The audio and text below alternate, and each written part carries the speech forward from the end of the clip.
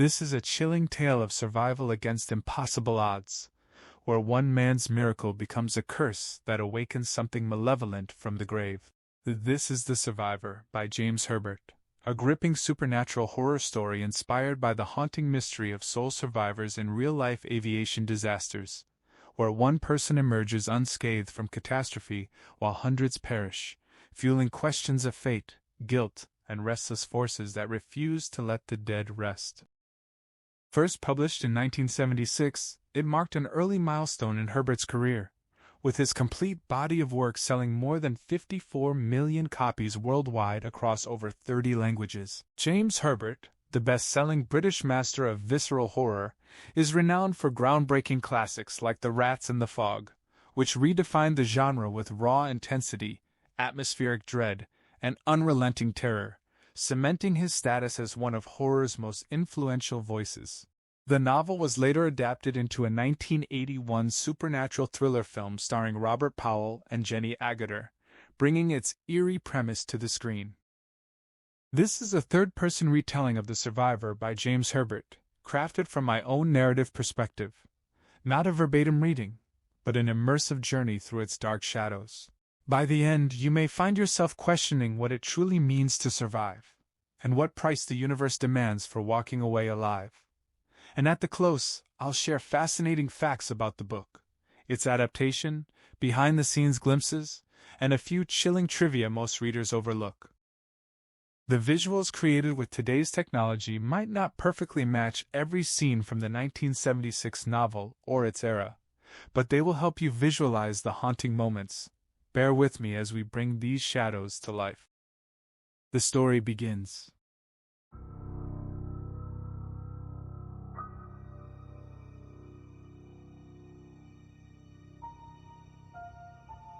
The old man sat hunched on the iron bridge's wooden bench, pulling his scarf tighter against the chill that seeped through every layer. The night air hung thick with drifting smoke, gray, lingering, the stubborn aftermath of fires already beaten down. Distant voices floated past in tired fragments. Wonder, exhaustion, the slow recounting of disaster as small clusters of people trudged homeward toward Windsor. The spectacle had ended hours ago. Now only stragglers remained. He listened without moving, letting their words wash over him. A fire had begun in a photographer's studio on the high street, racing through 3 more shops, 2 reduced to hollow shells, the 3rd badly scarred. No bodies recovered yet. Daylight would have to bring rescuers. Then the college itself. Flames leaping from the ancient chapel, swallowing the yard, claiming many of the old buildings. The headmaster was unaccounted for. A roll call of the boys was still underway. One boy had been pulled from the edge of the blaze, silent, eyes blank with shock. Even the vicar had fallen into a deep, unresponsive collapse. Whatever force had torn through Eton tonight would haunt speculation for decades. The voices faded into the dark until silence claimed the bridge. Alone again, he turned stiffly, neck creaking, to stare back toward the distant field where the aeroplane had met the ground. It already felt like another lifetime. A low grunt escaped his throat.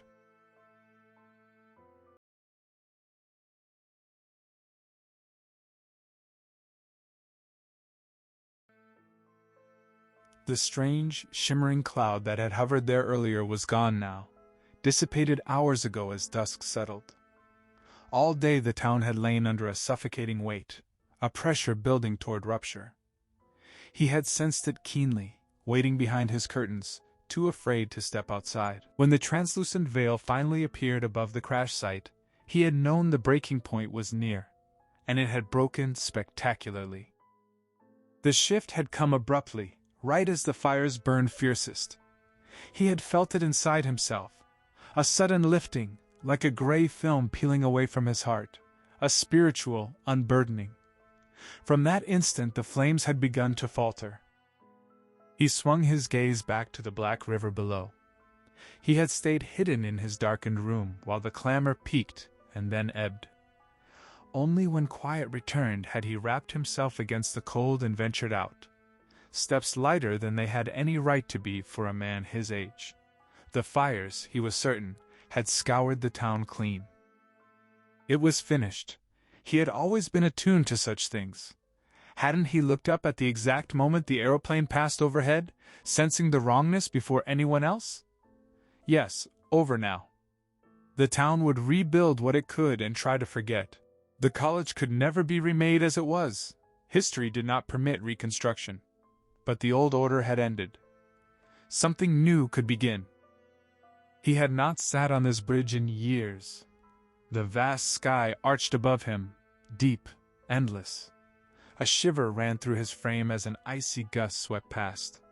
For an instant he thought he caught a low growl, then a faint, mocking snigger. But no. Only the wind, rushing ahead of the coming dawn. His old bones registered cold too readily these days. Let it find someone else to torment. Earlier, long before the fires, long before the silence on the bridge, he had been sitting in the same spot, wrapped against the evening chill. A droning grew overhead.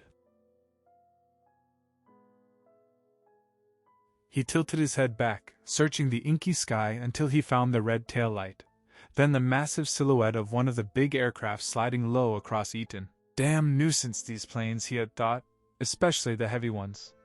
Loud, intrusive, a necessary evil. His neck strained as he kept watching. He wanted to look away, but something held his gaze fixed.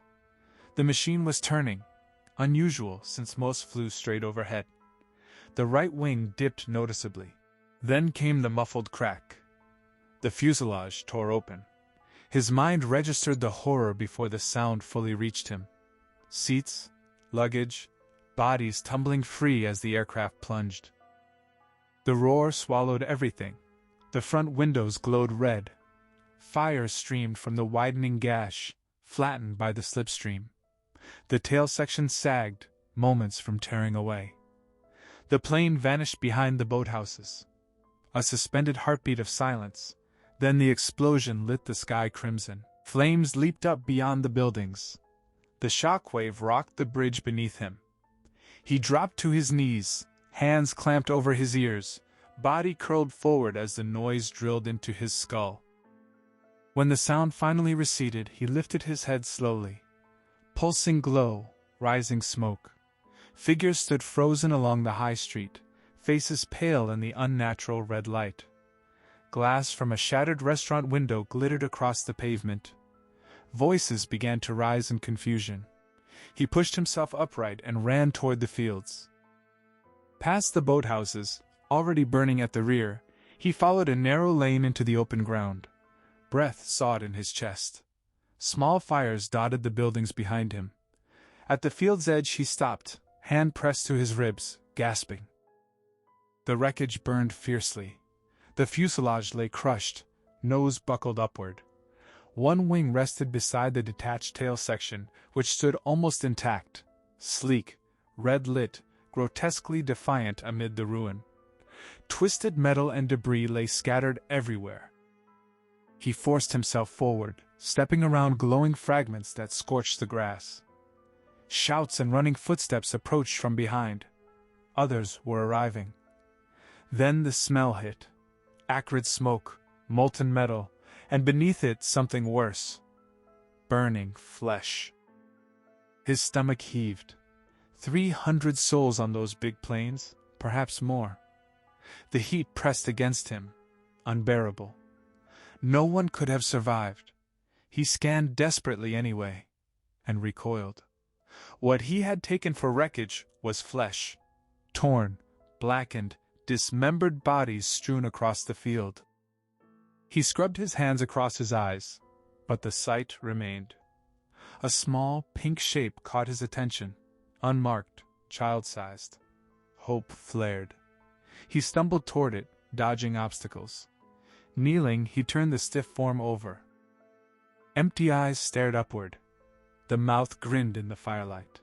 Half the face had melted into a scarred leer. A doll.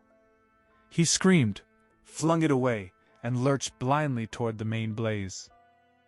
A jagged piece of metal caught his foot. He fell hard into the churned mud, fingers clawing at the slime, body shaking.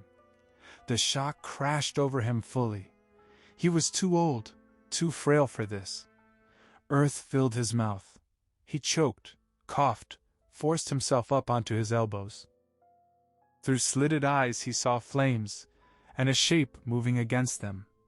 A man walking steadily away from the inferno. Impossible. No one had passed him. No one could have escaped that destruction on foot. The figure drew closer. Suit seemingly untouched. Dark. Perhaps a uniform. Calm, unhurried steps. Dizziness swept through the old man's head. His vision blurred. Just before darkness took him, the stranger bent down, one hand reaching out. Keller guided the car at a measured pace along Pocock's Lane, fighting the urge to accelerate while the autumn fields rolled past in layered shades of brown. His thoughts refused to stray for long. They kept pulling ahead to the small town waiting just beyond the bend. He swung left onto Windsor Road, crossed a modest bridge, and slipped between the tall, stately buildings of Eton College without sparing them more than a glance. Concentration still came hard. He eased into the high street, halted briefly to orient himself, then pulled away again and followed it down to the iron bridge that barred further traffic. Turning right, he passed the charred shells of the boathouses and took another right toward the fields that drew him like a magnet. A shorter route existed on his map, yet something had compelled him to drive straight through the heart of the town instead. The policeman stood watch as the midnight blue stag rolled to a stop. Another one, he decided. Another rubbernecker or keepsake scavenger. The flood of gawkers since the crash had been relentless. Crowds jamming the roads, trampling evidence, turning tragedy into spectacle. Vendors had even shown up peddling snacks, as though this were some morbid day trip from London. He squared his jaw and adjusted his chinstrap, ready to send this latest intruder away with a sharp word, until the driver stepped out. The man carried himself like press. Best tread carefully. Reporters twisted every scrap into headlines and had already given him headaches over the past month. Still, nearly 4 weeks on, you'd think the story would have cooled. Not with the inquiry dragging. He had imagined the black box simply spilled every secret. Instead, the team had combed the South Meadow for days, sifting wreckage, dragging the side stream for bodies flung clear across the brocas, some ejected before impact. 3 full days just to gather what remained of 332 souls. "You can't go in there, sir," the constable said gruffly as Keller approached. Keller halted, yet kept his eyes fixed past the officer on the field beyond. The main fuselage loomed, a blackened, cone-shaped husk, belly crushed flat, stripped and humbled. Its internals had already been hauled to labs for reassembly and testing. Men with clipboards moved methodically across the grass, bending, collecting fragments, measuring scars in the earth, their somber focus clashing with the crisp daylight and the peaceful green around them. The constable studied him more closely. The face looked familiar. "I'm sorry, sir, but you're not allowed," he repeated. Keller finally met the man's gaze. He explained he needed to speak with Harry Tusen, one of the lead investigators. The officer's stance eased a fraction. "Mr. Tusen, I'll see what I can do." He crossed the field, paused after 40 yards, and called back for the name. "Keller?" came the reply. "David Keller." The constable froze momentarily, confusion flickering across his features, before trudging on. He bent to speak with a crouching group near the empty shell. 5 heads turned. One man rose and strode quickly toward Keller, waving briefly, the policeman trailing a few steps behind. Tusen's smile carried a trace of unease, though his handshake felt solid and warm. "Dave, what the hell are you doing here?" Keller stated simply that he needed to talk. Tusen adjusted his glasses, polishing them while searching Keller's face. He noted Keller shouldn't be on site and asked whether he was still on leave. Keller answered with a wry twist of the mouth. Officially, yes. Unofficially, he had been sidelined. Tusen expressed surprise. Certain the airline would recall him soon after any incident. Keller shook his head. They had tried, but it had failed, on his own insistence. Tusen suggested nerves were to blame, and would fade. Keller corrected him quietly. It was deeper than nerves. He simply could not fly anymore, could not focus. Tusen insisted it was shock, and would pass. Keller shrugged and pressed for a conversation. Tusen agreed, said he could break in 10 minutes, and suggested they meet at the George in the High Street for lunch. He clapped Keller's shoulder, worry etched on his brow, then returned to the wreckage. Keller locked the car and started walking back toward the street. The policeman watched him go, scratching his cheek in thought. Keller, yes, David Keller, the co-pilot of that very jumbo, the only one who had walked away untouched, the sole survivor. Inside the pub, Keller ordered a beer and claimed a quiet corner table. The barman barely glanced at him. Small mercy. The last 4 weeks had been relentless. Endless questions, whispered doubts, sudden silences. His airline colleagues had mostly shown kindness, though a few regarded him with wary suspicion. The papers had seized on the miracle, a man emerging from the slaughter without a mark on him or his uniform, medical checks revealing no injuries, no burns, nerves seemingly intact. Only the total amnesia about the crash and its prelude lingered. Doctors assured him memory would return once the mind healed, yet warned it might never. Public resentment had grown. He sensed it even among some fellow pilots. A crew member should have perished with the passengers. 332 lives lost. Until the cause was proven, blame fell on the cockpit, and as co-pilot he carried half of it. A test flight 2 weeks later had ended in failure. The moment his hands touched the controls, everything locked. His instructor had hoped instinct would reclaim him aloft, but concentration simply refused to return. The company, mindful of optics and fearing he might break, had placed him on extended leave. Dismissal would only fuel outrage and harm their reputation. They stressed his clean record in every statement, yet insisted he needed rest after the trauma. His thoughts were broken when Tusen appeared, smiling. Tusen offered to buy, waved off Keller's protests, and vanished toward the bar to fetch food and drinks as well. Keller stared at the table. Appetite had all but vanished since that night. He ate only enough to function and doubted it would ever return. Tusen set down a plate of sandwiches, then the drinks, and dropped into the chair. He greeted Keller warmly. The two had trained together years earlier until Tusen's failing eyesight had grounded him and steered him into the accidents investigation branch, where his sharp intuition and reverse engineering of causes had earned respect despite occasional skepticism from colleagues. After a large bite and a swallow of ale, Tusen asked directly how he could help. Keller stated he needed to know what the investigation had uncovered so far. Tusen reminded him the findings had to be compiled for the official inquiry, and remained sealed under the Official Secrets Act. Keller insisted he had to know. Tusen began gently that the matter no longer concerned him. Keller's voice stayed level, yet his stare turned icy. He described the feeling of being a freak, an outcast, resented for surviving when everyone else had died. He felt like a captain who had abandoned his passengers to drown. The public, the airline, even some colleagues seemed to hold him responsible until the cause was found. He broke off, eyes fixed on his untouched drink. Keller sat rigid in the dim pub light, the untouched beer sweating in his grip, as Tusen's voice cut through the stunned quiet between them.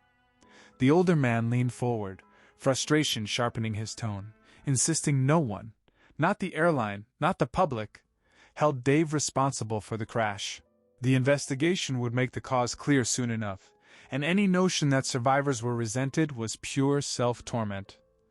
Tusen's words turned gentler for a moment, then firmer again. The guilt was misplaced, the melancholy dangerous. He urged Dave to pull himself together and simply drink. Keller met the challenge with quiet calm, asking if that was all. Tusen set his glass down untouched, eyes narrowing. No, it wasn't finished. He'd known Dave too long to watch him unravel like this. The man had been, would be again, a fine pilot once he stopped dwelling on the wreckage and looked ahead. His voice dropped, almost tender. acknowledging the personal loss Dave had suffered in the disaster. She wouldn't have wanted him broken like this. Surprise flickered through Keller at the mention of Kathy. He hadn't realized how widely their relationship was known. Tusen brushed it aside. Nothing unusual about a pilot and a stewardess, but when Dave quietly corrected that it had meant more, Tusen nodded without argument. He admitted the rumors circulating, that Dave was finished, that he'd never fly well again. The way he'd been drifting lately only fed the talk. Yet Tusen refused to believe it. There was too much strength in the man. A few weeks maybe, and he'd be himself again. Now could they please just drink? Keller lifted his glass, aware of Tusen watching him closely over the rim. The beer tasted flat, heavy. He spoke slowly, thanking Harry for the concern, but explaining it wasn't depression gnawing at him, just an immense, bone-deep weariness. Something unfinished pulled at him, something he had to uncover, and the thread of it seemed tied here in Eton. He couldn't name it, couldn't shake it. A buried memory, perhaps. Until it surfaced he wouldn't be whole. For now he was asking, quietly begging, Harry to help him reach it. Tusen exhaled heavily, chin dropping toward his chest as silence stretched. Then he straightened, resolve hardening his features.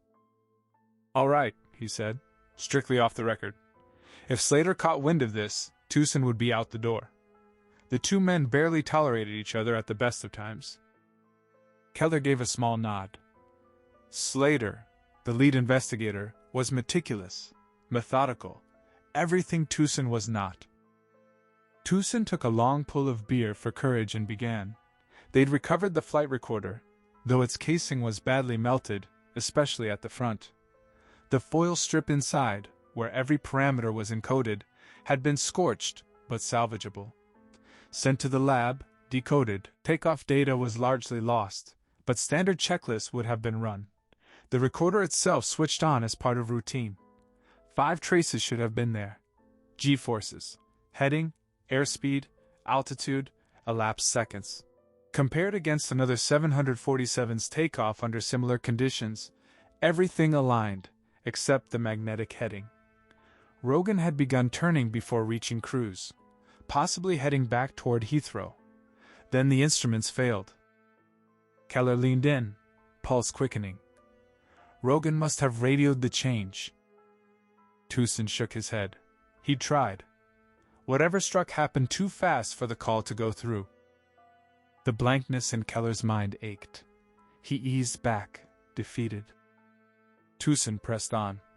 Cockpit wreckage was ravaged, yet enough switches and controls remained to map their positions at impact, on or off. Many dials had frozen their last readings. Keller interrupted, voice tight. Were the crew bodies still in there? Yes. Burned beyond certain identification, but present. Then how had Dave escaped? Why wasn't he among them? Obviously, Tusen said, he'd left the cockpit sometime before the end. But why leave so soon after takeoff?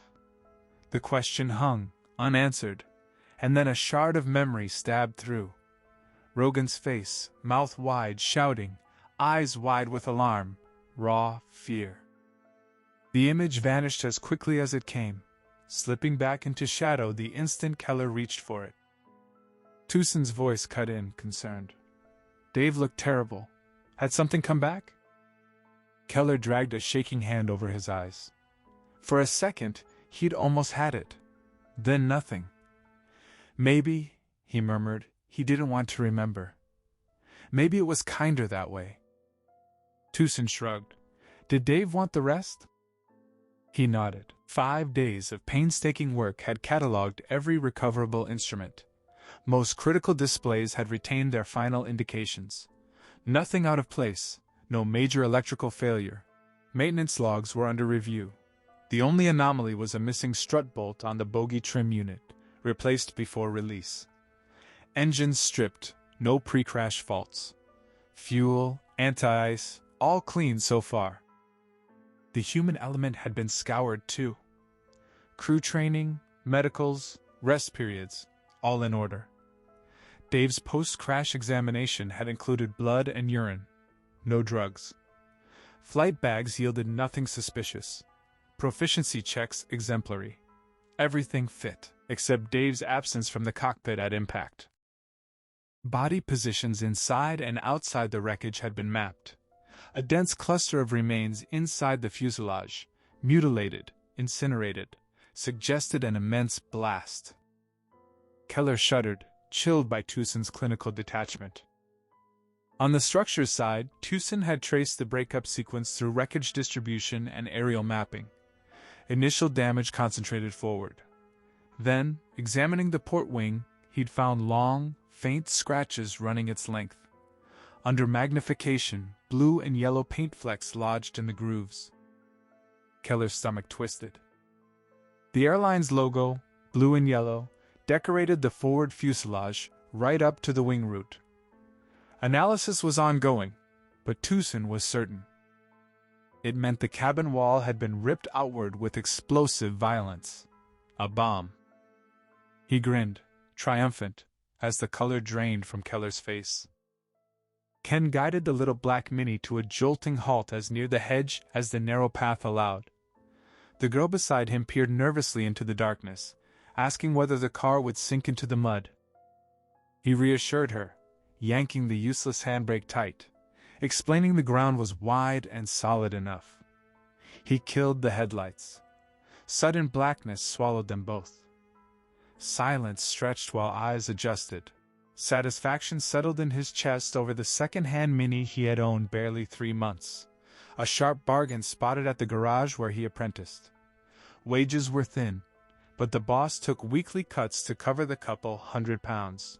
The car was perfect for nights like this. Dark lanes when a man had no place of his own. Audrey was becoming a real pain, though. Plenty of other girls followed his detours happily, but she kept preaching romance, saving yourself, the sacred meaning of love, all that nonsense. Tonight was her last chance. If she didn't give in, she could walk. He had better options. Good legs, at least. Audrey studied his shadowed face in the gloom, warmth flooding her. He loved her. She felt it in the chemistry that true lovers shared, the racing heart, the spreading glow every time they met. Gruff sometimes, yes, but that was simply his way. She had held him off long enough, feared losing him more than once, yet he had passed every test. He truly cared, or he would have left. Now certain, perhaps it was time for a small reward, just enough to keep him close. She leaned across, aiming a soft kiss at his cheek. He moved at the same moment, hand reaching for her thigh. The kiss missed. He rubbed a damp eye. She apologized gravely. He muttered low and tried again. Their mouths met. She kissed with pure rapture. He used the pressure to show strength. After heavy seconds she pulled back, complaining he was hurting her. He apologized, though raw hunger burned inside him. She asked if he truly loved her. Of course he did, he thought, letting her fool herself. He told her yes, that he always had since first knowing her. She sighed and nestled against his shoulder. He waited a careful beat, not pushing yet. "I'm cold," she said. He freed his left arm, draping it around her shoulders. He would warm her soon, he offered, voice sly. Her giggle lifted his hopes sharply. Then she stiffened. Alarm flared in him. Here we go again. He eased his grip as she sat upright, wiping mist from the windscreen. "Where were they?" she asked. "In his car," he answered flatly. "No." She meant near Southfield, at the back of it. "Yeah," he said. "What about it?" How could he bring them here, where that plane had crashed? Weeks ago, he dismissed, and they were nowhere near the actual site anyway. Still, it felt creepy, morbid. She thought they should leave. He told her not to be silly. Petrol was low, and he couldn't drive around hunting another spot. She insisted on the cold, too near the river. He pulled her close again. Her stiffness melted. She pressed in, declaring she loved him, that it was different with them. He assured her it was, kissing the top of her head as she turned her face up. He would never leave her, would he? He met her wide, searching eyes in the dark, and promised never, shifting to reach her mouth more easily. Forehead, nose, then lips. Passion surged through him, and he felt it rising in her too. This was the test. His right hand slid slowly from her arm toward her breast. He had reached this point many times only to be shoved away in tears. Tonight felt different. She had finally caught on. Fingers trembling, he found soft yield beneath the wool jumper. She moaned softly, nails digging into his shoulder, urging him to say he loved her. He did. Easy. He wouldn't leave her. He repeated it, almost meaning the words in the heat. Yes, darling, she murmured as his hand tugged the jumper's hem. The single word sent blood roaring through him. Cold fingers met bare stomach. Her thighs squeezed together in sharp delight. He slipped the bra strap down her arm and claimed the breast. Soft flesh, hard little center, mind already racing lower. Then her body locked rigid again. What was that? She gasped. He froze, hand still cupping its prize. What? He asked woodenly. Someone outside. She had heard something. His hand retreated reluctantly. He turned to the steamed windows. They couldn't see in anyway, with the glass like this. Listen, she begged. He strained, but frustrated lust dulled every sense. Nothing there, he said wearily, yet he checked whether the doors were locked. He wiped a clear patch with his sleeve, bent close, nose inches from the glass. No, he huffed. Nothing. Let's go. She felt the cold so deeply. He felt it too. Not ordinary autumn chill, but something reaching inside. Then the sound came. A whisper like leafless branches stirring, yet wrong. Human and not human at once. She clutched his arm, eyes fixed ahead. Let's go now. Her voice shook, her body trembled. Probably someone messing about, he told her without conviction, but he reached for the ignition anyway. The engine rattled, whined, died. She turned in alarm. He kept his eyes forward, hiding his own rising dread. He tried again, nearly caught, then coughed out. Third attempt. The battery needed a brief rest. They sat in the black stillness, ears straining, praying for silence. But the low murmuring whisper returned, close, from her side. He stared past her at the opaque side window. A lighter shape was growing there, slow and undefined, like breath-fogging glass, an approaching oval of gray. His mouth opened, but no sound came. Spine and shoulders locked rigid. Hair rose along his scalp and back. The shape stopped, right outside, inches from her turned head. She noticed him staring past her shoulder. Her heart lurched at the terror on his face. Slowly, mechanically, she turned toward the window. Reflex lifted her hand. She wiped the glass clear in one stroke. Her scream tore from the deepest part of her, filling the car and his skull. Two large dark eyes stared straight into hers through the glass. Intense, boring through her mind, reaching for her soul. Not human, not living. She knew it with screaming certainty. A doll's face. Alive eyes burning, small white features, tiny smiling lips, strange blemish on the cheek. The whisper echoed inside her head, words meaningless. The scream shattered Ken's paralysis. Panic drove his hand to the key. He twisted it, foot slamming the accelerator. The car rocked gently, then harder, more violently. His foot slipped. The engine whined out just as it should have roared. He was thrown toward the center as his side lifted clean off the muddy path. Audrey slammed against the window. The terrible dark eyes were inches from hers, now revealing utter misery, despair, and raw malice. She was hurled to the opposite side as the car rose on hers. She clung to him, sobbing hysterically. The rocking intensified, then the whole vehicle began to vibrate and shake with unnatural fury. "What was happening?" she screamed. No answer could reach him through his own terror. Abruptly, the car crashed back to the ground, threatening to tear itself apart. Silence fell, except for her broken sobs. Instinct took over. Ken wrenched free, seized the door handle, shouldered it open, and stumbled out into the cruel branches of the hedge. Sharp wood ripped his flesh. He ignored the pain, beating through the narrow gap between car and hedge. Branches tugged at his clothes like grasping hands. He cried out, thrashing wildly, frantic, until he finally broke free. Ken bolted down the dark lane without a backward glance, unwilling to risk seeing whatever horror lingered behind him. Blind terror propelled every step. Branches whipped his face, mud sucked at his boots, but he registered nothing beyond the pounding need to flee. Deep in some buried corner of awareness, Audrey's screams pierced through, desperate, pleading cries for him to return, not to abandon her alone with the malevolence closing in.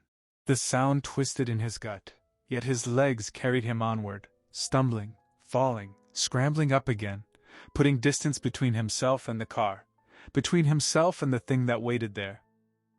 In his London flat, Keller drew deeply on the cigarette, smoke filling his lungs before streaming out in a slow, deliberate exhale.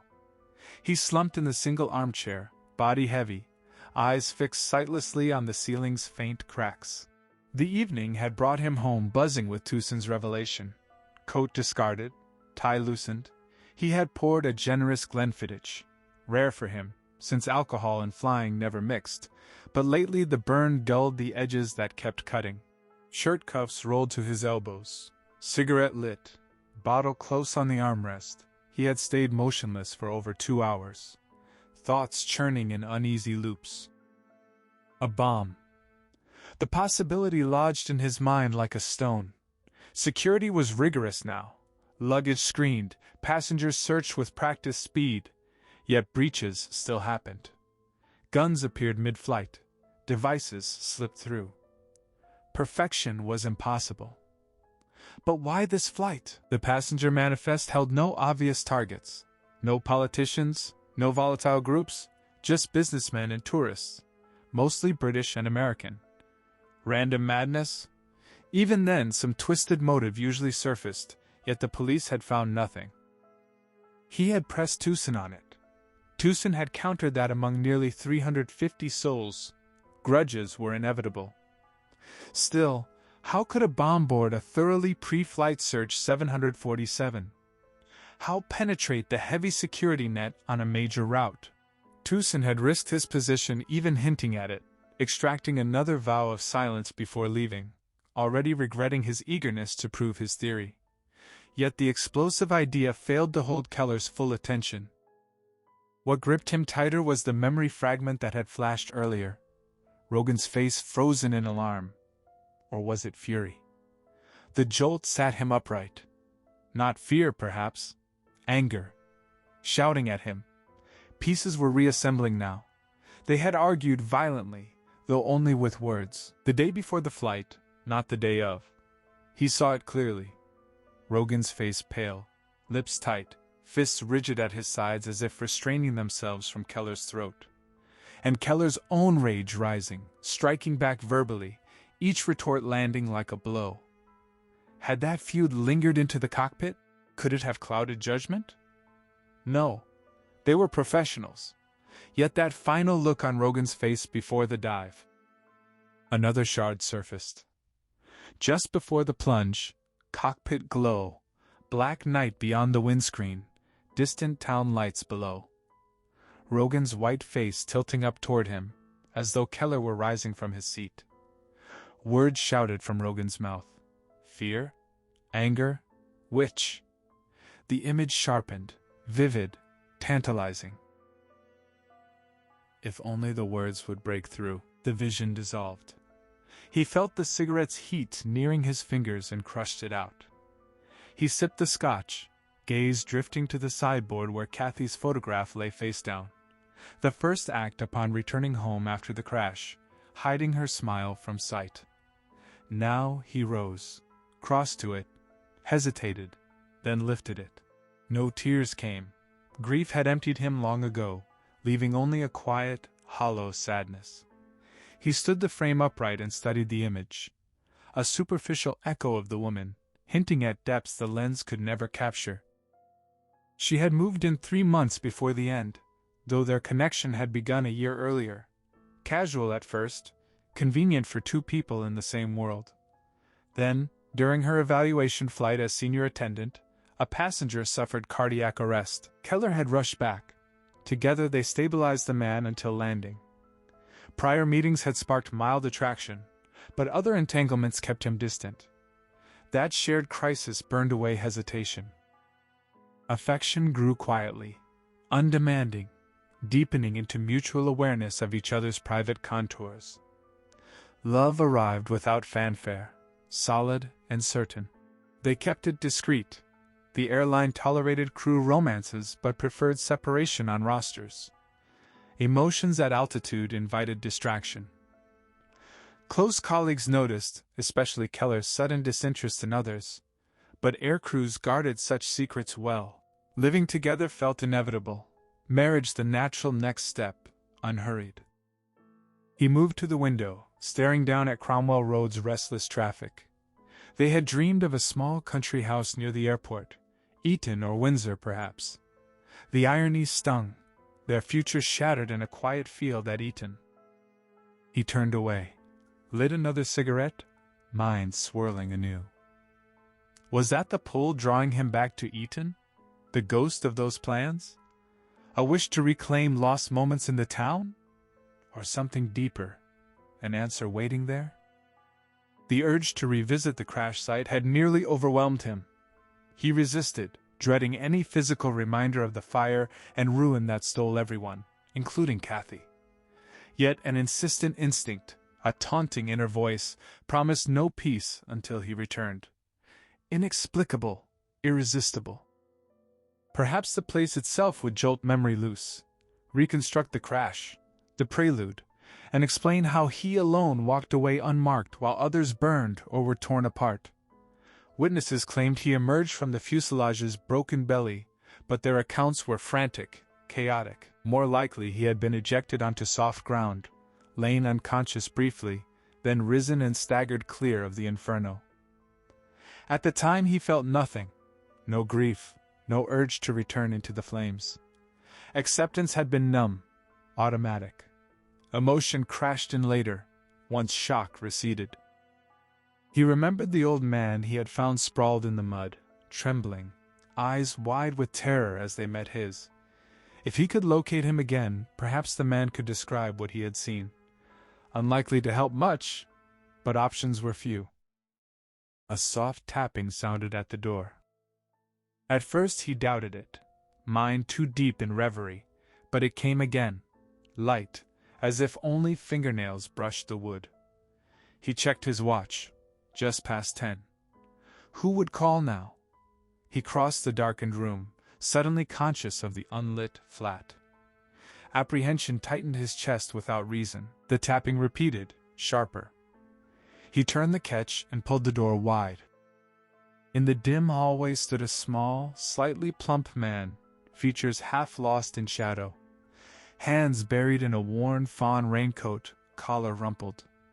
Unremarkable except for the eyes, pale gray, piercing, almost too large for the round face, carrying an icy intensity softened by unexpected compassion. Keller flicked on the flat's light. Illumination spilled out, sharpening the stranger's puzzled frown. Curiosity flickered in that steady gaze. Keller's mouth felt dry. Yes? The man held silence a beat longer, eyes never wavering. Then he blinked, as though the small motion reanimated him. He edged a fraction closer. It's Keller, isn't it? David Keller? Keller nodded. Recognition settled in the man's expression. "Yes, I recognize you from the newspaper photographs." He paused again, appraising Keller head to toe.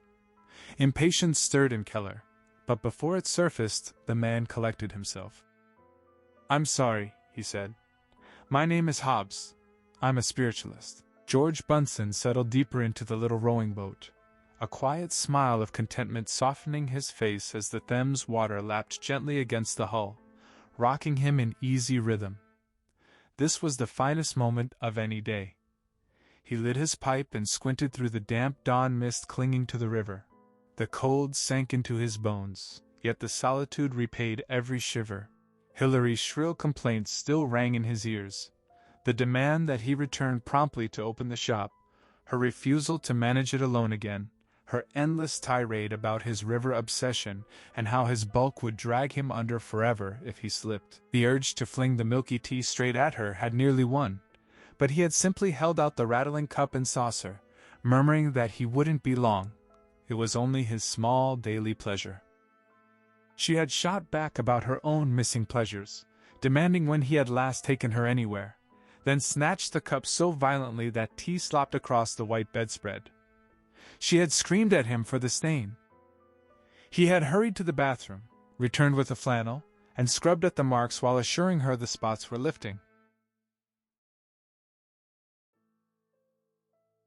She had looked heavenward in silent exasperation, wondering what to do with this oversized excuse for a husband who charmed every customer in their little tobacconist confectionery newsagent shop, yet thought of nothing but fishing. The big chains were swallowing small shops like theirs, yet all he cared about was the river. She had dismissed him frostily, ordering him back sharp at 7. He had mumbled grateful agreement, wrestled into his huge woolen jumper, pulled on Wellingtons, tucked in his trousers, shrugged on the heavy fur-lined coat, and stood waiting at the foot of the bed like a schoolboy. She had told him to get on with it and at least catch something this time. He had puckered his lips and blown her a kiss. She had scoffed at the gesture. He fetched his tackle from the garden hut, trudged down the long curved hill, crossed the little bridge, and headed toward the half-burned boathouses. His rented rowing boat waited at the jetty. Lucky Arnold, he thought. The airline's crash compensation was paying for repairs the old boathouses had needed anyway. Terrible business, but someone always profited. Even that co-pilot who walked away untouched. He rowed slowly upstream, rounding the bend, passing under the railway bridge, and easing into the reeds beside a small island. Quiet here, except for the occasional train rumble that never seemed to disturb the fish. The current carried them straight to his bait. Hilary had been unfair about his empty creel. He often met friends on the way back, traded jokes about the one that got away, and ended up giving fish away through sheer generosity. He always saved a couple for Miss Parsons at the florist's. Nice, quiet woman. He could never understand why she had never married, or why he had. Puffing on his pipe, he brooded on the subject that never left him, eyes fixed on the small white float bobbing at line's end. The first 8 years of marriage had been fine, but after that one tiny indiscretion, everything had soured. He hadn't even slept with the woman, just a quick fumble at the back of the shop while Hilary was supposedly visiting her sister. The terror when he heard the key in the latch and the shop bell ring still gripped him. Early closing, last customer deliberately lingering. He had chatted with her before.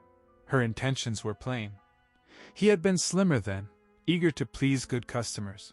Peering over the counter, he had seen Hilary striding toward him, grim-faced from a row with her sister and growing grimmer at the sight of the half-naked woman scrambling for her knickers on the floor. If only they had gone upstairs, he might have hidden her, but he had kept it casual, 5 minutes in and out. No hiding now. Him on his knees struggling with trousers trapped under his own weight, her flustered on the floor. Both froze as Hilary peered over, her face tightening, then cracking with building rage. The next minutes had burned into memory. Screams, fingers clawing his hair, the other woman's sobs as she tried to cover herself. He had bolted for the back door, trousers hobbling him, stumbled upstairs, locked himself in the bedroom. More screams downstairs, then the bell, slamming door, heels clattering away. He heard Hillary moving about, filling the kettle. He assumed the woman had fled. He stayed crouched by the bed until dark, then crept out, undressed, and lay trembling under the covers. At 10 he heard her heavy steps. She entered without light, undressed in darkness, climbed in rigid beside him.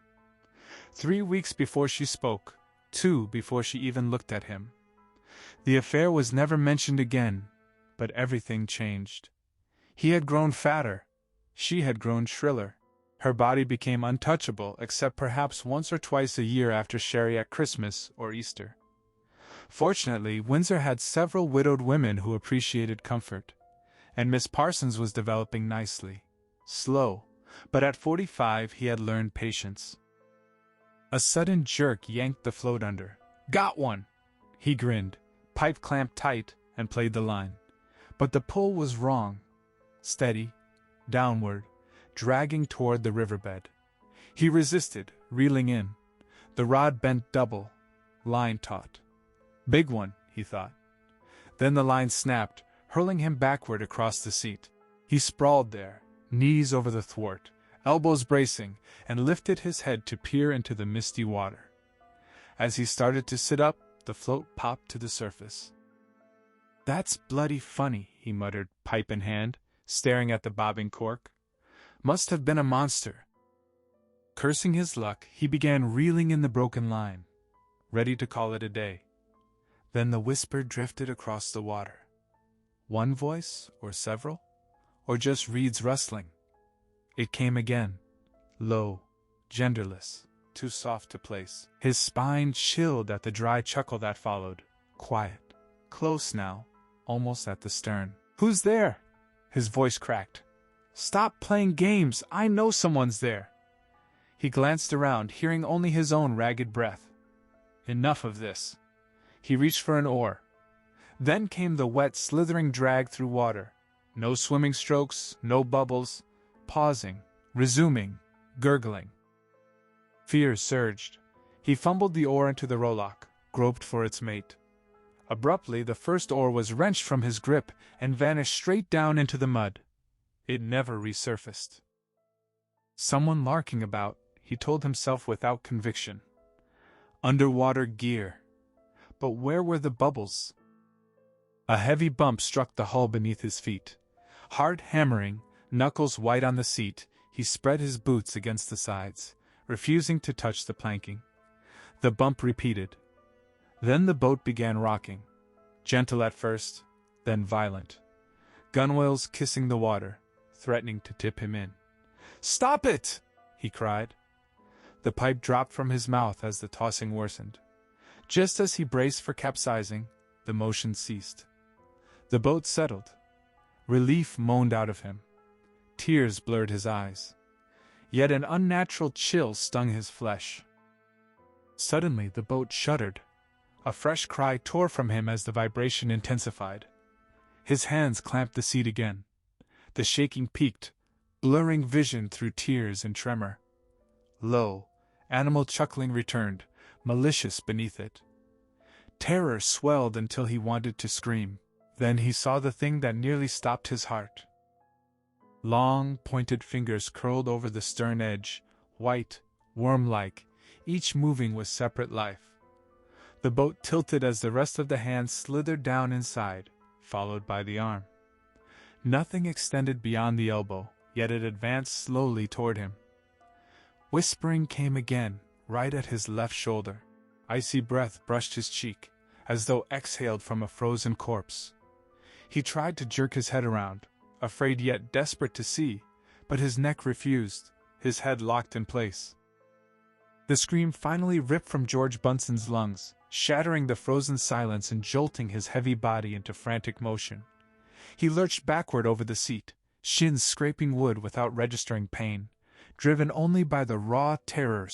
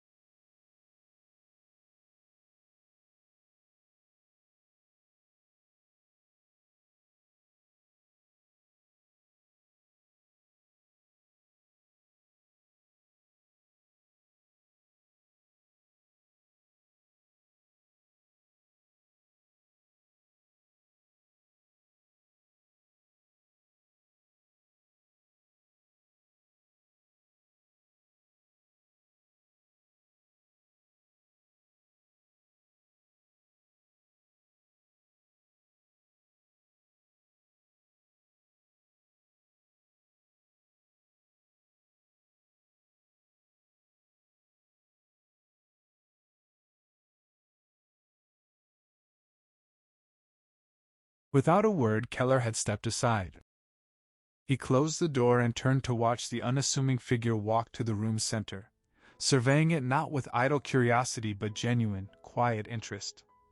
Hobbs's gaze lingered on Kathy's photograph a few seconds before returning to Keller.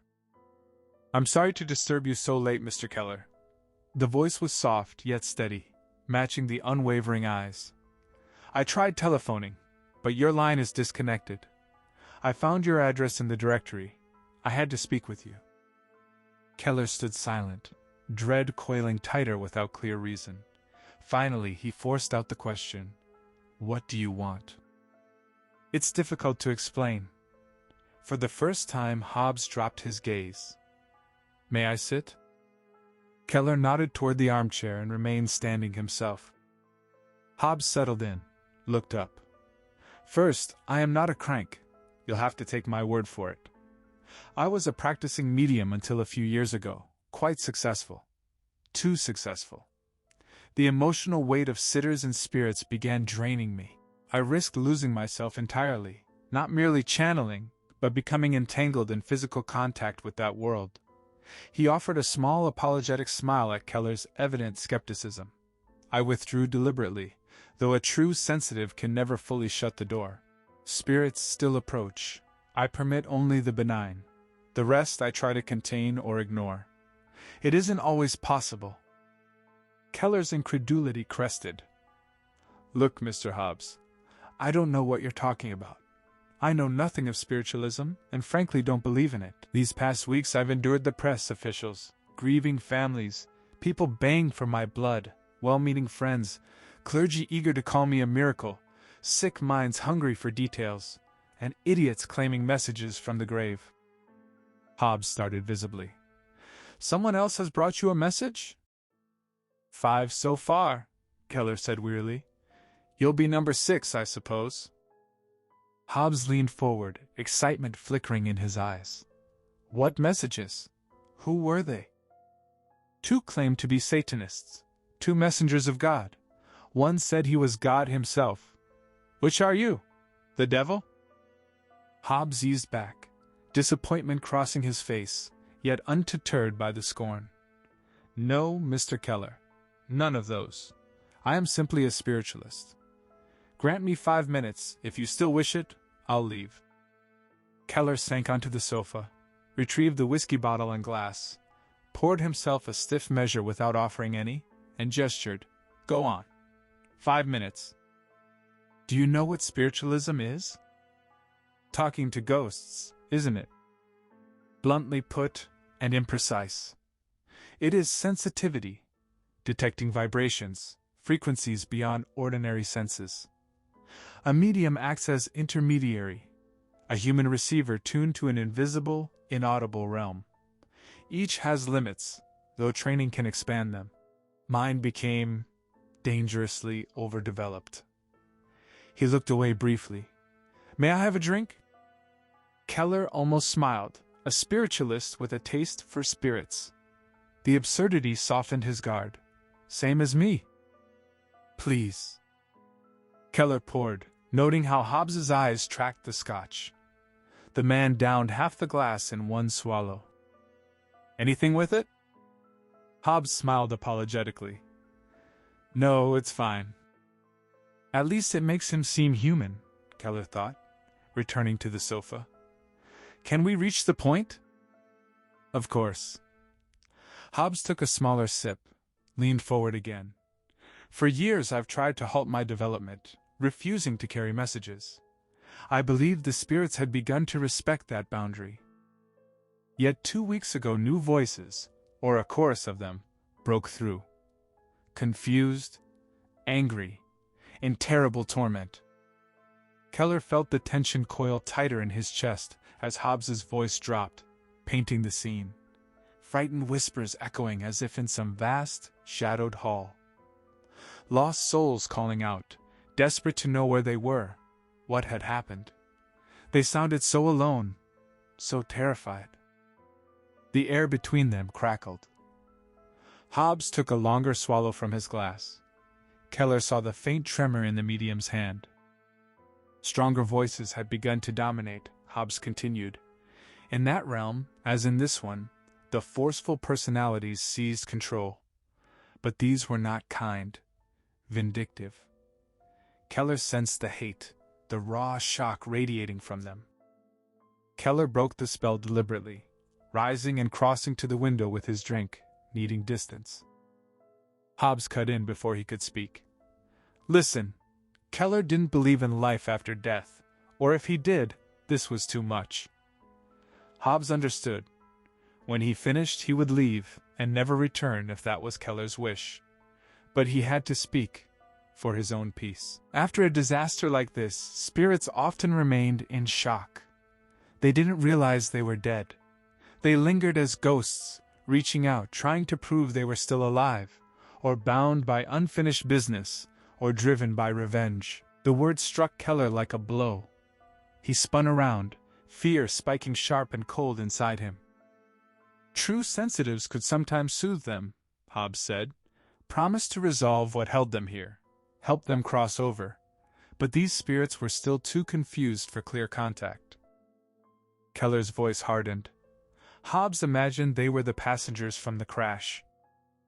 I know they are, Hobbs replied. So many terrified at once in the same place. And there's more. Keller stiffened. He already sensed what was coming. The voices, the whispers, they were calling for him. Silence stretched, thick and heavy. Keller wanted to laugh it off, dismiss the man as another crank, but something held him back. Hobbs's sincerity and the strange openness death had carved inside him. Still, reason fought hard. That's ridiculous. I assure you it isn't. At first the voices were chaotic, crying for help, for loved ones. Faces flickered before him, so many wretched, pleading faces. Then, over days, they grew more focused, guided somehow, and they began repeating Keller's name. Why? Why him? Hobbs looked down. He didn't know. They were still confused. The message wasn't clear. But many sounded angry. His pale eyes locked on Keller's again. Did Keller know someone named Rogan? Keller froze. Hobbs had probably seen the name in the papers. He was the captain of the 747. Yes, Hobbs said mildly. I believe I did read that, though he doubted Keller would accept it. You're right, I don't. And your 5 minutes are up, leave. Hobbs stood quickly. You fought with Captain Rogan, didn't you? Keller halted mid-step. How could he possibly? It concerned his wife. A flat statement. Memory slammed into Keller. Rogan's face inches away, shouting, eyes blazing with fury. Not in the cockpit, in a hangar, empty, at night. A brief struggle. Keller shoving him down. Rogan on the floor, hurling abuse as Keller walked away. And now he knew exactly what the fight had been about. Beth Rogan, the captain's wife. It's true, isn't it? Hobbs asked. How did you know? Captain Rogan can't forget it. Impossible. Yes, Mr. Keller. Keller sank onto the sofa's edge. How the hell could Hobbs know? Everything he had said was true.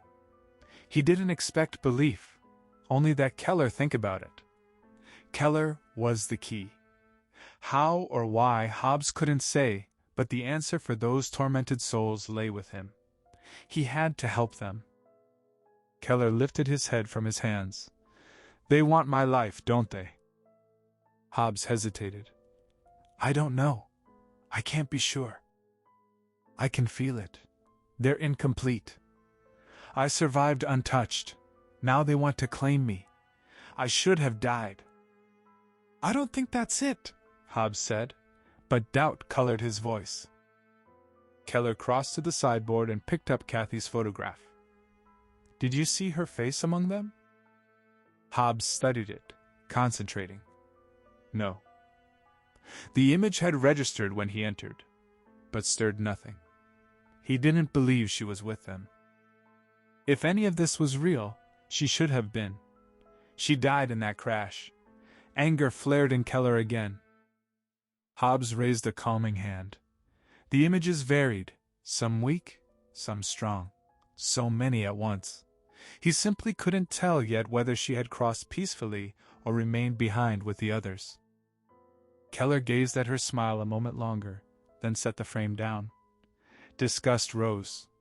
This had gone far enough. Hobbs should leave. "What are you afraid of?" The question cut straight through.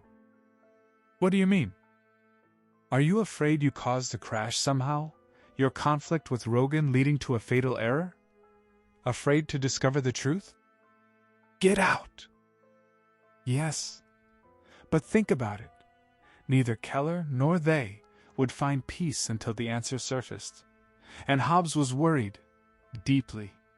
Something else clung to these spirits. Something evil. He feared what might happen if they weren't released. Hobbs scribbled his address on a scrap of paper and left. Exhaustion crashed over Keller. He undressed, crawled into bed, and dropped instantly into a dark pool of whispers. Now, awake, he tried to grasp the dream, the first in weeks, but it dissolved the moment he reached for it. He crushed out the cigarette, threw back the covers, and walked naked into the bathroom, splashing cold water on his face. Still bare, he moved to the kitchen, brewed strong black coffee, and carried it to the lounge. His eyes fell on Kathy's picture, reminding him of his nakedness. They had often moved through the flat unclothed in summer, his body hard and lean, hers soft, slim, legs long and tapered, breasts small and delicate, sharing easy freedom, intimacy without shame.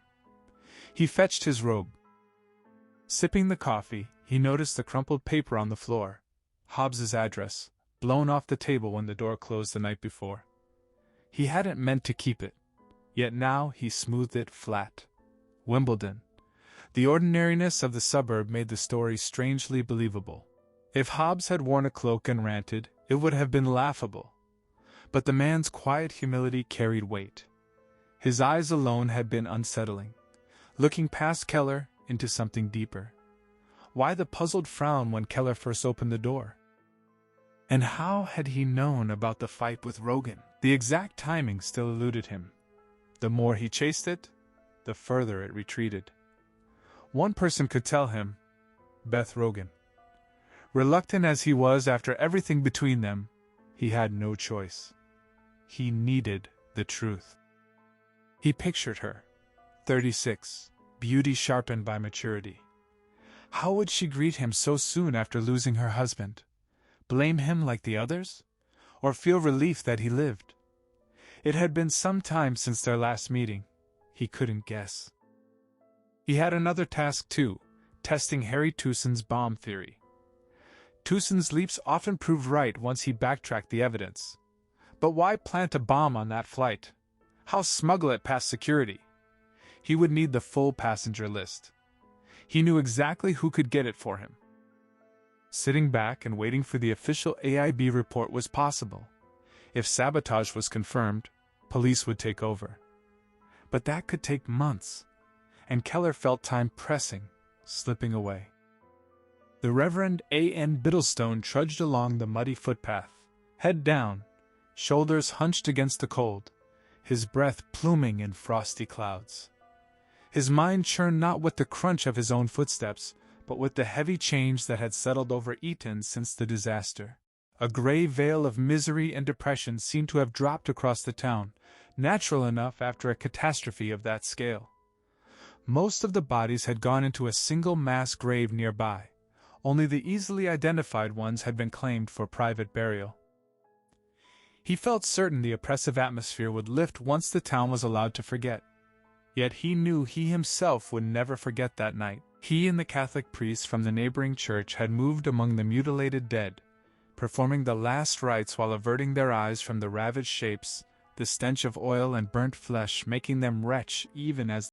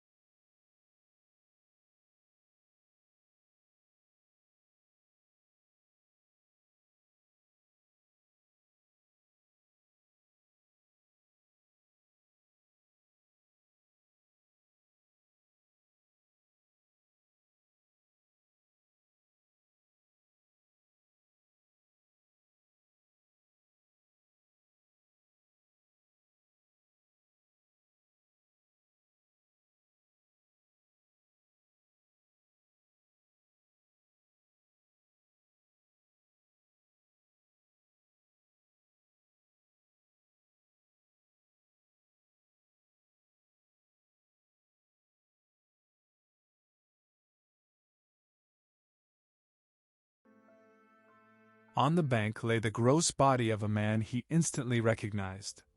Bumpton, or something close to that name. A huge, gentle soul who kept a small shop in Windsor and often fished in a tiny dinghy. Biddlestone had waved and chatted with him many mornings. Passers-by on a launch had spotted the empty boat drifting, then an arm thrust from the water, hands still clutching reeds. The police suspected the big man had overbalanced and drowned, or suffered a heart attack. The purplish cheeks and bluish lips seemed to support it. An autopsy would decide. Biddlestone had offered a brief prayer over the corpse, then walked back toward his church, deeply troubled. 2 unrelated incidents? A terrified girl, now a dead man. Had fear played a part in that heart attack? Or was the dread simply in his own mind? With a weary sigh he turned from the bleak field and made for the front doors of the church. He preferred this approach each morning so the full splendor and humbling solitude would strike him at once, giving him time to clear his thoughts before facing the altar. He was fumbling in his pocket for the long key when a soft bump sounded from the far side of the heavy wooden doors. Startled, he stepped back.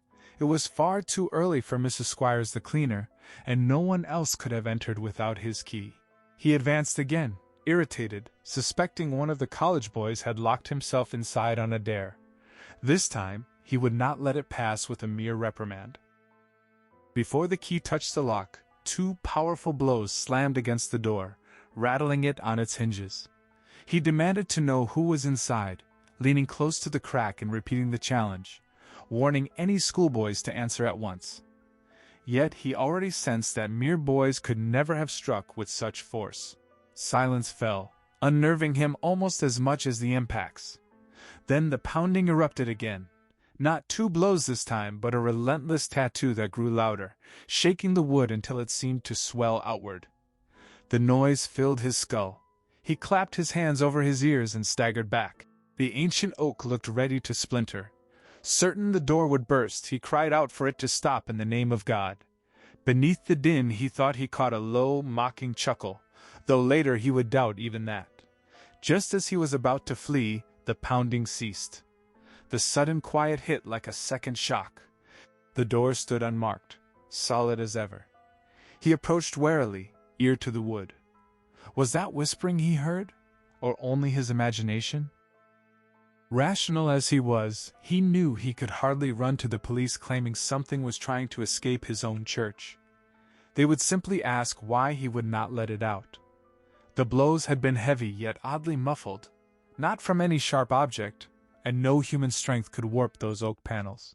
Still, whatever waited inside was in God's house, the house he had sworn to keep. He turned the key. He waited a moment, then pushed the door inward. The small, dark entrance hall beyond lay empty. He swung both leaves wide to let in as much light as possible, stepped cautiously inside, and paused to listen. Nothing. He moved to the inner door that opened directly into the nave, pushed it, and peered through. Sunlight poured through the high stained glass windows in brilliant shafts, dust motes dancing within them, while deep shadows pooled in the corners and under the arches. The smaller door swung shut behind him with a soft click, swallowing another patch of light. He scanned the walls and pews. Everything appeared in order. His footsteps echoed hollowly as he walked toward the altar. Only a few yards in, he spotted the black shape kneeling in the front pew, barely visible through a strong shaft of sunlight that turned the rising dust into a glowing veil. The figure wore what looked like a heavy cloak or coat, but at this distance he could not be sure.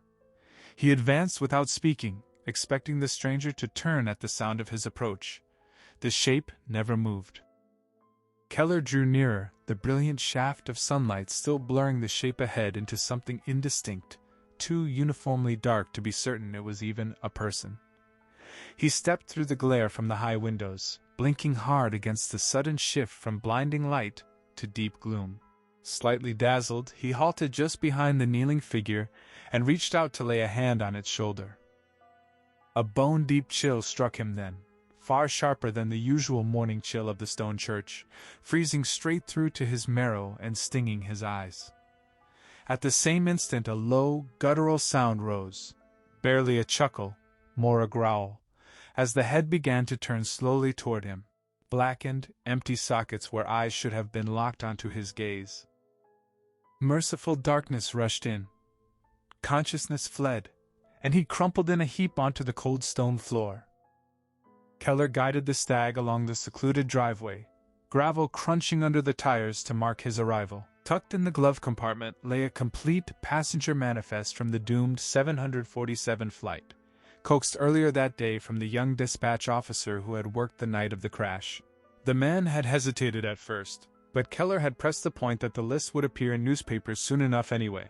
Eventually the officer had relented and added a few extra details about certain passengers, precisely the information Keller had sought. He planned to study the list thoroughly later, though he could not yet say what he expected to uncover. He had to begin somewhere. For now his purpose was simpler and far less welcome: to visit Beth Rogan, the widow of the dead captain. The task weighed on him. Dredging up the past would only reopen wounds that had scarcely begun to heal. The house stood in Shepperton, not far from the yachting lake that Captain Rogan had loved.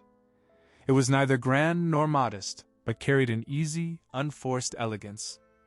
As Keller brought the car to a stop, the front door opened and Beth appeared. At the mass burial she had seemed pale and diminished, her face blank whenever their eyes met across the long service. He had been too numb himself then to offer any shared comfort. Now she stood framed in the doorway, vivid and alive once more. The crisp white of her blouse and trousers, a stark contrast to the black mourning clothes of that earlier day. Her long brown hair was swept to one side, lending her an almost youthful, schoolgirl freshness. She lifted a hand in brief greeting. In the other she held a glass of dark liquid. He stepped out of the car. "Hello, Beth." "Dave," she answered. They regarded each other in silence for several beats. Up close he noticed the faint new lines tracing the corners of her eyes. The subtle creases at her neck that time had begun to etch. Yet she remained strikingly beautiful. Her deep brown eyes, worldly, intense, holding his with unyielding force. She asked why he had never come to see her. He apologized, explaining he had thought it wiser to stay away. Anger flickered briefly in her gaze, a spark deep down. She turned and led him inside, through to the lounge, then crossed to the drinks cabinet. She offered him a drink while she refilled her own glass with sherry. He declined for the moment, asking instead for coffee. She vanished briefly into the kitchen. He settled onto the flower-patterned settee and let his eyes roam the familiar room. The last time he had been here it had been crowded, noisy with conversation, and thick with cigarette smoke. He remembered sitting in this same spot, bleary and drunk, alone amid the guests, catching Beth's gaze across the room. A deliberate, knowing smile meant only for him. Now she returned, extending the coffee cup with an almost identical smile curving her lips. He accepted the cup, set it on the floor beside him. She took the armchair opposite, one finger tracing the slender stem of her sherry glass, studying him in expectant silence. He broke the quiet at last, asking how she had been. She answered simply that she was all right, though the amusement had left her eyes. He ventured that the loss must have been a terrible shock. She cut in sharply. She and Peter had been on the verge of separating. Surprise jolted him. He had known there were difficulties, but... She gave a short, scoffing laugh. Problems? He of all people should understand. He had been one of them. He protested that it had happened months ago, 5 months exactly, and there had been nothing serious to it. Peter had not believed that, she countered. And how had Peter learned? She had told him herself. Why? The question came out edged with hardness. It had been casual, nothing more. One of many, she finished for him. He fell silent. Yes, one of a few, she confirmed, taking a quick, angry swallow of sherry. Then the fury drained from her posture. Her shoulders sagged. She stared at the floor between them. A few nights before the flight she had given Peter a list of her lovers. He murmured in disbelief, asking why. To hurt him, she said, straightening and meeting his eyes again. Their marriage had been unsteady for years. She was not the kind of woman to sit idle while her husband flew the world. Everyone else had known about her indiscretions. Surely he had sensed it the very first time they met. He had. 2 years earlier, her cool, appraising stare at their introduction, the lingering handshake, the mocking half-smile. She had issued the challenge, then and there. At the airline, quiet insinuations had circulated about her among those who knew the Rogans, though pilots rarely spoke openly of colleagues' wives. The married men understood the risks of long absences. Rogan himself had commanded deep respect. Brusque, not popular, yet utterly reliable in a crisis. He had survived 2 near disasters through skill and icy calm. Once bringing a Viscount down safely on its belly after undercarriage failure, no injuries. Another time landing an Argonaut on 2 engines after a fuel transfer error starved the others. As a senior captain, he had been an exacting instructor. Keller had learned much from him. Rogan had spotted raw talent in the younger man, an innate feel for flying that technical mastery alone could never teach, and had taken a personal interest, pushing him harder than his peers, always easing off just before the breaking point. Beneath the occasional friction lay mutual respect and genuine liking. Until Beth had confessed their affair to her husband. The Rogans had hosted one of their infrequent parties. Rogan disliked social events, and the airline had suddenly assigned him a Washington flight to cover for a sick colleague. Secretly relieved, he had accepted, to Beth's irritation. Kathy, too, had been rostered as stewardess, leaving Keller to attend alone. A day of sharp argument with Rogan over aerodynamics. Rogan proved right in the end. Resentment at Kathy's absence, too much alcohol, and Beth's persistent advances had combined to lower his guard. She had been subtle at first, then bolder through the evening. He had resisted until drink made refusal feel forced, perhaps even welcome. Whatever rationalizations he had later clung to, the act had happened. He remembered growing unsteady, climbing the stairs unsure whether nausea or relief drove him. After splashing cold water on his face, he had opened the bathroom door to find her waiting. She had guided him to a spare bedroom, told him to lie down until the dizziness passed, then left quietly. He had drifted into a hazy half-sleep, party noise distant below. When he woke, the room was black, silent, the house empty. A bed cover lay over him. His shoes were gone. Cool hands moved across his skin. He had turned to find her naked beside him. She had pressed close, thigh against him, and resistance had crumbled. What man could have refused? Their coupling had been fierce, angry on his part, wild with excitement on hers. Until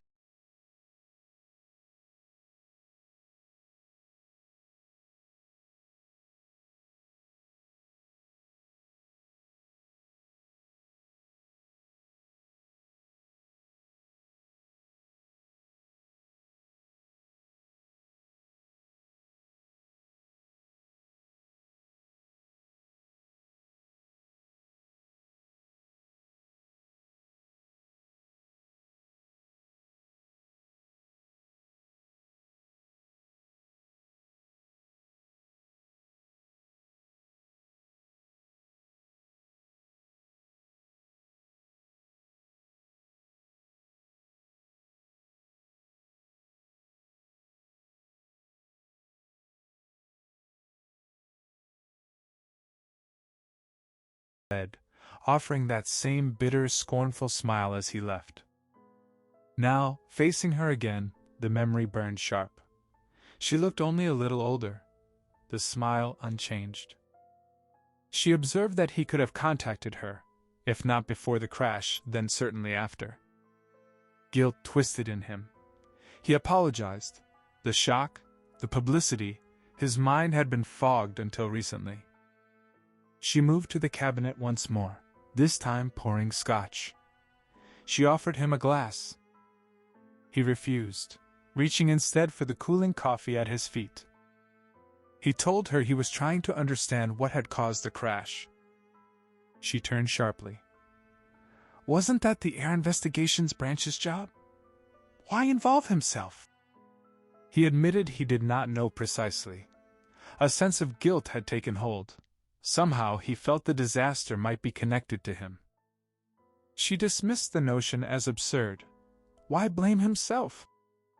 Keller pressed on, explaining that he and Peter had argued fiercely before the flight.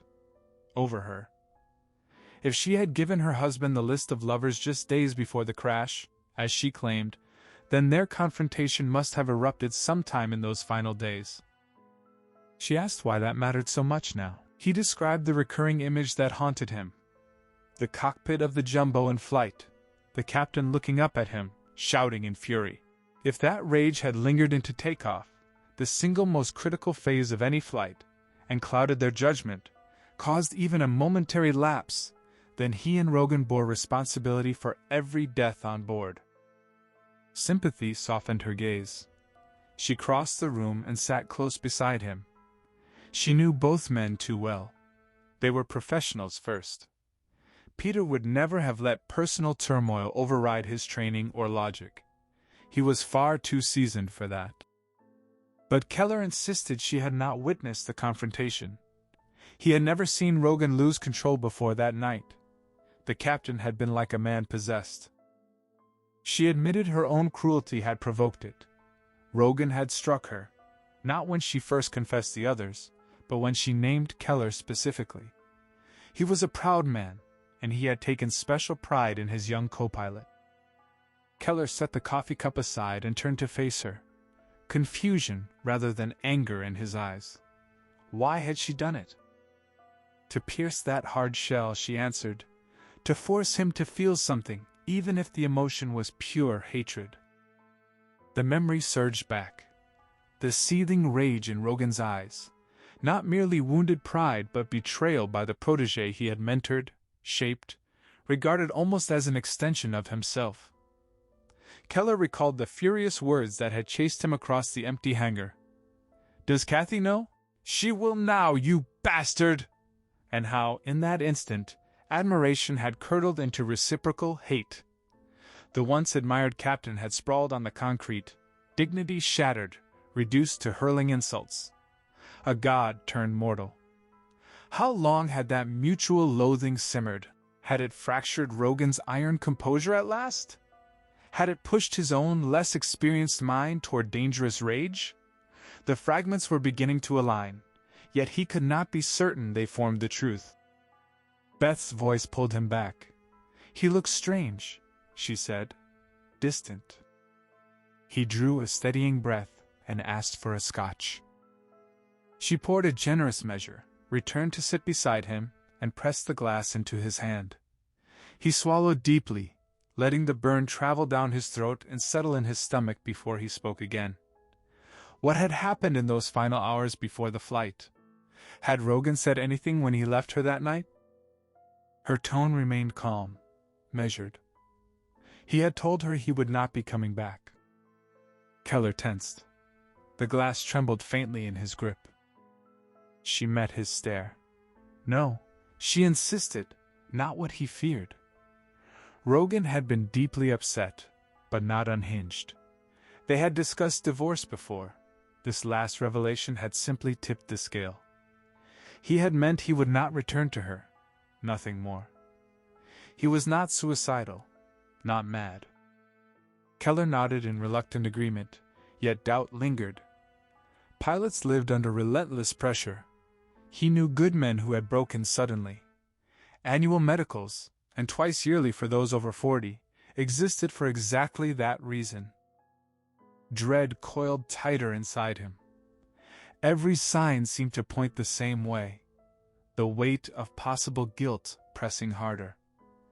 If only he could shatter the fog in his mind, force the full memory to surface instead of these teasing glimpses. Therapy might help, the doctors had said, but it demanded time.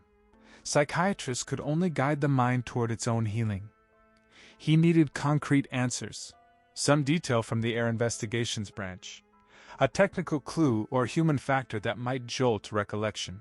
Perhaps Harry Tusen had uncovered more evidence to support or refute his suspicions. Anything would be better than this torturous limbo. The urge returned, insistent. He had to go back to Eton. He set the half-finished scotch down and rose. He had to leave now. Disappointment flashed across her face. She asked him to stay longer, just to talk, nothing more. She reached for his hand, gripping it tightly.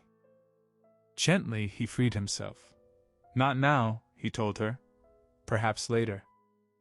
She pressed for a promise. He gave one, though he knew it might prove empty. He walked out, leaving her seated there, white blouse, fingers tight around her glass, age beginning to mark her features, and that familiar bitter smile returning. The stag spun gravel as it pulled away, stones pinging against the wall. He eased onto the road toward Windsor and Eton, fresh tension rising in his chest. Across town, Emily Platt was methodically poisoning her husband. She administered the doses of gramoxone slowly, deliberately, not only to deflect suspicion when death finally came, but to prolong his suffering as much as possible. For 3 weeks she had kept the amount small, allowing his decline to appear gradual and unremarkable. Yet the paraquat in the weed killer proved far more potent than she had anticipated. The first dose, slipped into his morning coffee, had struck with alarming violence and left her shaken. She had paused for 2 days to let him regain some strength, then reduced the poison sharply so the agony became chronic rather than acute. Their doctor, summoned during that initial severe episode, had been baffled by the mysterious illness, an unimaginative man who could find no clear cause. He had warned that if Cyril worsened further in the coming days, hospital admission and tests would be necessary. But as Emily tapered the doses and her husband's condition seemed to stabilize, the doctor had relaxed his concern, simply instructing her to call again if the symptoms persisted beyond a few more days. She had ignored the advice. Cyril had grown too frail to reach out himself. Only when recovery became impossible would she summon the doctor once more. She would claim the final collapse had struck without warning after a period of apparent improvement, merely greater fatigue than usual. Hospitalization would not trouble her. Even if the poison were identified, no antidote existed for paraquat. Whether an inquest followed his death remained uncertain. She cared little either way. She simply wanted him gone, slowly, painfully. Cyril was younger, 36 to her 43, but when they married 5 years earlier, the age gap had seemed irrelevant. For a time it had been. Only his increasingly strange demands had altered everything. She had first noticed him standing outside her antique shop on Eton High Street, gazing at a delicate figurine in the window. While he lingered, she had continued sorting through the weekly batch of local newspapers, noting upcoming jumble sales, bazaars, and village face, where rare pieces sometimes surfaced. Competition among dealers had grown fierce since antiques became fashionable, especially in Eton with its concentration of similar shops. Since her father's death, she had devoted nearly all her time to the business. She had glanced up occasionally, hoping, beyond mere commerce, that he would step inside. Too many passers-by admired the displays, then moved on without entering. Even those who did often browsed without buying. Antique shops invited contemplation more than purchase. In her youth, such window-gazers had irritated her, but her father had drilled the rule into her.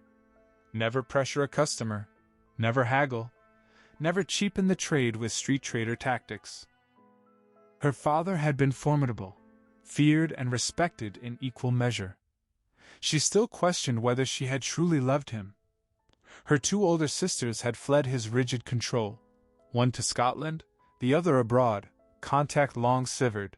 A devout Victorian at heart, he had governed the household with unyielding authority, his severity only deepening after their mother's death. Yet Emily had thrived under that dominance. She craved submission as much as he craved mastery. His passing had left her isolated and fearful, yet quietly relieved, as though a long penance had ended. Penance for what, she could not say, only that he had taught her every soul carried innate guilt requiring atonement in this life or the next. She believed she had paid most of hers during his lifetime.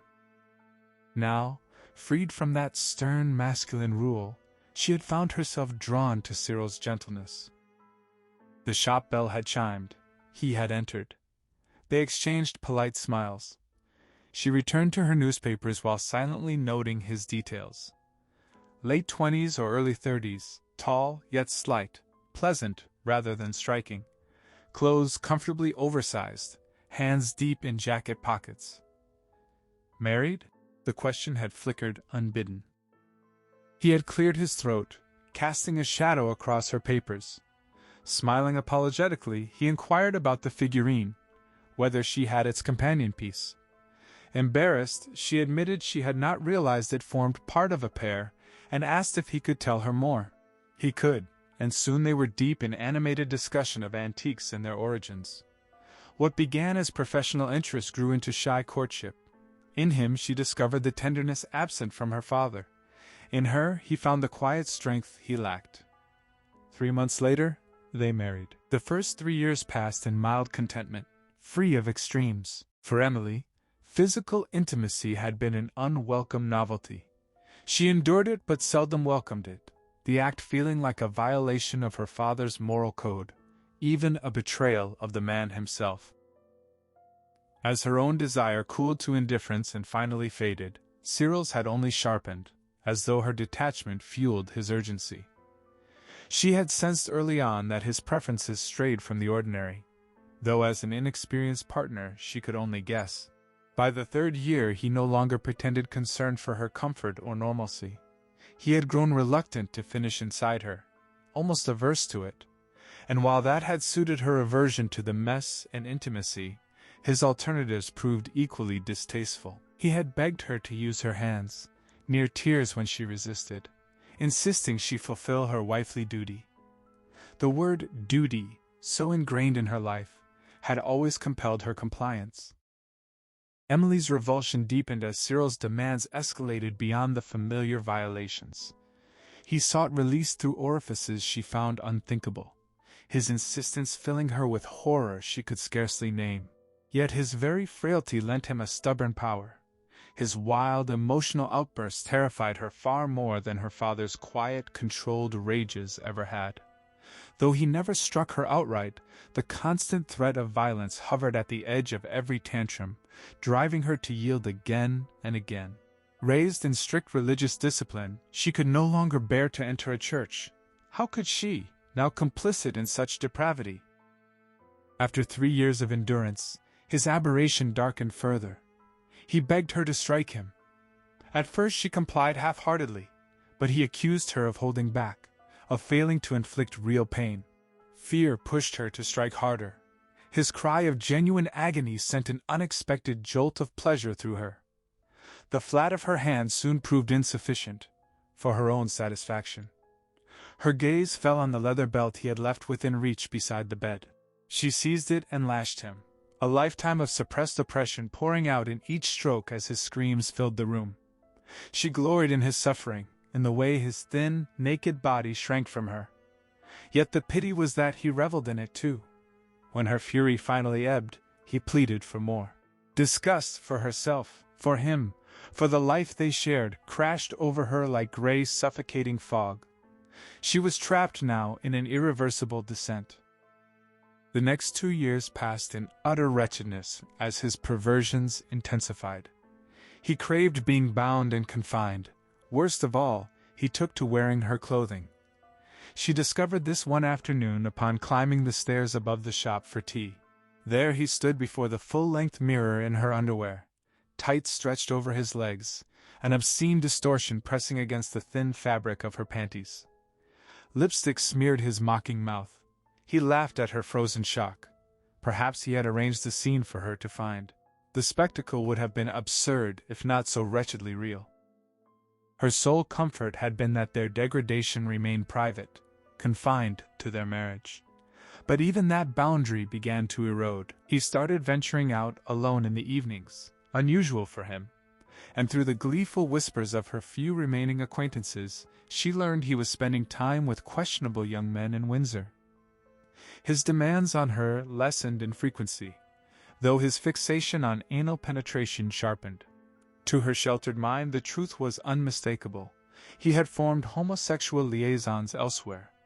Their own intimacy, she now realized, had always been his attempt to conceal that truth from himself while pursuing its sensations through her. The path he had chosen had led inexorably to the very thing he feared most. Most unbearable of all was the admission she could no longer evade.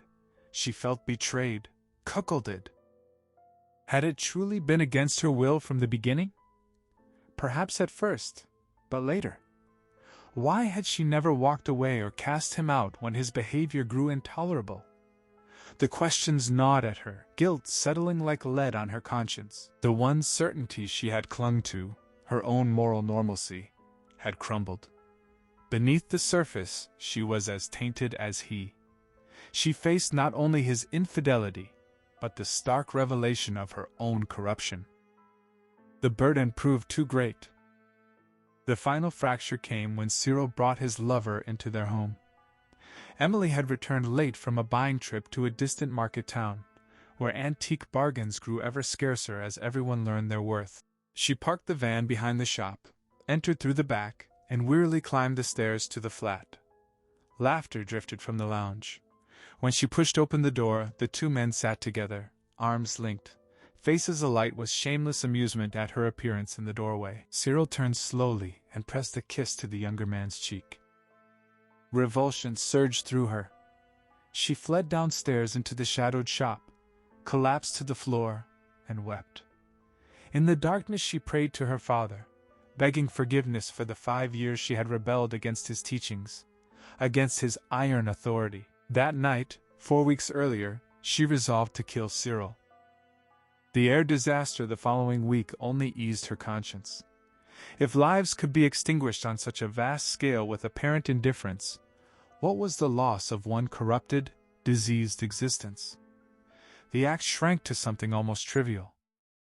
She already knew of Gramoxone's deadly paraquat from her father's gardening days. It remained restricted, sold only to registered farmers who signed a poisons book. Yet when she next visited a market town, she persuaded the staff she was legitimate, forged the required entry, and left with a quart bottle, enough to kill hundreds.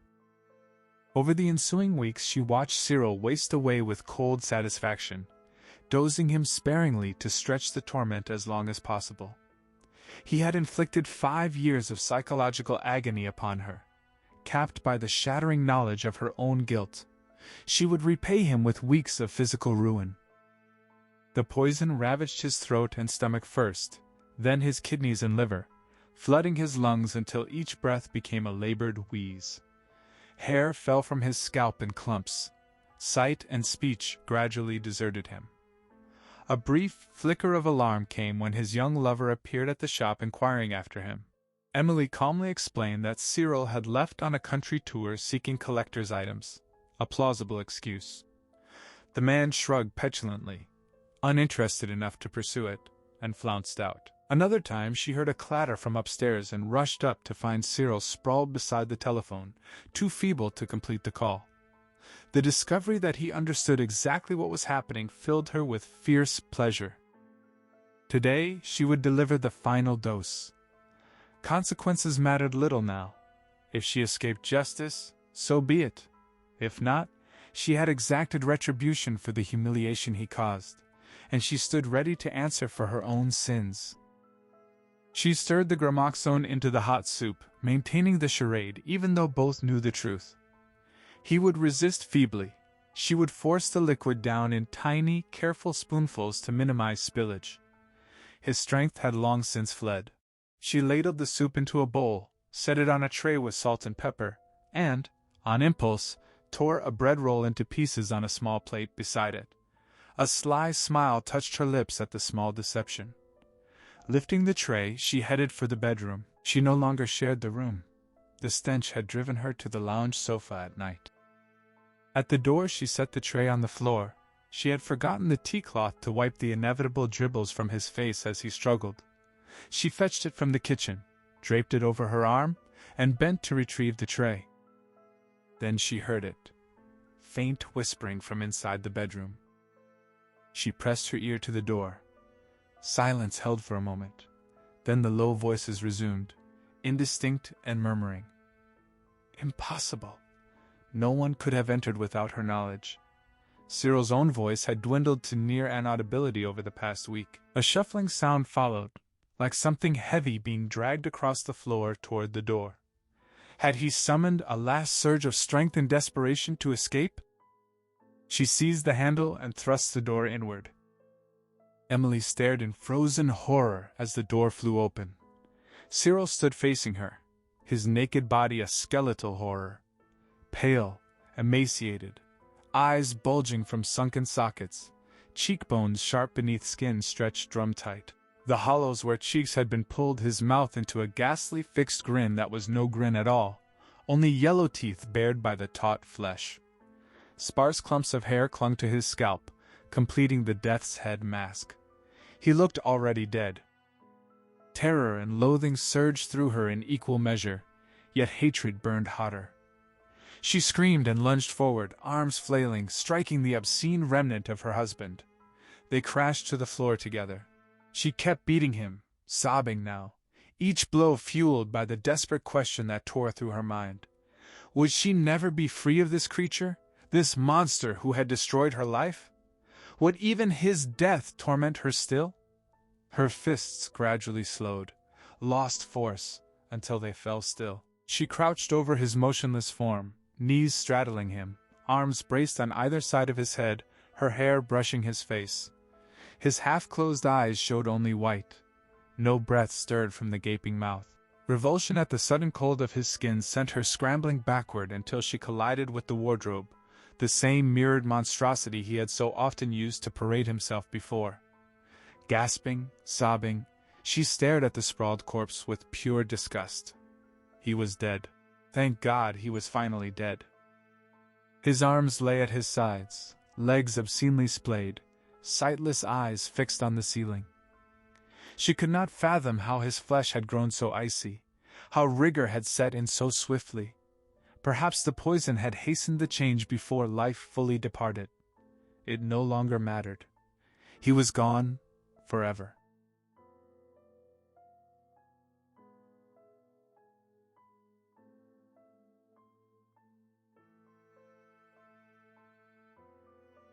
Even if discovery brought prison, any lawful punishment would feel cleaner than the years of degradation she had endured.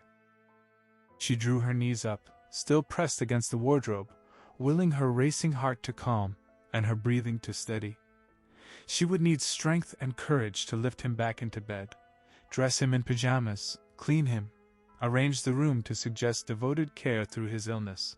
Then she would summon the doctor, feign grief, claim she had not realized how swiftly he had declined.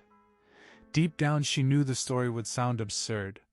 The doctor would take one look at the wasted body and recognize weeks of deterioration, not days, but she refused to let the thought surface fully.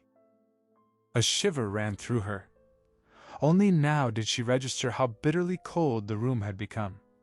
She glanced at the window, wondering if in a final desperate act he had somehow opened it to cry for help from the street below.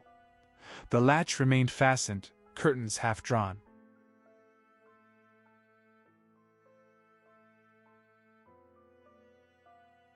Yet this was no ordinary winter chill. It felt clammy, penetrating, unnatural. Perhaps death itself carried such cold. Then the low chuckle sounded. Ice clamped around her heart. She forced her head to turn toward the body.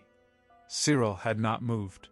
She watched, waiting, telling herself corpses sometimes released trapped gases, produced odd noises. The sound returned, soft, whispered laughter, and it had not come from the corpse. It seemed to rise from the shadowed corner behind the open door, yet it filled the entire bedroom. She peered into the gloom and saw nothing. Still, she sensed a presence there, something far more vile than the thing on the floor. The door began to swing shut of its own accord, dimming the room further until only weak, gray winter light filtered through the curtains. The latch clicked softly home. Shadows thickened. A whisper brushed her ears. Her own name.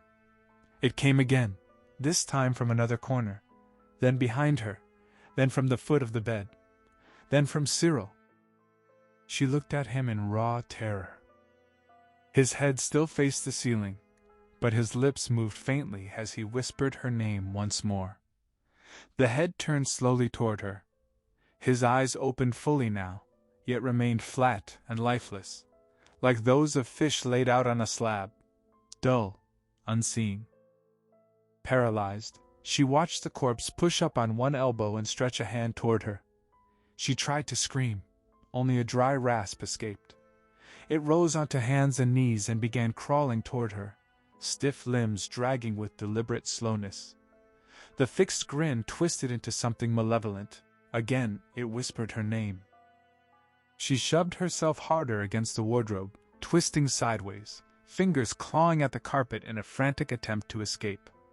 But it had already crawled over her legs, its face pressed against her back in grotesque parody of the position it had forced upon her so many times before. This time she screamed as its lips reached her ear and hissed an obscenity. Other presences materialized around her. Dark shapes, faces that refused to resolve, figures flickering in and out of form. Laughter echoed inside her skull. Cold hands seized her breasts. Invisible grips caught her arms and legs. She felt herself lifted upward until she hovered near the ceiling, staring down at the upturned face of her dead husband. One of its hands clamped around her throat, the other wedged between her legs to support her weight. The grip on her throat tightened, crushing the life from her, making her like him. Her eyes bulged from their sockets. Her tongue protruded like a creature struggling to escape. Saliva spilled in a slow, sticky trail onto his upturned face. The shapes below sharpened. In the final instant before a red mist swallowed her vision, she saw them clearly. Charred, blackened bodies, limbs burned away in places, faces seared as if risen from a fiery hell. The gurgling attempt at a scream died on her lips as unconsciousness claimed her. Still holding her aloft, the thing that had been Cyril walked toward the window, its own eyes rolling inward until only white showed beneath drooping lids, the grin sagging back into a death grimace. It stopped at the glass, poised and waiting. The voices instructed it what to do next. Keller's reflexes, honed by rigorous training and sharpened by raw instinct, remained razor-sharp despite the recent strain that had worn him down. He slammed the brakes the instant glass exploded outward from a first-floor window in the corner of his eye. The stag screeched to a stop just as two bodies struck the unyielding concrete of the high street with wet, final thuds. For a frozen heartbeat, the street became a tableau. Pedestrians locked in place, staring at the mangled, bloodied forms sprawled across the road. Then motion returned. Faces appeared at doorways and windows, hesitant at first, then spilling out. A scream pierced the air. A woman crumpled. A man retched against a wall. No one moved closer to the bodies. Keller sat rigid behind the wheel, 5 yards from the grotesque heap. He had a clear view of the twisted limbs, the pooling blood. They had fallen headfirst from no great height, yet the angle alone told him necks had almost certainly snapped on impact.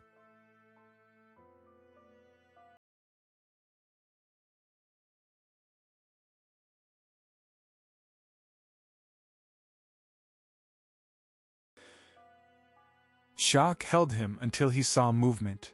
The fingers of the lower figure's outstretched hand curled slowly inward, then flexed outward again. He flung the door open and ran to them, dropping to one knee beside the spreading crimson pool.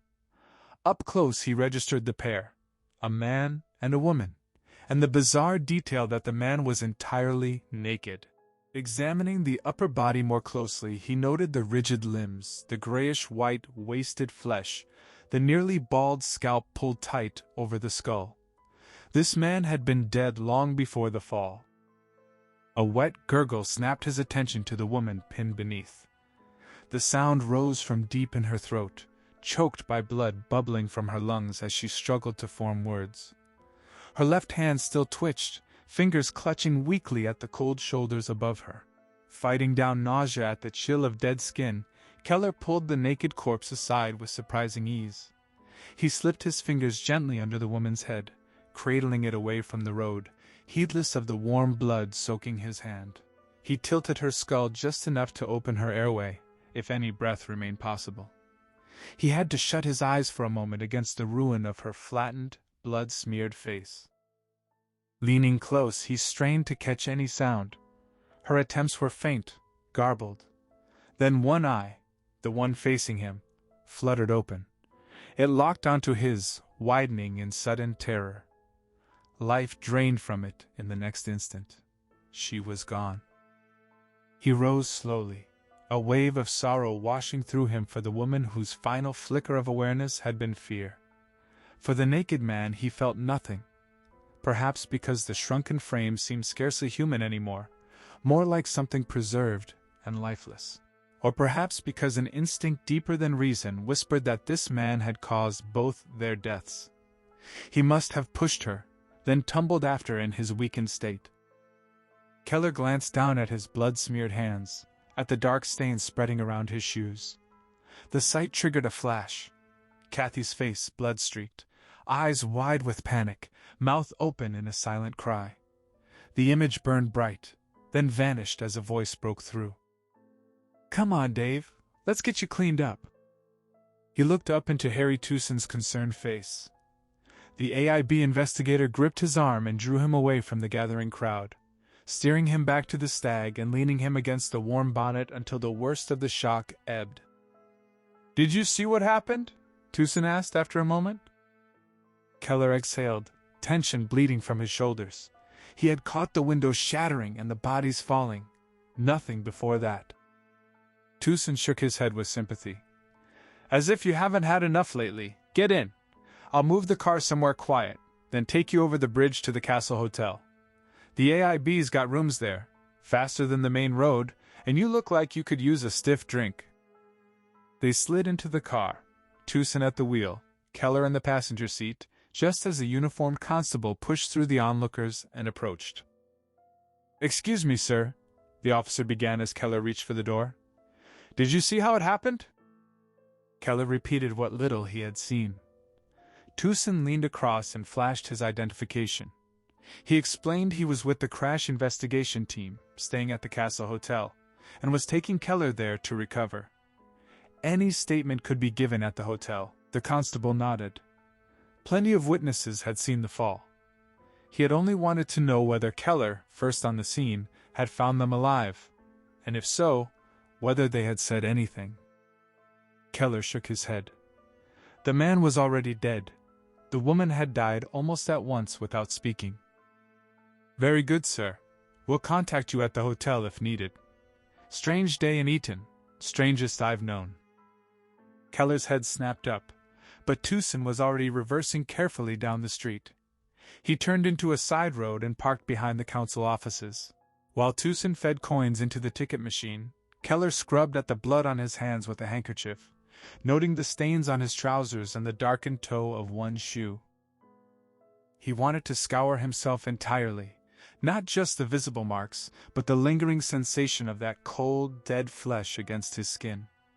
Something about it had felt profoundly wrong.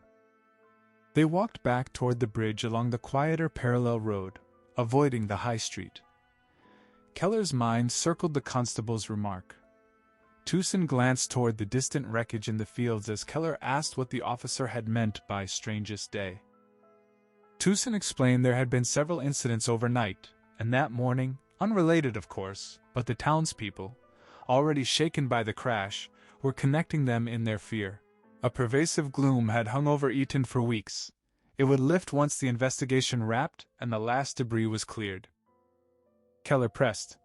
"What incidents?" Tusen hesitated, then relented. "Nothing classified. The previous night, officers guarding the wreck had heard screams across a field. One constable and the local vicar had investigated and found a young woman alone in a car, Hysterical with terror, she remained sedated in hospital, unable to explain what had frightened her so badly. Police suspected her boyfriend had driven her there. Things escalated, and he fled when she panicked. Why would she go to an isolated field at night? Keller asked. Probably hadn't planned to go alone. The car was traced to a young man who hadn't returned home.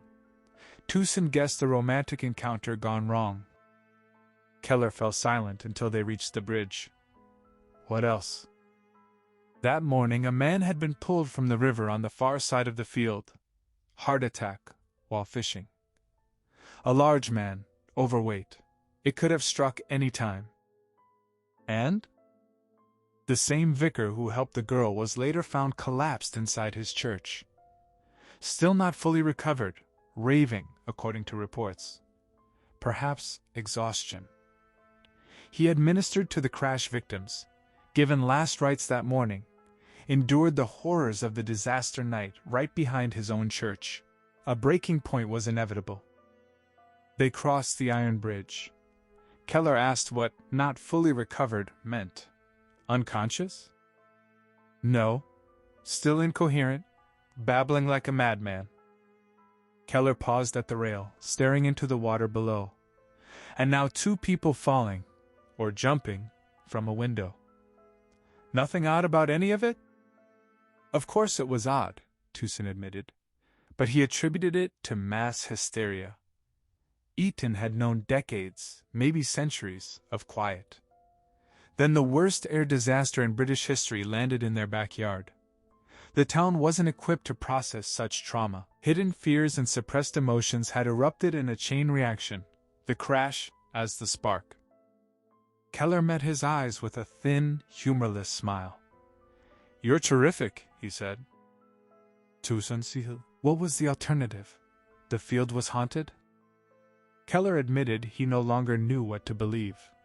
He started walking again. Tusen followed, exasperated. They reached the Castle Hotel.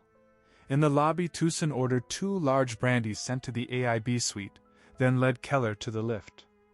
On the way up, he kept insisting the events were disconnected except by the town's collective strain.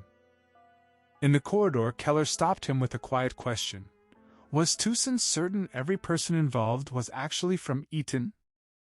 They stepped out in silence and continued to the spacious double room the Air Investigations Branch had commandeered as its temporary headquarters, where every scrap of data could be gathered and relayed to London. Gerald Slater glanced up from the cluttered papers on his makeshift desk, his eyebrows lifting as the door opened to admit 2 men. Recognition hit him sharply when he saw Keller, the young co-pilot who had walked away from the wreckage. A flicker of surprise passed between the other investigators in the room, their glances quick and silent. Tusen offered an uncertain smile toward his superior. He explained the situation with hesitant courtesy. A grim accident at Eton, Keller as eyewitness, the need for the co-pilot to wash off the shock and the blood. Slater grunted assent, his voice rough at first, then softening as he addressed Keller directly. He gestured toward the adjoining room, describing the bathroom, the bed, the armchairs, whatever would serve for rest. A stiff drink, he suggested, or tea if preferred. He would order it down. Tusen cut in smoothly, assuring the chief the matter was already handled. Slater frowned at the interruption but let it pass, then turned back to Keller with quiet concern, offering further help if needed. The co-pilot nodded his thanks, the movement small and grateful, before stepping through into the next room. Slater raised a hand to stop Tusen from following. His voice dropped low, private. He acknowledged the friendship between the 2 men, but urged distance until the inquiry closed. No exceptions. Tusen paused at the threshold, accepted the instruction with a single word, then slipped inside and shut the door behind him. Inside, the sound of rushing water filled the small bathroom. Tusen found Keller bent over the sink, scouring his hands with fierce concentration, the nail brush working long after every trace of blood had vanished. Tusen waited without speaking until the scrubbing slowed. He spoke then, voice low and careful, reminding Keller of the rules. Association between them was unwise while the investigation continued. Keller set the brush aside, reached for tissues, wet them, and turned his attention to the dark stains on his shoe, rubbing methodically. He admitted the risk to Tusen, but pressed his deeper need. He could not sit idle. The crash had claimed him as survivor, yes, but he wanted to belong to the search for its cause, not merely its aftermath. Tusen countered gently. Involvement already existed, though only as victim. Keller insisted again, frustration tightening his movements as he dabbed at his trousers. Memory failed him completely about that night. The blankness gnawed. A soft knock interrupted from the hallway door. Tusen opened it to a waiter with 2 generous brandies on a tray. He signed quickly. The man left without lingering. Tusen carried the glasses to the low table, settled into an armchair, and called Keller out. The co-pilot emerged, jacket folded over one arm, face still drawn. He dropped into the opposite chair, lifted his glass, and drained it in 2 swift motions. Tusen sipped more slowly, watching him. He offered lunch in the restaurant downstairs. Half a meal had been abandoned at Eton when the couple fell, but the appetite had vanished for both of them now. Keller drew a folded passenger list from his jacket and passed it across. He asked whether the bomb theory Tusen favored might connect to anyone named there. Tusen adjusted his glasses, scanned the columns with close attention. After several focused minutes, he shook his head slowly. No clear political target stood out.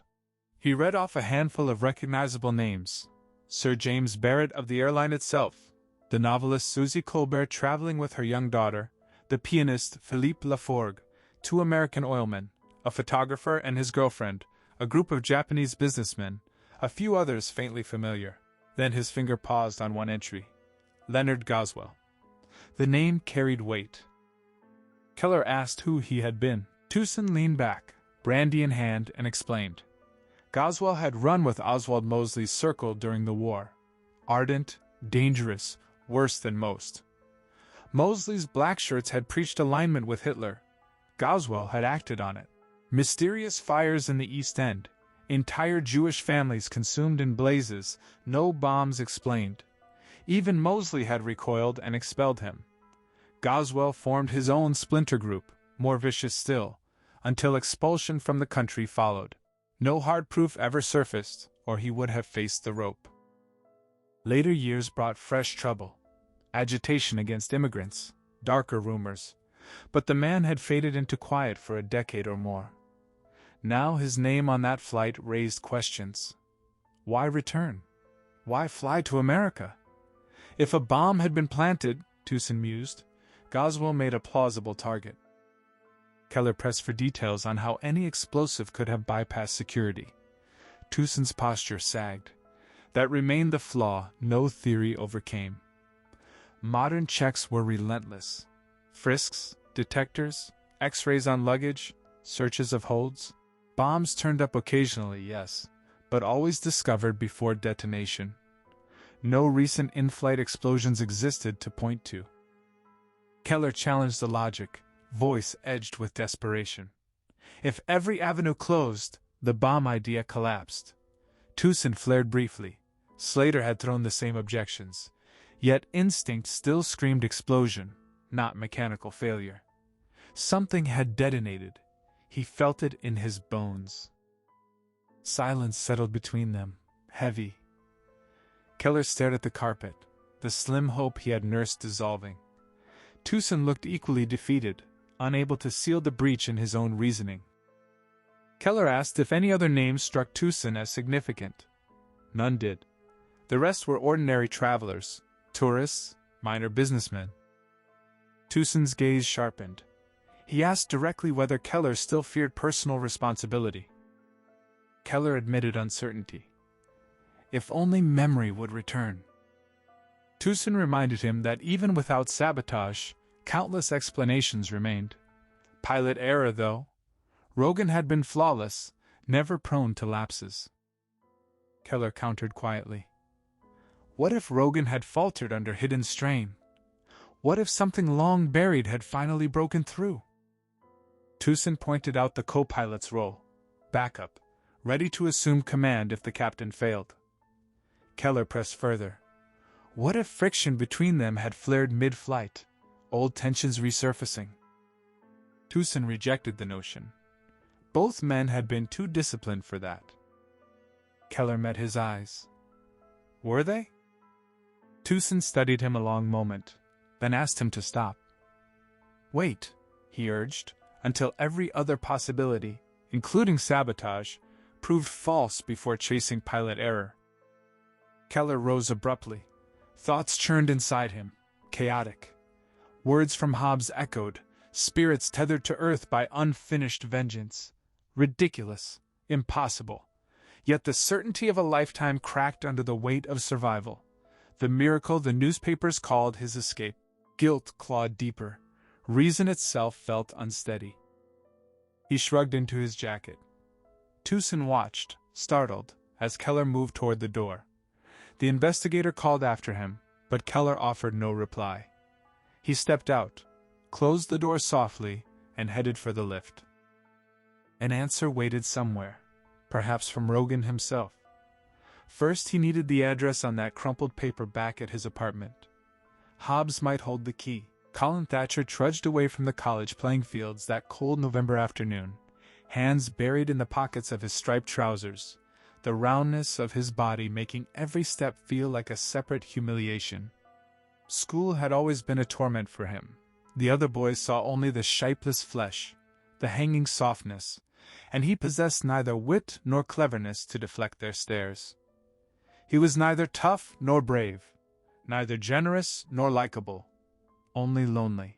Games of any kind filled him with dread, so he veered off the path across Cullinorton Brook and into the wide-open fields, knowing the captain of the house would mark his absence, and the senior boys known as the library would soon drag him before the headmaster for yet another offense in the daily court.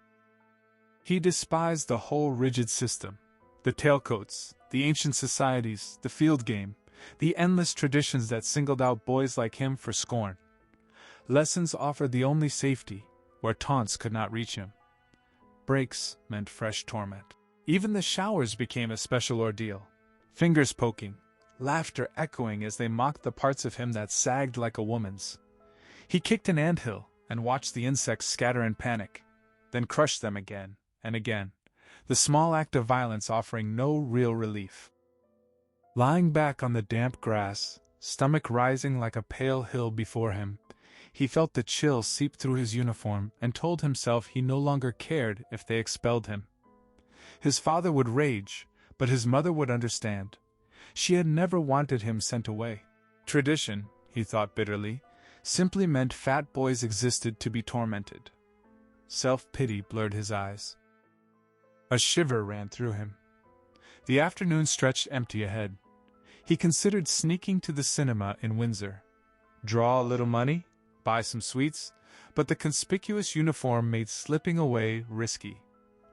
Still, anything was better than freezing here.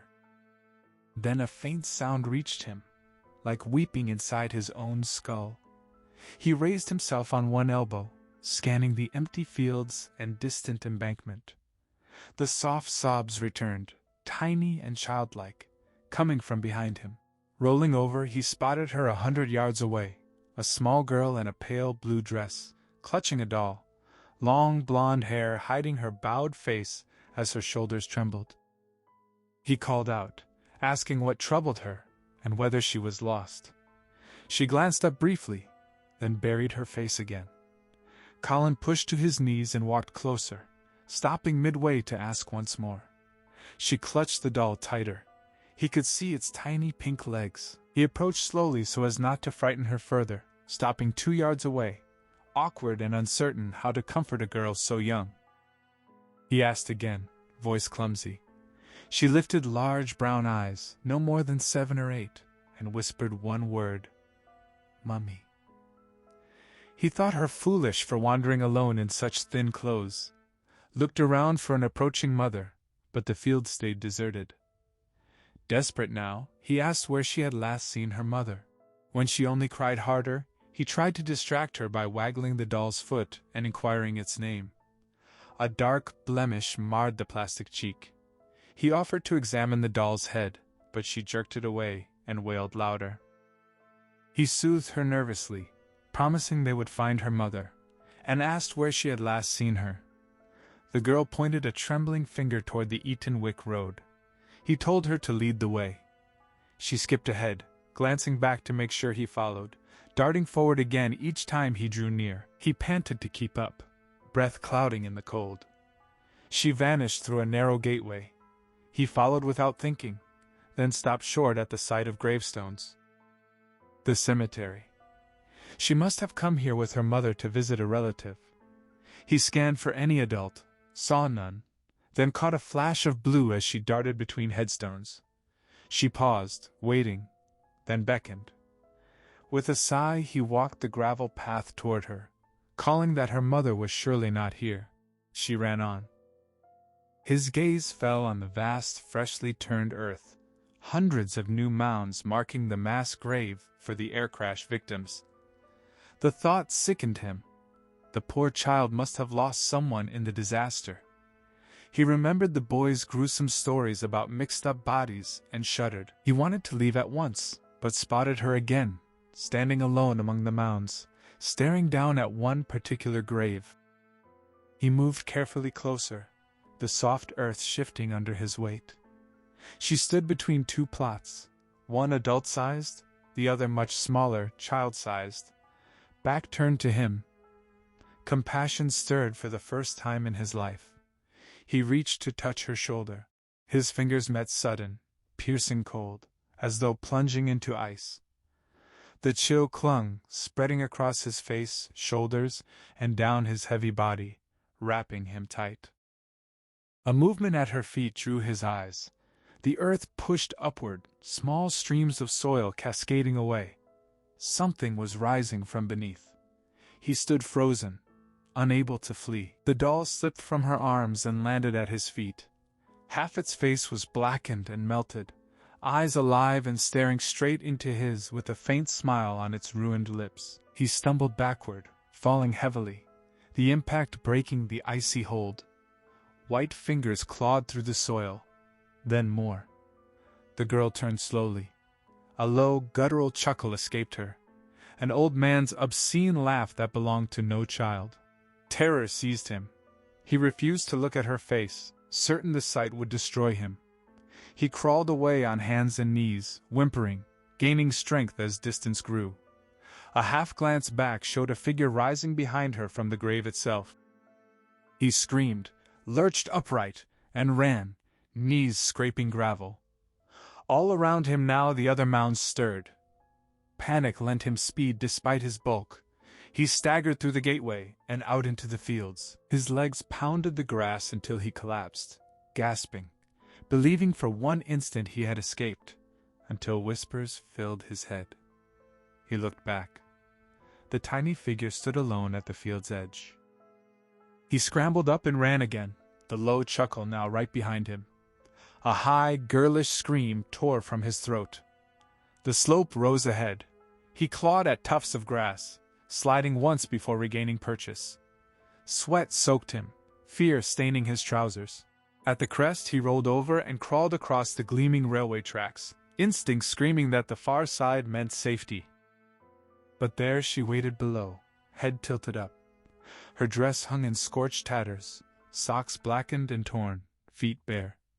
Where her face should have been stretched only a burnt, open wound.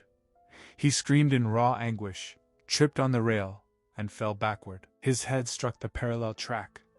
Blackness swallowed him for a moment. Dimly he felt the rails vibrate beneath him. The rumbling grew louder, closer, yet a small part of him accepted it almost with relief. What was there left to live for anyway? The train driver spotted the slumped figure too late. Brakes screamed, power cut, but the engine had already thundered over the boy's plump body.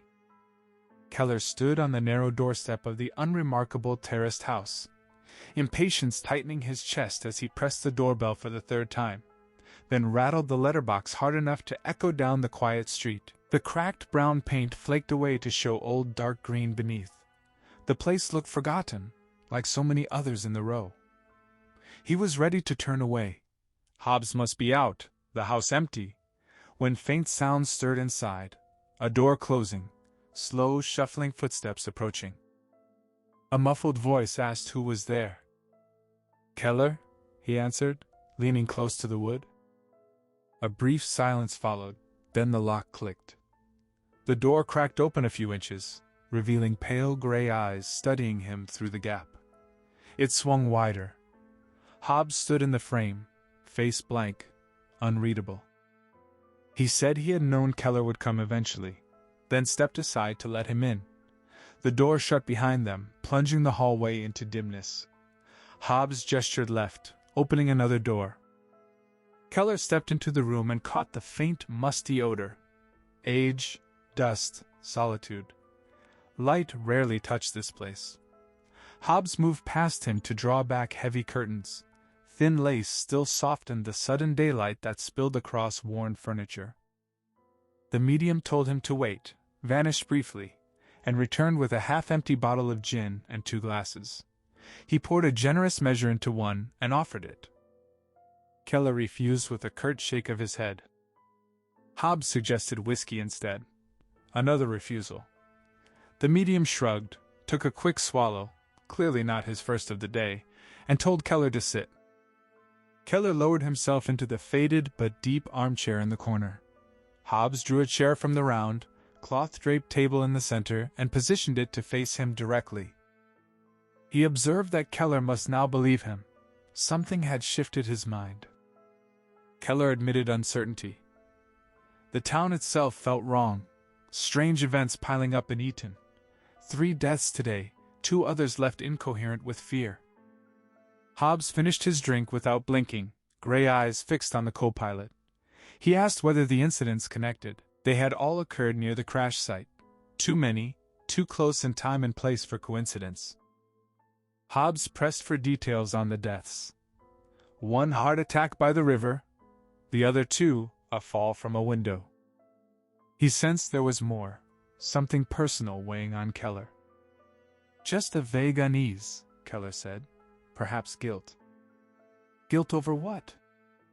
Keller drew a slow breath. The argument with Rogan before takeoff might have lingered into the air, clouding judgment, his or the captain's. Hobbs nodded. It had been about Rogan's wife. Yes. And Keller could not recall whether the quarrel reignited once airborne. Fragments surfaced, then dissolved the moment he tried to grasp them. Hobbs suggested his own mind might be shielding him from blame. Keller knew the possibility, but preferred certainty over endless doubt.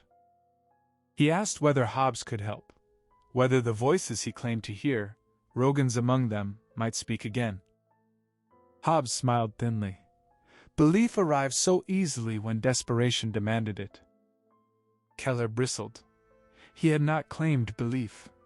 Hobbs had approached him first.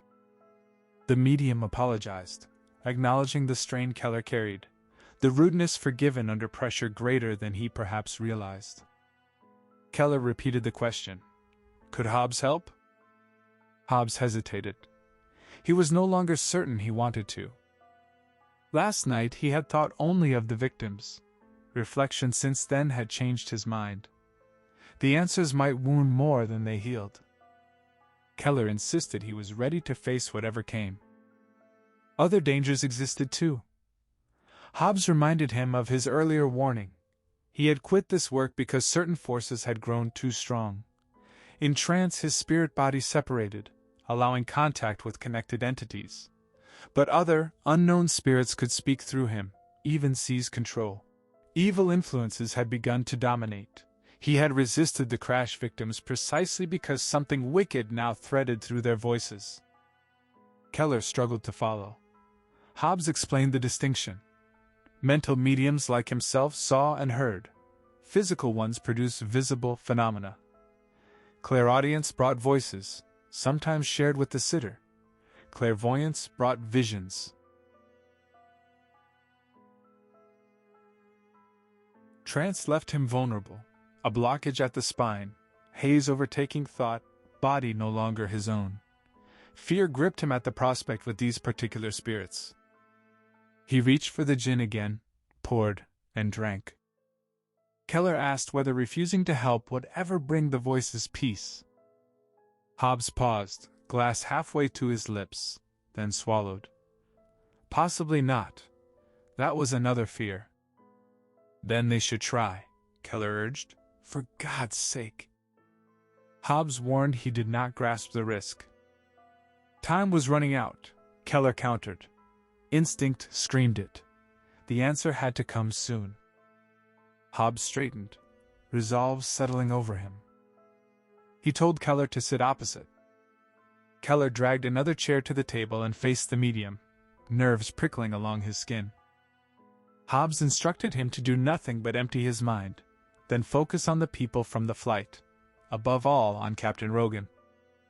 The image rushed in at once, Rogan at the controls, face twisted in something fierce, anger, fear, impossible to pin down. Hobbs told him to hold the picture silently. He would speak when questions were permitted, but only through him. He would try to keep the contact narrow, blocking the rest. Stay calm, no matter what. Hobbs closed his eyes and breathed steadily through his nose. Almost immediately the rhythm deepened. Anxiety edged his voice. They were strong, so many, pulling hard, too fast. Keller stared, startled by the speed. He had pictured slow build-up, deliberate drama. Instead, the ordinary room, the ordinary man, made the sudden change unnervingly real. Hobbs urged concentration on Rogan alone. So many pressed in. His hands lifted to the table, fingers trembling with strain. Rogan. Only Rogan. His body eased forward slightly. He had him. Then tension snapped back. No, only Rogan. Keller watched, heart quickening, as Hobbs fought inwardly. He forced the image of the captain to stay sharp in his mind. Breathing grew ragged, urgent. Hobbs arched backward, face to the ceiling. Then his head jerked forward, chin to chest. His body slumped. Eyes opened slowly and lifted to meet Keller's. Cold brushed the co-pilot's neck, icy fingers tracing his spine. The man across the table was no longer Hobbs. Something else looked out. Loathsome. Wrong. The room darkened, shadows thickening. The air turned sharply colder. A low rasp whispered his name. Keller. The eyes bored in, lips curling into a wet sneer. Kill him. Keller, he did this. Keller's mouth dried, throat closing tight. Kill who? Moisture glistened at the corners of Hobbs's mouth, trickling down his chin. The voice fractured. Kill. Keller, you. Dave, don't. Another timbre broke through. Rogan's. Keller leaned forward, pulse hammering. Don't blame away. The snarl returned, sharp and vicious. Leave the cunt to us. Hobbs's eyes snapped wide, glaring with pure malice, words now clear and cutting. The voice that emerged from Hobbs's twisted mouth hissed Keller's name over and over, low, venomous, a whispered chant of ownership. It promised death for another, demanded that Keller deliver it. The co-pilot's lungs seized. Invisible fingers tightened around his throat, squeezing with deliberate slowness. The air thickened, turned sour and foul with the reek of excrement. He clawed at nothing, and somehow the motion eased the pressure just enough to draw a ragged breath. He forced out the question. Who was speaking? Who must die? Laughter answered, coarse, guttural, obscene. The face across the table leered, promising no escape. Keller had cheated death once. Now he would pay by ending another. Join them, it urged, or suffer endless torment. The stench rose sharper. Unseen hands clamped his wrists to the tabletop, pinning him. Then Rogan's voice broke through, pleading. Dave, help us. The grip loosened. Keller yanked free. The other voice mocked. The captain could not help, but Keller could kill. It whined, simpered, false and cruel. Answer, it demanded. No peace awaited him alive. Only death among them would silence the torment. The whispers multiplied, no longer confined to the medium. They seeped from every corner of the room, pleading, terrified, while Hobbs sat grinning, triumphant. He claimed dominion, power over them all. Keller leaned forward, anger warring with dread. "Who are you? Where is Rogan?" Rogan belonged to them now. The thing sneered. Keller should join. The one they called Hater, did he not recognize it? From behind came another voice, faint, accusing. "He killed me. In the case he put..." The words dissolved into silence. "Find him, Dave! Find him! You must! Help us!" The walls themselves murmured, voices overlapping in desperate confusion. All the while the figure in Hobbs's body laughed. They feared him, it boasted. Keller knew him, did he not? A hand shot forward, seized the gin bottle by its base, smashed the neck against the table. Glass shards glinted.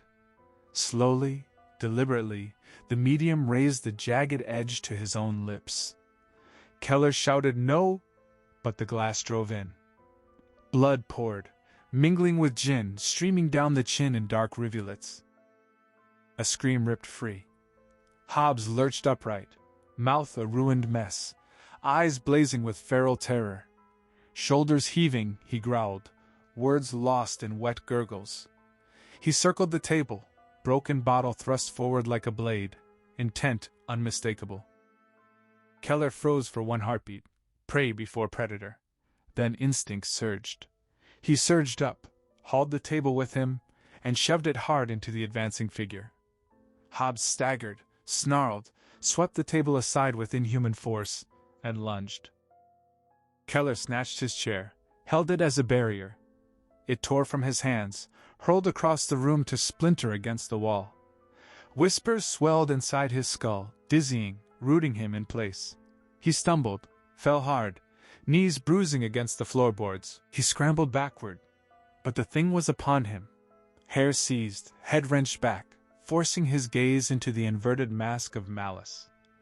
Neck stretched taut, exposed. The bottle hovered above, inverted dagger, gin spilling cold across his upturned face. Laughter rang inside his mind. He screamed as the glass descended. Then it halted, trembling mid-air. The hand shook violently, knuckles white. The bottle shattered completely. Shards rained onto Keller's cheeks. Hobbs's fist clenched red and mangled. A howl of pain tore out. The grip released. Keller's head snapped forward. The medium collapsed to his knees beside him, cradling the ruined hand, tears cutting tracks through blood and grime on his face. "Keller?" The voice cracked, distorted, but recognizably Hobbs's. "What's happened to me? My face, my hand?" Whatever had possessed him had fled, back to whatever abyss it crawled from. The whispers faded, sinking into piteous silence. Keller lay on his side, shock locking his limbs. His vision blurred, soft wisps drifting across his sight, darkening into clouds that swallowed the light. And in that final moment before darkness claimed him, another voice reached through, soft, familiar. It belonged to Kathy. Across the frost-hardened field, Tusen crouched beside a thin score in the soil. His fingers traced the winter-tightened groove until it deepened into a narrow trench, then vanished beneath the surface. Similar marks scarred the ground all around, some plow-deep, others mere scratches. But even the smallest could conceal a vital fragment flung wide on impact. He pressed a finger into the tiny hole at the end and felt resistance. Scraping carefully, he uncovered not metal or wiring, but a ring, diamonds dulled by mud. He sighed, disappointed, another lost trinket of the dead. He slipped it into the brown envelope already heavy with similar finds. Watches, earrings, pendants, scattered possessions the crash had flung beyond easy reach. Many would never be recovered. Those that were went to Consul Airlines for matching against family claims. A shout carried across the field. One of his colleagues waved him over urgently. Tusen rose, eyes still scanning for any gleam of telltale wreckage, and trudged through the frozen ruts. His colleague, breath clouding in the cold, thrust the newspaper forward. Slater wanted him at the hotel, immediately. Tusen's stomach nodded. What now? The other man gestured at the paper. Tusen would see soon enough. Better move fast. Suspicion flared. Yesterday's lunch in Eton, the journalist friend, the talk of the crash, the interruption when the couple fell from the window and he rushed to Keller and the bodies. He had forgotten the reporter entirely. Now the red flag waved higher. He had spoken too freely, enthusiasm loosening his tongue as always. He hurried toward the old bridge linking Eton to Windsor, pulse quickening. Slater's expression when he entered the hotel room confirmed every fear. Cold fury. The chief flung the newspaper across the desk. Explain this. Tusen's fingers trembled as he lifted it. The headline struck like a blow. Bomb claimed to be cause of Eton air crash. His bowels shifted uneasily. The story bore his theory's fingerprints, no one else's. The byline belonged to his old friend. No anonymity could hide the source from anyone in the department. Slater demanded the truth. Tusen nodded, numb. He had spoken, but not this much. Most was the reporter's embellishment. Slater leaned forward, voice low and lethal. Newspapers needed no facts to print. Tusen had been warned before about indiscretion. Now the ministry and airline would descend in force. Past hunches had sometimes proven right, but never had he broadcast them unsubstantiated. Tusen protested weakly. It had been presented as mere speculation, no proof. Slater rose, knuckles blanching on the desk. No right to speak at all. Secrecy bound them. What made him so certain? Everything pointed to explosion, Tusen insisted. Proof would come. Slater glared. Had it occurred to him the chief might hold his own view, one grounded in stronger evidence? Tusen stared blankly. No word had ever been shared. Some gathered facts first, Slater said tightly, then sought confirmation before trumpeting to the press. He forced calm, sat, motioned Tusen to do the same. Once seated, Slater spoke evenly. He conceded the bomb theory fit many signs, yet so did another cause. He recounted the Turkish Airlines DC-10 crash outside Paris in March 1974. Initial bomb speculation had given way to a rear cargo door failure, design flaw, explosive decompression. Floor collapsed, passengers sucked out still, belted to seats. Control cables severed, aircraft plunged uncontrollable. He raised a hand against Tusen's protest. Consider. Blue and yellow marks on one wing matched the airline logo on the door. Sudden communication loss, severed cables disrupting circuits. All mimicked explosion, yet decompression, not sabotage. Tusen sat silent, thoughts racing. The parallel held. It fit better, rationally. Yet instinct rebelled, stubborn and deep. Gut told him otherwise. Slater leaned forward, his tone measured but firm. He refused to dismiss the bomb theory outright. Confirmation would come soon enough. Yet one hard fact undermined it completely. Modern airline security had rendered smuggling an explosive aboard virtually impossible. After years of hijacks and scares, every major carrier had installed sophisticated detection systems by 1975. Tusen's public claims suggested all those safeguards had failed. Anger crept back into his voice. The accident investigation branch could not endure the backlash his careless boast would invite. He held Tusen's reddening face in a long, hard stare, then delivered the verdict. Effective immediately, suspension from this case. Another assignment might arise later. He would be notified if so.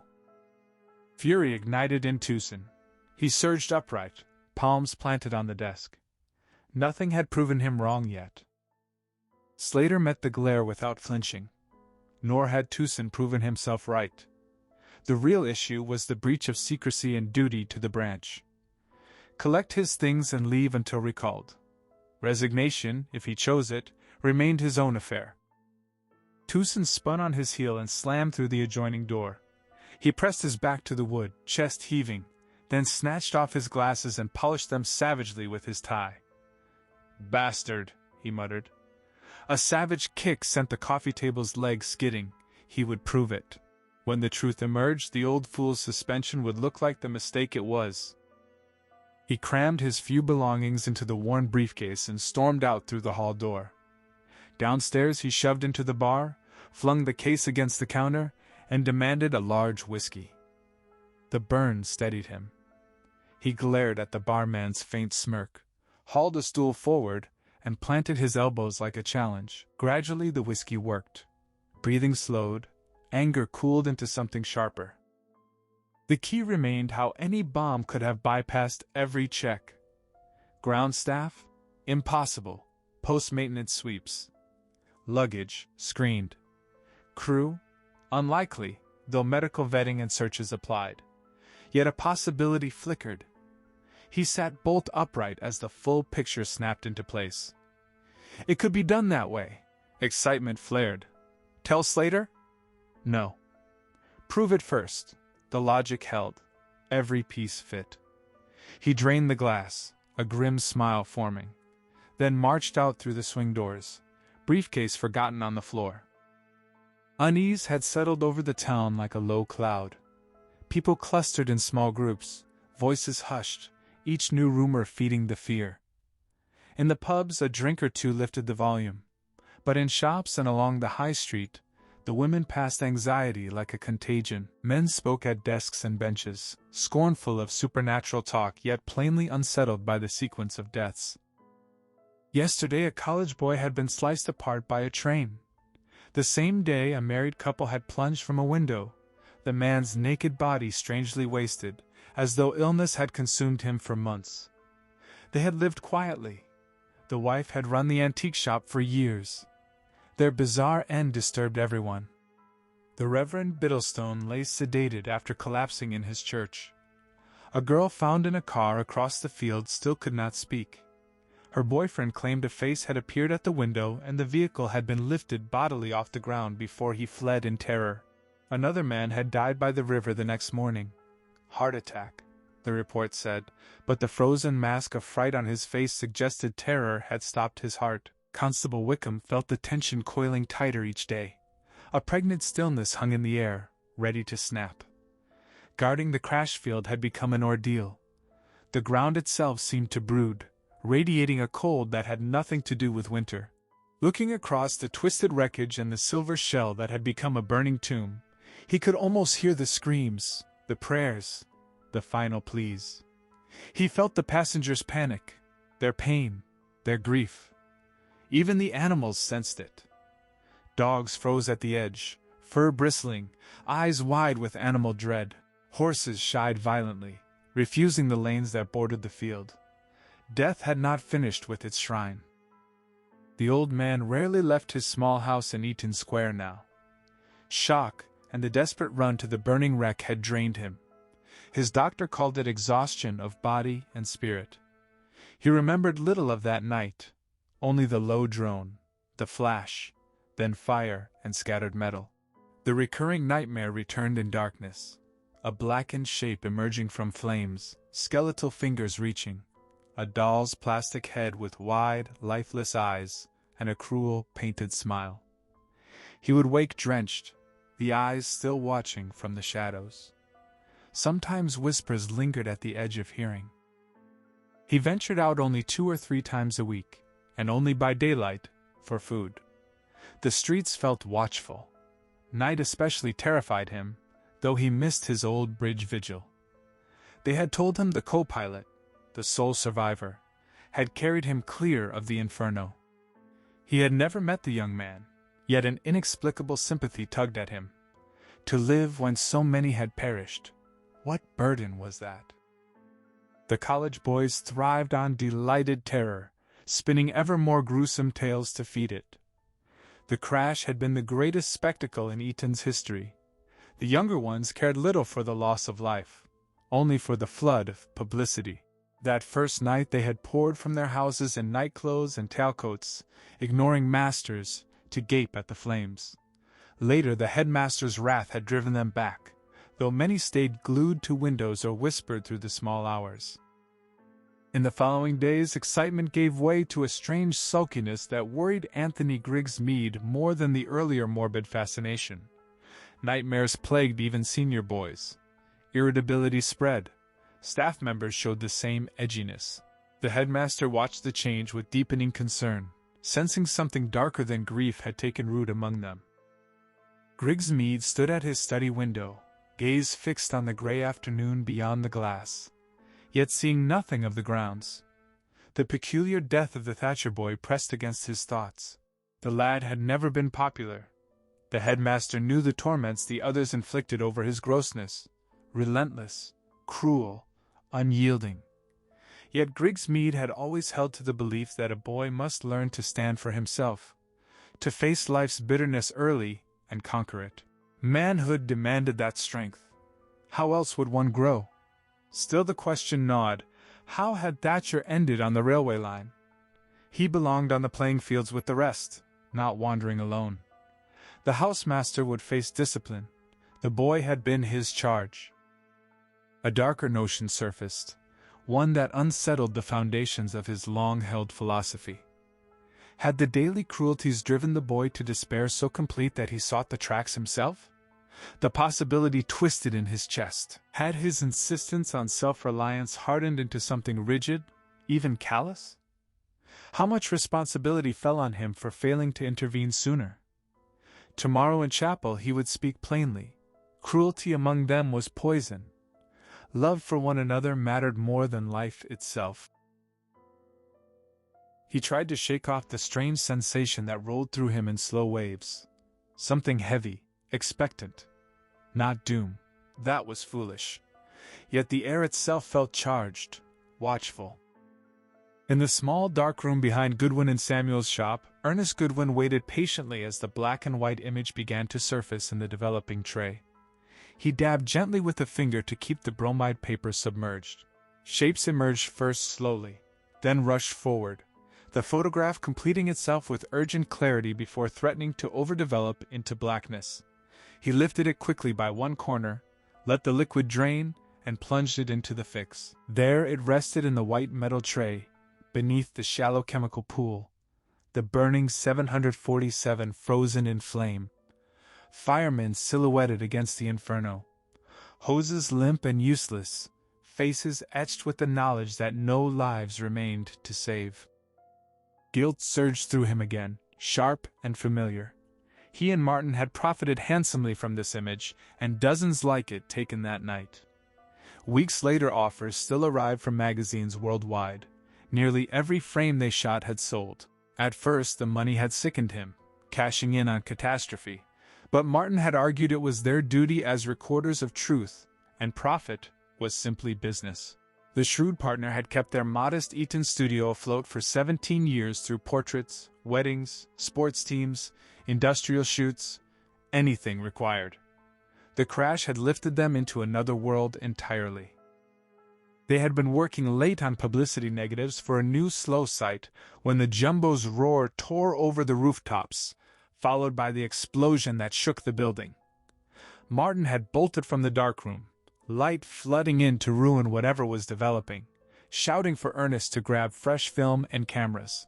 Together they had documented the wreckage from every angle in its rawest moments, before rescue teams even arrived. Numbness had carried them through the night. They clicked mechanically, returning to the studio for more rolls as needed. Those hours had changed everything. Few photographers captured calamity so immediately. Martin reveled in the aftermath, haggling for top prices, displaying the starkest prints in their shop window. Ernest, though, had grown uneasy. Working alone in the red-lit darkroom became unbearable. The silence amplified the horror in every developing tray. Lately he felt watched, constant, unseen. More than once he had spun around, certain a presence stood behind him in the gloom. Nothing ever appeared, yet the sensation deepened, fraying his nerves to the edge. He had confided in Martin, who laughed it off. Hardly surprising, surrounded by death's images day after day. Soon they would sell the last of the crash photos and relax with the proceeds. Ernest doubted he could last that long. Martin handled sales and deals. The printing fell to him. Now, with the string of sudden, inexplicable deaths in town, a new tension thickened the air, sharper than the brooding shroud that had hung over Eton since the crash. Expectation pulsed beneath it, waiting for the next blow. Ernest lifted the fixed photograph and lowered it into the wash tank. Water swirled gently, purifying the surface. The print floated face up. He studied it again. Rows of white-draped forms, sheets stained and bloodied, shapes beneath revealing mutilation. Dawn light had sharpened every detail. To one side lay a heavier sheet concealing plastic sacks of unidentifiable parts. Limbs, torsos, destined for cremation, impossible to reunite. As he stared, the covered bodies seemed to stir in his mind. Blackened flesh, faces locked in agony. His chest tightened. He gripped the tank edges. He could almost hear them, moans rising, a chorus of anguish. Their souls lingered, bound here. Through his lens, through solitary hours with their images, he had forged some link. They waited, for someone, for something. The tragedy remained unfinished. The Reverend Biddlestone walked unsteadily along the stone path, eyes averted from the tall grey stone church at the garden's end. His companion steadied his arm as he swayed. They passed through a side gate to the vicarage, where the housekeeper waited anxiously at the door. Inside, he managed a weak smile at her concern, assured her he was well, and sank gratefully into a drawing-room chair. His companion, Ian Filbury, council clerk, choirmaster, organist, expressed displeasure. Another day in hospital would have done no harm. The collapse had no clear cause. Biddlestone insisted he was fine. He had refused the doctor's advice to stay. Filbury asked if memory had returned, why he had fallen. The vicar shook his head. Filbury relented but promised to return that evening. Any worsening, and the doctor would come at once. Alone after Filbury left and the housekeeper retreated to the kitchen, Biddlestone let his thoughts settle. Ian had mentioned the two bizarre deaths the day before. He felt certain they linked to the man found by the river. He closed his eyes, then snapped them open. The image from the church burned too vividly, too terrifying. Yet he knew he must return there this night. He asked God for courage, uncertain what would be required, only that he would be needed. Slowly he knelt beside the chair, clasped hands resting on the arm, and prayed with deeper earnestness than ever before. His eyes remained open. From time to time he glanced over his shoulder. Keller eased the car into the hurtling traffic on the flyover, gunning the engine to match the rush. Once he had slotted into the current, tension eased from his shoulders, and he glanced across at Hobbs beside him. Thick gauze taped down with broad plaster strips masked the medium's mouth and chin. A narrower band crossed his nose. Despite a full day of rest, the evening exodus streaming out of London already dragged at Keller's own weariness. He asked how Hobbs was holding up. The medium winced as his damaged lips fought to shape any answer, then admitted wryly that it hurt. Keller voiced his regret for not moving fast enough to shield him. Hobbs insisted it was not his fault, the words scarcely audible. Keller added that he was sorry the medium had ever been drawn in. Hobbs only shrugged, conveying that such situations slipped beyond any man's control. Keller saw the fresh pain each syllable cost him, yet the questions inside him refused to stay silent. Too much remained hidden. The savagery of the previous night still haunted him, and suddenly he remembered the notorious exorcism performed years earlier by two Yorkshire clergymen, a Church of England vicar, and a Methodist minister.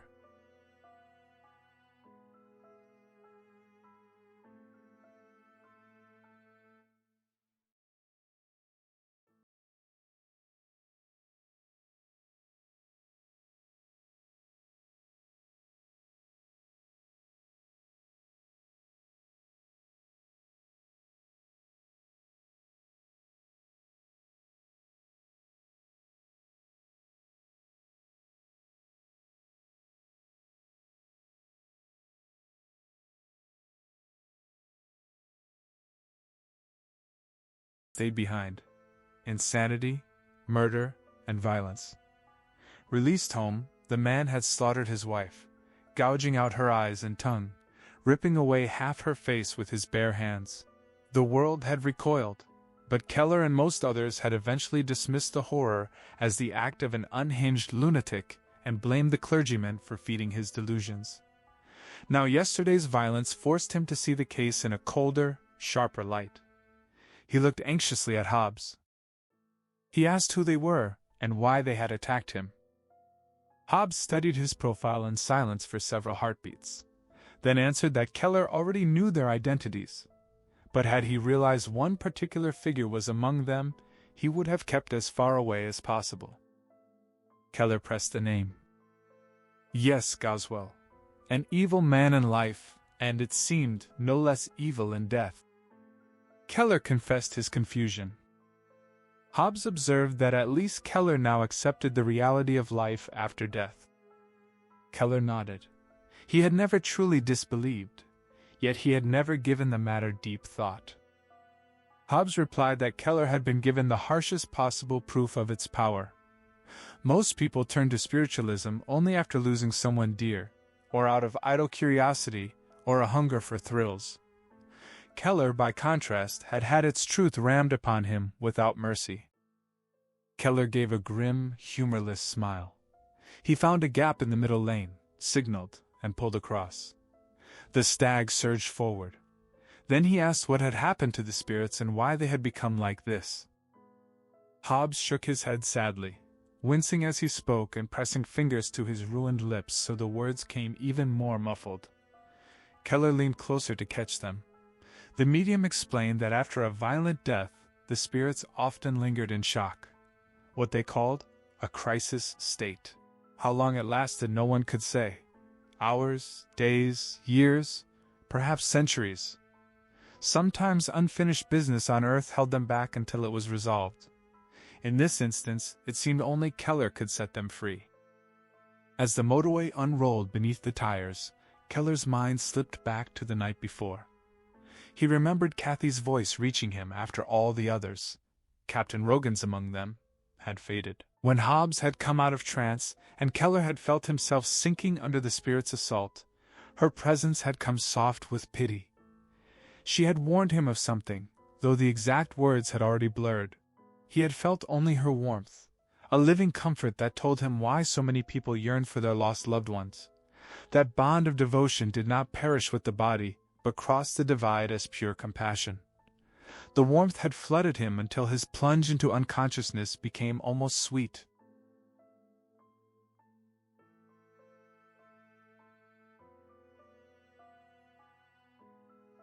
He understood now that Kathy had moved on to peace, and that she had not been alone.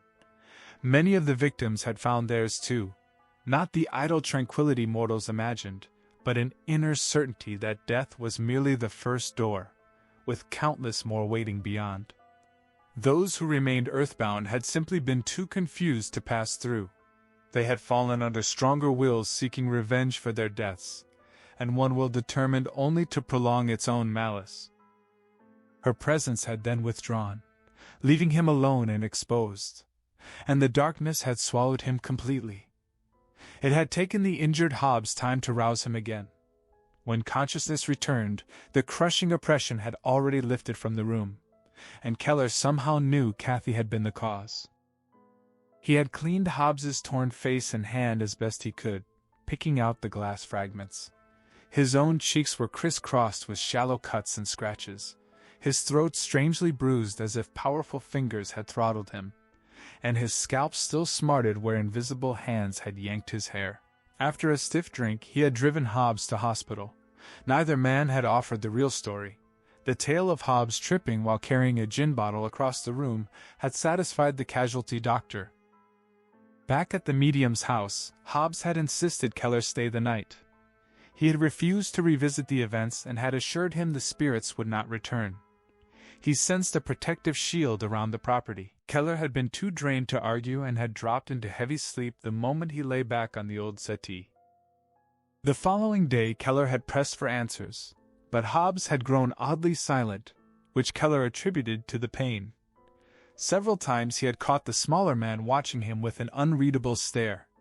Fear, perhaps, or curiosity, or both.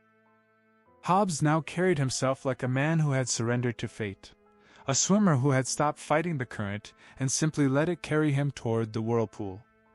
Late that afternoon he had reached some private decision and announced they were returning to Eton, to the exact site of the crash. Only there would the truth be found. Keller had not questioned the choice. The same pull had been growing inside him all day. Yet now, as the stag swept along the M4 past the Heathrow turnoff and drew nearer to the little town whose peace had been so violently shattered, fresh fear rose in his chest. He knew the coming night would bring many answers. He knew that after tonight nothing in his life would ever be the same. He became aware that Hobbs was speaking again, the words slightly slurred as the medium fought to move his lips with minimal pain. Hobbs said he had thought Goswell died years ago. Keller asked whether he had not realized the man was aboard the 747. No, Hobbs answered. He had long ago stopped reading reports of mankind's self-made disasters. But he had still known of him? Goswell had been utterly corrupt, nowhere near Aleister Crowley's level yet, disturbingly similar. Keller surely knew of his wartime activities in Britain, his ties to Mosley, and the scandals that had forced him to flee the country. Keller confirmed he had heard the stories and learned a few more details only yesterday, but he had never imagined anyone took the man seriously. Hobbs replied that those familiar with the darker mysteries had taken him very seriously indeed. Keller suggested devil worship, black magic, all that nonsense. Even through the muffling gauze, Hobbs's tone carried open disbelief. After everything Keller had witnessed, he still failed to grasp the truth? Keller affirmed that he now believed in life after death. But Satanism? He shook his head.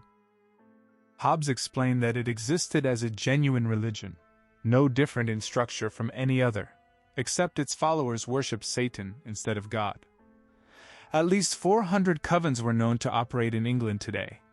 Belief or disbelief changed nothing. It simply was. And magic?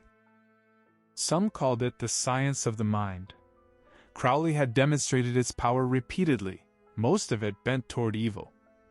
Keller himself had seen the force Goswell now exerted over those trapped spirits, and over Hobbs. How could he deny it? And then there was the matter of Keller's own survival. Keller kept his eyes fixed on the road ahead, yet the remark startled him. He asked what Hobbs meant. How did Keller imagine he alone had walked away from a crash that killed everyone else on board? Could he not accept that some unknown power had spared him? Keller demanded why him, of all people. Hobbs did not know. Perhaps Keller was the only one capable of fulfilling whatever the spirits demanded. He fell into brooding silence. After a moment, Hobbs spoke once more, slowly and thoughtfully. The voices the previous night had mentioned a bomb. Goswell had not been heard from in years. The last report, at least 15 years old, placed him founding some new religious order in the United States. One could guess its nature.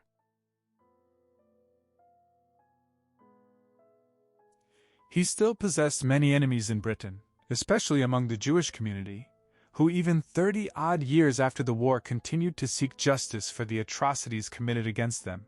Suppose they had learned he had slipped back into the country to resume his old work. They might well have chosen the most decisive way to settle the account. Keller asked whether that meant killing every innocent passenger along with him. Hobbes reminded him that fanatics never let innocent lives stand in the way of their vengeance. So? Hobbes drew a careful breath. What if Keller had been saved precisely to carry out that vengeance for Goswell? The car swerved sharply. Keller fought the wheel until it straightened, the angry blare of horns fading behind them. He answered that if Goswell possessed such power, why had he not saved himself? Because he had been an old man, too old to hunt down his killers. He had needed a younger instrument. Keller protested sharply that the idea was absurd. Even if he tracked down whoever planted the bomb, why would he lift a finger? If Goswell truly was as malevolent as Hobbes claimed, the spirit would crave bloodshed, and Keller would never become a killer. Hobbes answered quietly that choice might not enter into it.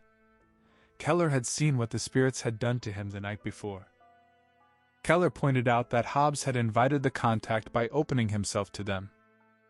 The medium conceded that he had done so willingly last night, but there had been another occasion when no invitation existed, and still a spirit seized control of his body.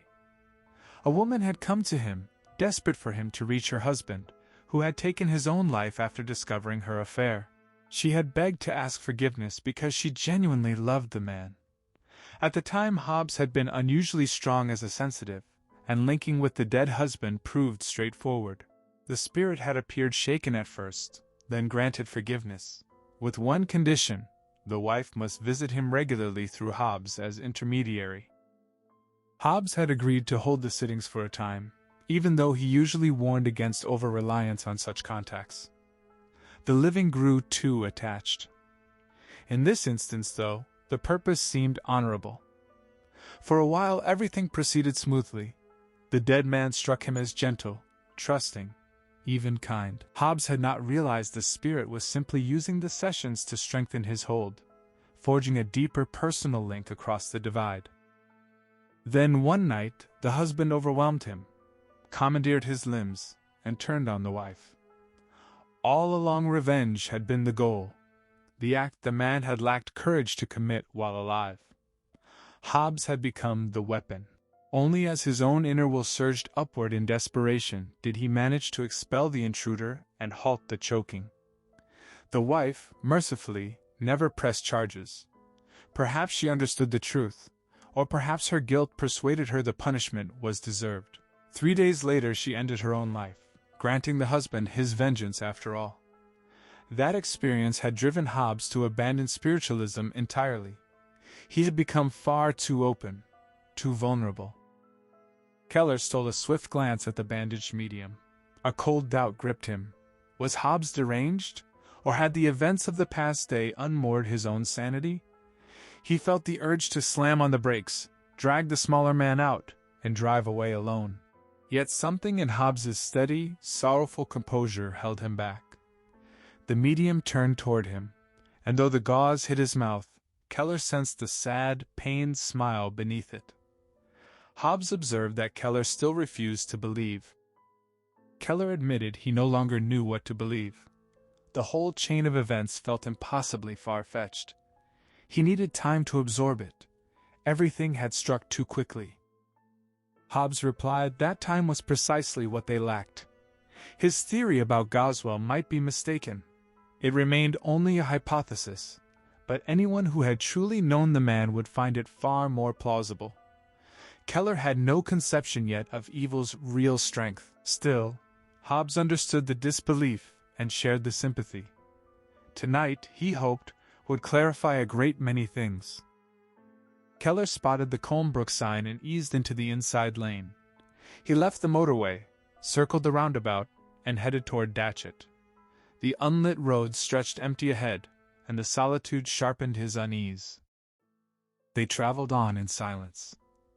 Confusion churned deeper inside Keller while Hobbes sat lost in thought, apprehension steadily mounting about the hours ahead. Returning to the crash site had been his own decision, the most potent location for reaching the dead. But now he questioned its wisdom. He sensed a bitter division among the spirits and hoped he could aid the kinder ones in prevailing over the rest. He had not yet mentioned the need for a priest. He feared how the young co-pilot might react. Yet they would require every possible ally. He recognized that his earlier theory and the personal story had eroded Keller's trust in him, but there had been no alternative. The man deserved to understand the stakes. What Hobbs struggled hardest not to acknowledge, even to himself, was the quiet fear he felt toward Keller. An unsettling energy radiated from the younger man, something elusive and indefinable. Beneath the evident bewilderment lay a formidable resilience, a strength both of them would desperately need before dawn. They passed through Datchet and turned left onto Eton Road. Keller flicked the headlights to full beam. Stark tree trunks leaped into view on either side, casting long, ghostly shadows. As they neared Eton and the wreckage, a strange calm settled over him. The swirling doubts and fears seemed to bleed away with each mile. Perhaps the prospect of finally taking concrete action steadied him. Or perhaps shock had carried him past its limits into a numb, reactive state where emotion and hesitation no longer interfered. He swung the Stag onto Windsor Road. The lighted silhouette of Eton College rose ahead. They crossed the humpbacked bridge and slipped between the first tall college buildings when Hobbs suddenly gripped his arm. "Stop," the medium ordered. The car skidded to a halt. Keller shot him a questioning look. Hobbs pointed a trembling finger toward the heart of the town. "Look there. Couldn't he see it?" Keller leaned forward, hands braced on the wheel, and stared through the windscreen. Nothing registered beyond the ordinary glow of the high street lamps. He glanced back at Hobbs. There, above the town. And then gradually, it came into focus for Keller too. A faint luminescence hung suspended over Eton. A delicate, throbbing glow, so pale and fragile that he had to blink repeatedly to confirm it was not some trick of moisture on his own eyes. In places it thinned to a gossamer veil. In others it gathered into brighter points like distant stars. Its true scale and distance defied judgment. He could only estimate it stretched anywhere from 100 to 500 yards across. The ragged edges shifted and frayed constantly, as though invisible currents tore at them. "What was it?" he asked, voice hushed with awe. For a long moment, Hobbs could not answer.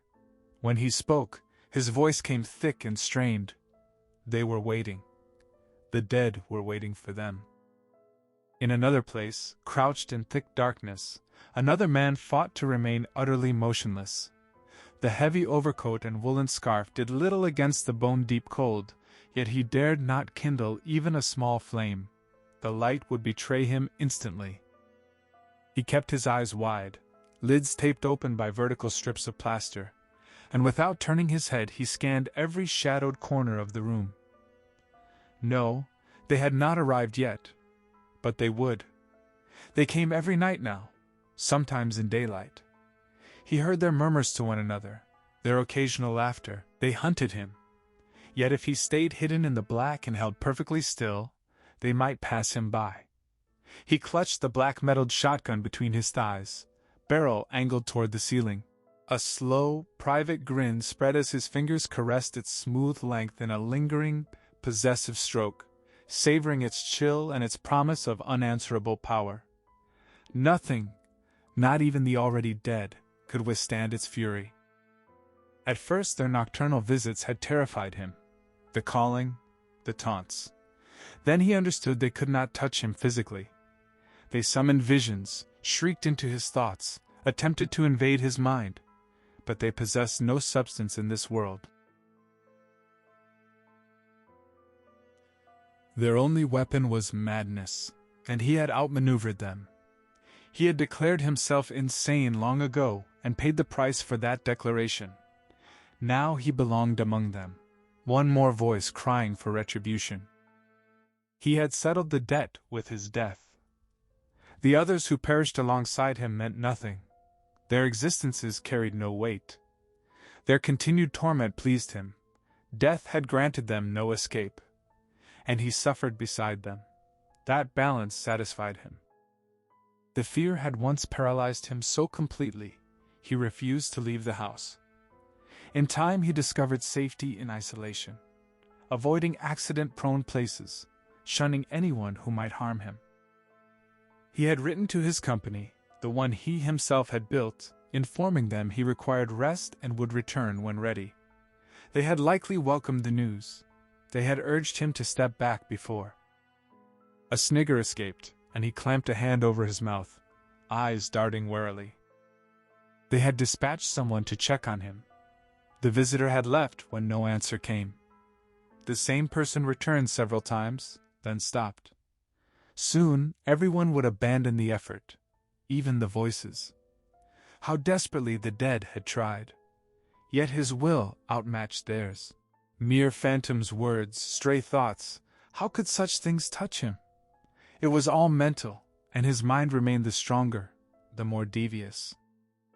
The voices had warned that someone would be sent for him. He had laughed at the notion. And then the man had come. Today? Yesterday. Time had blurred into one endless stretch. From the upstairs window he had watched the figure approach, ducked behind the curtain when the stranger glanced upward.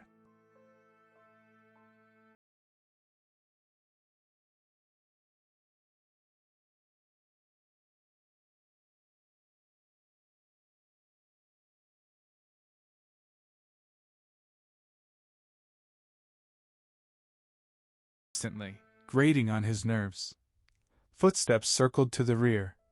He had crept downstairs in silence, paused outside the kitchen door, listening. The intruder hammered on the back door, rattled the handle.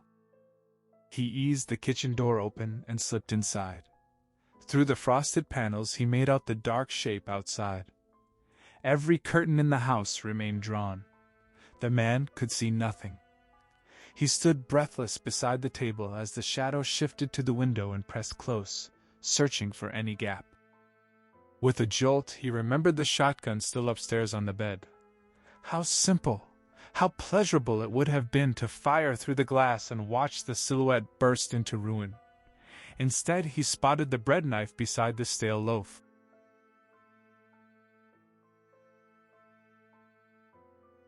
He lifted it and slid against the wall just as a shadowy hand slipped a thin tool into the frame's upper crack. The catch clicked free. The window groaned upward, hesitated, then continued more warily. Curtains parted. A foot appeared, sole speckled with dried mud as though its owner had crossed wet fields. The trivial detail struck him as oddly vivid in the moment before he took a life. A leg followed. His breathing grew ragged. He feared it might be heard. Pain suddenly locked his knife arm in a spasm of creeping paralysis. The affliction that came and went and would one day stay forever. It had already robbed him of eyelid control. With his free hand he seized the hilt again, edge upward. The seized arm eased at once. Head and shoulders emerged. The intruder paused, staring toward the open inner door. Awareness dawned too late. As the head began to turn, he clamped his stiffened left hand into the hair, yanked upward, and drew the blade swift and deep across the exposed throat. Blood cascaded onto the tiles as the body slumped forward, caught across the sill. He hauled it the rest of the way inside.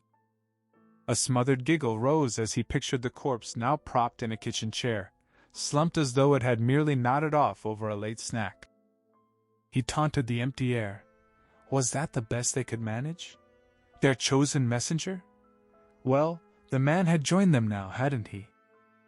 The laughter died quickly. As stillness deepened, and cold gnawed harder, fear pierced the shield of his madness. Tiny punctures spread, merged, tore wide. His body succumbed to the paralysis, rigid and immovable. Only his eyes moved, darting frantically, pupils dilated in raw despair, lids taped mercilessly open. The seizure would pass, he knew that, but until then he remained utterly helpless. He crouched in the darkened room, and waited for whatever they might send next. The Reverend Biddlestone stirred restlessly on the sofa, and his foot struck the empty cup and saucer beside him. The sharp clatter of china jolted him awake, his mind thick and disoriented for a moment. He sat up, staring at the dancing flames, still half lost in the nightmare that had felt so real. Then the familiar shapes of his own sitting room came clear in the firelight, and he let out a long breath of relief. He must have drifted off after Mrs. McBride, his housekeeper, had fussed over him like a mother hen, stoking the blaze, bringing tea and her fresh scones, plumping the cushions until he sat propped and comfortable. Exhaustion and the fire's warmth had claimed him quickly. He could not have slept long. The flames still roared high. Yet the heat had strangely vanished, and the room now carried an unpleasant chill. His breath misted visibly in the air. The dream lingered.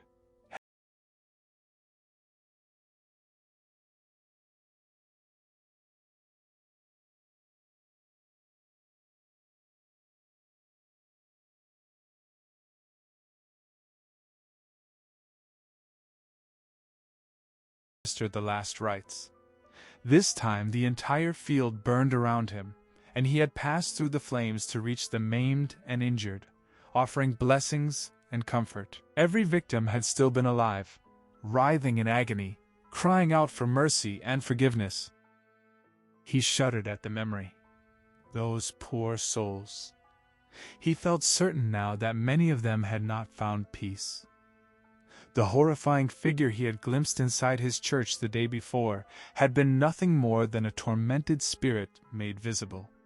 The evil that had seemed to pour from it had been only his own fear reflected back at him. The dream had shown him the truth. The flames stood for their ongoing torment, and they were still burning in it. They had begged for release from that purgatory, and he would help them find it through prayer. Something drew his gaze to the window. A small white face pressed against the glass, yet the sight did not shock him as it should have. It felt almost expected. He rose, the cup and saucer clattering again underfoot. When he looked up once more, the face had vanished. He crossed quickly and leaned close to the dark pane, cupping his hands to block the fire's reflection. His breath fogged the glass. He wiped it clear and held still. Outside in the garden's darkness, at the far end, a tiny figure waited. It resembled a child clutching something white to its chest. He tapped the pane and beckoned. The small shape stayed motionless. He straightened, hurried from the room, and unlocked the back door. By the time he swung it wide, the child had disappeared. He stood listening into the night, indifferent to the biting cold, then stepped onto the path and walked its length, careful to avoid the frozen flower beds. Near the rear hedge, he paused and looked over. In the next field, the plain wreckage lay illuminated by two small lamps, twin beacons in the blackness. Despair tightened in his chest. He turned, and his heart lurched. A pale spectral figure stood near the side of the house, already moving away. He hurried after it, the shape slipped through the gap that led to the church. He followed and stopped again, searching. He spotted her a short distance ahead, waiting. Close enough now to see she was a little girl, no more than 6 or 7. Several children had died in the crash, yet one detail surfaced. A novelist's daughter, 6 years old, whose body had never been recovered intact. Could this be her restless spirit, drifting lost through the fields in search of her mother? Pity flooded him. He reached out a compassionate hand. She drifted onward along the path, back turned, never glancing behind. Anguish for a forgotten soul drove the vicar forward. Fear, forgotten. She vanished into the side porch he usually used on weekdays. He rushed after her, certain the outer door would be locked and the child trapped. Yet when he reached the entrance, breathing hard from the exertion, he found the inner door to the church standing open and a flickering light spilling through. His steps grew heavy, drawn irresistibly toward that unsteady glow, even as the old dread crept back. Too late now for retreat. He climbed the few steps into the doorway. Inside, burning candles cast thin spirals of black smoke that filled the nave with sharp, waxy fumes. Their combined light barely touched the vast space. Long shadows claimed the pews while the chancel and Lady Chapel remained in total darkness. Unwilling yet compelled, he moved deeper. The girl knelt at the altar, the doll she had clutched now dangling loosely from one limp arm. Grief swelled in him. He stepped closer, arms rising in compassion, offering to help the child. Before he reached her, something else stirred from the shadows, something blackened, something that gave a hideous chuckle. The stench of burnt flesh flooded his nostrils and stopped him cold, arms still outstretched. He stared into the same charred face he had seen in the church the day before. Empty eye sockets, a gaping mouth holding only a sliver of crisp, brittle flesh that had once been a tongue. The vicar sank to his knees in horror. Tiny, strangled sounds escaped his opening and closing mouth as he fought to scream, to release the pressure building inside him. He tore his gaze away and looked pleadingly at the girl. Surely she would give him strength to flee. She twisted toward him. Her dress hung in scorched tatters, and where her face should have been there was nothing. Yet she giggled, shoulders shaking with mirth, and the sound came from the doll's mocking plastic lips. The doll's face was buckled and burnt, but its large round eyes stared at him with hypnotic intensity, as though the child's laughter animated it. More blackened shapes dragged themselves from the darkness, some missing limbs. Low murmurs and whispers echoed off the stone walls. They advanced slowly down the aisles. So many. He tried to crawl backward, but his limbs refused. The figure nearest the girl leaned close. The choking reek of scorched flesh made him retch. A low, hissed voice forced its way through ruined vocal cords, asking whether the man of God had come to save them. The laughter that followed sounded even more vicious. He tried to scramble away from the child, but his body would not obey. The shapes closed in, staring down with many sightless eyes. One of them whispered whether this was the one. Another answered no. Sickening details pressed on him. Sparse clumps of scorched hair on bare scalps, lips burned away to expose blackened teeth, hands lacking fingers, bodies torn open with innards alive and crawling. He choked out a desperate prayer for heavenly help. Then his voice rose into a raw scream. He rolled onto his stomach, drew his knees under him, and pressed his face to the cold stone floor, covering his cheeks and ears with his arms. Whimpering, tears tracing wet paths across the flagstones, he inched forward on his belly, pushing between the legs of the surrounding horrors because he lacked the strength or courage to stand and walk through them. All the while they prodded him with blackened finger stumps and mocked his crawling figure. Their laughter and whispers filled the church and his skull.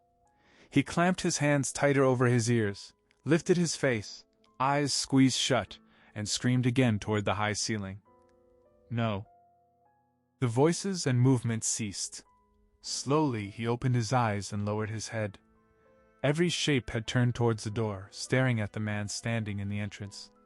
He pleaded quietly for help, but his friend Ian Filbury could only stare back in open horror at the scene inside the church. For Constable Wickham, the long day had stretched his nerves to breaking point. He had felt the tension building all around the town, the nervous atmosphere that promised an eruption at any moment. At times like these, the only choice was to wait for the pressure to snap and then move in quickly. He had hoped it would happen on someone else's shift. His own had already dragged on far too long. Extra pay helped, yet he would have preferred an active case to keep his mind occupied. Weeks of pacing around the wreckage, guarding it like precious property, had left him edgy. Only one more hour, and he could head home to a warm fire, a hot meal, and a few hours in front of the television. Then the moment he had been dreading arrived. He jumped at the distant cries for help cutting across the field. He called out to his companion, asking if Ray had heard them. Ray confirmed he had, and thought the sound came from the northern boundary.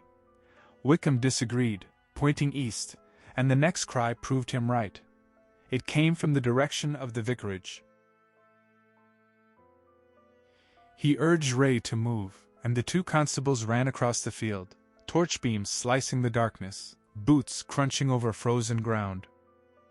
A voice shouted for them to come quickly. Wickham spotted the figure by the gate leading to the parish church, arm raised and beckoning. He trained his torch full on the man's face and recognized the wide-eyed shock. It was Mr. Filbury. He asked what was wrong, sir. Ray drew up beside him, adding his own light. Filbury gasped in relief that someone was still on duty guarding the wreckage and asked if it was Wickham. Yes, sir, Constable Wickham. Now what was the matter? Filbury glanced back over his shoulder toward the church. The two officers followed his gaze and saw a dull glow shimmering from the side entrance. Constable Wickham heard Filbury identify the figure as Reverend Biddlestone and pled for immediate help. The council clerk swung the gate wide and motioned him ahead, adding quietly that he feared it had happened again. Wickham asked no questions. They were already at the entrance, and the truth would reveal itself soon enough. He climbed the short steps and halted in the doorway, the other two men jostling against his back. Dismay hit him like a blow. The vicar cowered on the stone floor, eyes bulging, face drained of color. He knelt on one hand while the other clawed frantically at his own cheeks. His entire body shook without control, skin glistening with tears and trailing saliva. His silvery hair had stiffened into wild bristles, and an endless stream of incoherent sounds spilled from his lips. Wickham could only mutter an oath as he swept his torch across the broken figure. Filbury's voice trembled as he explained this was precisely how he had discovered him moments earlier. Alone, crouched in terror. He must have been lighting the candles when the episode struck. Grief strangled the rest of the sentence, leaving only a soft, heartbroken poor Andrew. Wickham murmured that it looked like another breakdown, and this time the vicar had slipped completely over the edge. He shook his head in pity, then caught the strange odor drifting through the church. Something foul and nauseating hung in the air, stirring a memory he wished he could bury. It was the stench of roasted flesh, the same smell that had filled the night of the crash. It had taken Keller and Hobbs well over an hour to persuade the priest of their sincerity and sanity. Even now, Father Vincenti remained uncertain. He had recognized the younger man at once from the night of the disaster and the newspaper photographs that followed. This was the co-pilot, the sole survivor. He had never met the smaller, bandaged man before, yet those piercing gray eyes unsettled him more than the injuries. They seemed to cut straight through any barrier. Those eyes weighed heavily in the priest's quiet judgment of their truthfulness. Keller had at first resisted bringing any priest into this, but Hobbs had explained patiently that when confronting such malevolence, a religious minister was often essential. Only the power of light could oppose evil, and most holy men carried that force within them. They had been directed to the Catholic church tucked behind the High Street, facing the south meadow where the 747 had fallen. As Keller parked and stepped out, he noticed with fresh surprise the Protestant church standing black against the sky, only a few hundred yards away. His gaze drifted to the wreckage still lying in the field, lit by two lonely lamps occasionally broken by the shadows of patrolling policemen. Overhead, the shimmering cloud hovered directly above the site. The little church was a perfect miniature Roman basilica. Its quiet interior beauty took Keller by surprise. It had been years since he last entered any place of worship. The victim's funeral had been held outdoors because of the expected crowds, and a sudden, unexpected warmth rose inside him. Religion had never gripped him deeply, though Kathy had been quietly devout and never pressed the subject. She believed people found their own faith in time. Yet now he began to understand the comfort others drew from it. As he crossed the threshold, an upward surge of spirit filled him.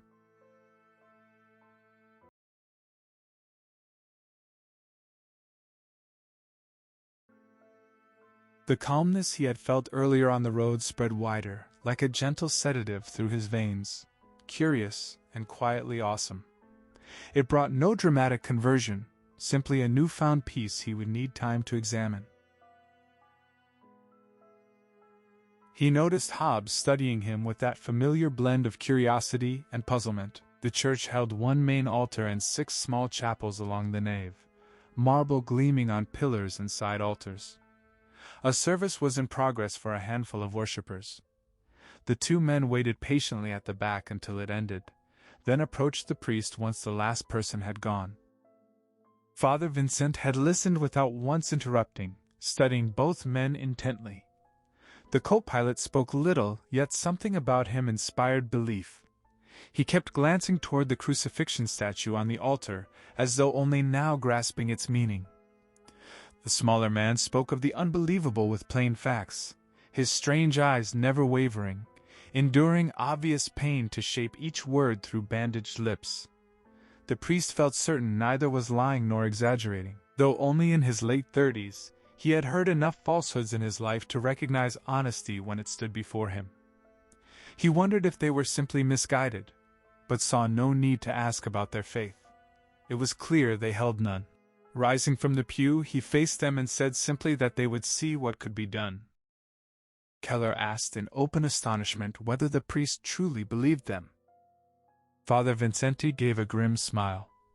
He had felt the oppression weighing over the town for weeks now, growing heavier like a leaden shroud. Strange incidents had occurred inside his own church: statues smashed, seats overturned, sudden pools of blood, altar cloths torn to shreds. He had kept it quiet to prevent panic, telling himself it was vandalism, but knew that comfort was shallow. An evil influence was at work, and what had already happened was mild compared to what might come if it gathered strength. The unusual deaths yesterday were only the beginning. Hobbs breathed out in relief that at least the priest understood what they faced. Father Vincenti replied sharply that he was not sure he did, yet he would help them see what could be done. When they asked whether he would accompany them to the wreckage, the priest nodded. If more answers waited, that was the place to find them. He added one condition, turning to Keller. The co-pilot waited, puzzled. The priest reached beneath his cassock, drew a small object from his trouser pocket, and pressed it firmly into Keller's palm while holding his gaze steady. After a moment he released the hand, satisfied. Keller looked down and found a small wooden crucifix, roughly 3 inches long and 2 wide. He glanced up in consternation, but met only an enigmatic smile. Hobbs gave a soft grunt of understanding. The priest said cheerfully that once he changed from vestments into something more practical, they would proceed, then disappeared into the sacristy. Keller turned to Hobbs and asked why the priest had been so willing to believe them. Hobbs considered it thoughtfully. On entering, he had seen the church belonged to the Augustinian Canons Regular, a well-traveled order. The good father had probably witnessed far stranger events in primitive countries. Beyond that, the priesthood existed first and foremost to fight evil. That battle was woven into the worship of God itself. They were accustomed to evil's manifestations in any form. Naturally, they avoided fueling public talk of black magic or exorcism. The sophisticated world would dismiss it as superstition. But they certainly believed evil was a real, physical force that had to be beaten back, or at least held in check. The pity, one they would never admit openly, was that the church was losing ground. Evil, or the devil, if one preferred the name, was gaining the upper hand. Keller felt no desire to debate the priest's claim that evil was gaining ground. He shifted the subject instead, asking why Father Vincent had pressed the cross into his hand. Hobbs answered that it had been a test. Keller echoed the word in quiet surprise. A test, Hobbs repeated, to see whether he would accept it or refuse. Keller turned the plain wooden crucifix slowly in his palm, studying its unadorned surface. He asked what would have happened if he had refused. Then perhaps he would not have been what he appeared to be. Keller opened his mouth to press further, but the priest reappeared at that moment, wearing a dark suit and clerical collar, a battered briefcase in one hand. A relaxed smile touched his face as he suggested they go. The 3 men stepped out of the church into the sharp black cold and immediately felt the loss of its quiet shelter. As they walked, Hobbs asked Father Vincent whether he saw anything unusual in the sky. The priest glanced upward and shook his head. Only stars. The night was exceptionally clear. He lowered his gaze and regarded the medium with faint curiosity, asking if something else should be visible. Hobbs shook his head in turn. It was not important. Keller watched thin tendrils peel away from the hovering cloud in long, ghostly streaks that drifted downward before dissolving into nothing.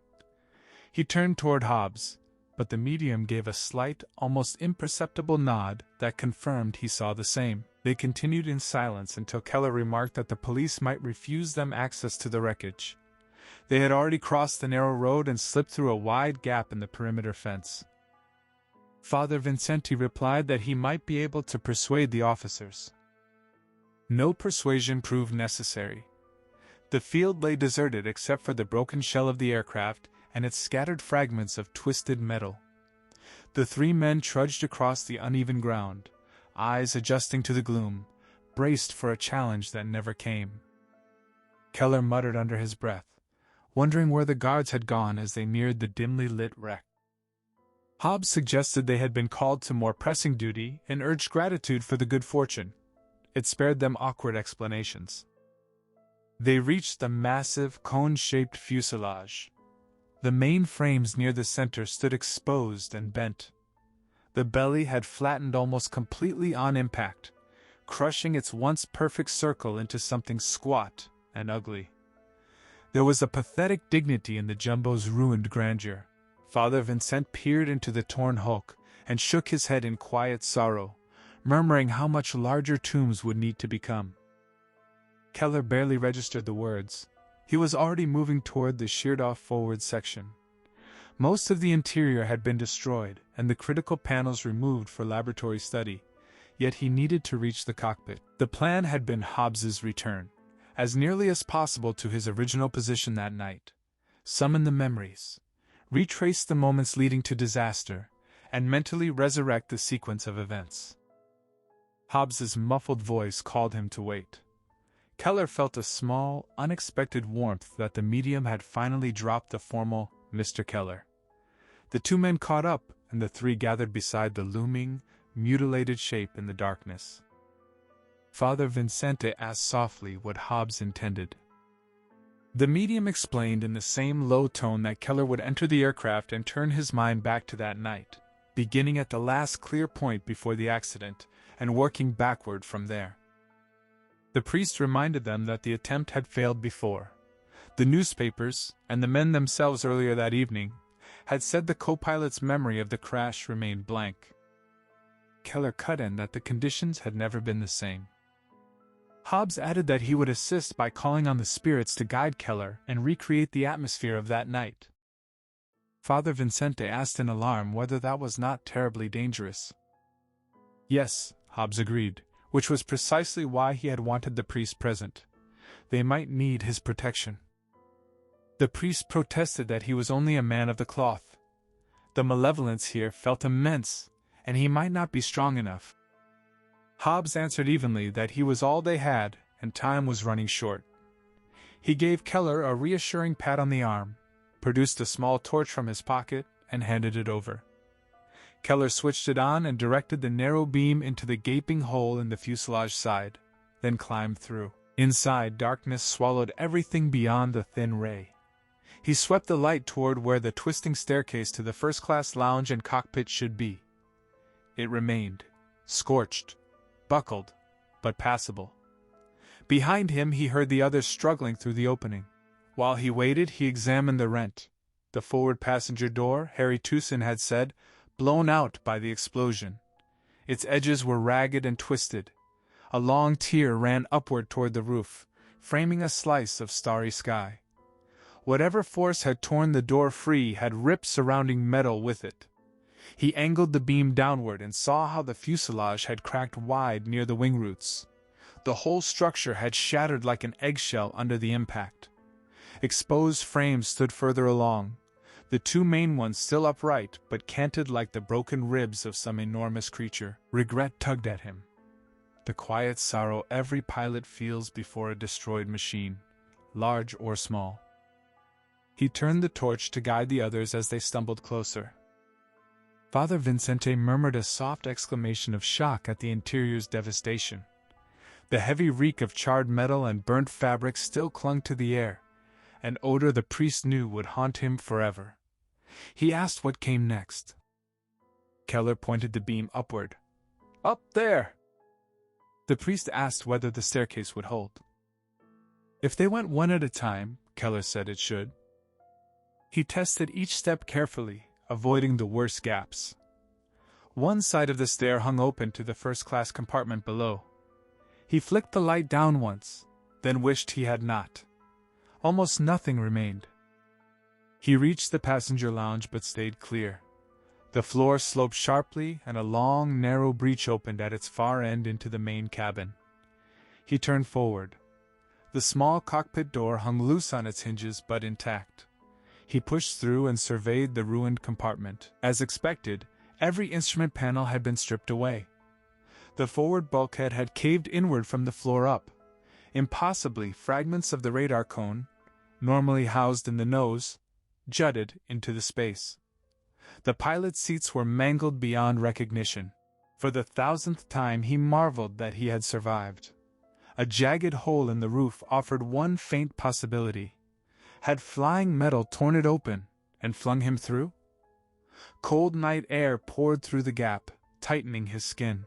No, any fragment forceful enough to punch that hole would have passed straight through him and ended him instantly. Another explanation surfaced. Suppose an explosion below had blown out the forward door, and suppose he had left the cockpit for some reason at the critical moment and been ejected through the opening. The idea felt thin, almost desperate. Why would he have been out of his seat then? Panic? An inspection of damage? There would have been no time. Yet it offered a fragile thread, something to grasp that might preserve his sanity. Father Vincent's voice rose from below, asking if he was all right. Keller called back that he was fine, and strangely he was.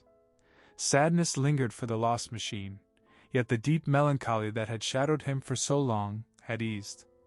Perhaps last night's encounter with Kathy's presence had helped, the certainty that death had not erased her. The notion felt new and vivid, something that would need time to take root. Beyond that, he sensed he stood close now to solving a mystery. Not merely his survival or the crash's cause, but something larger, though its shape remained unclear. Only the feeling of nearness persisted. The priest called again, asking permission to come up. The darkness below felt lonely.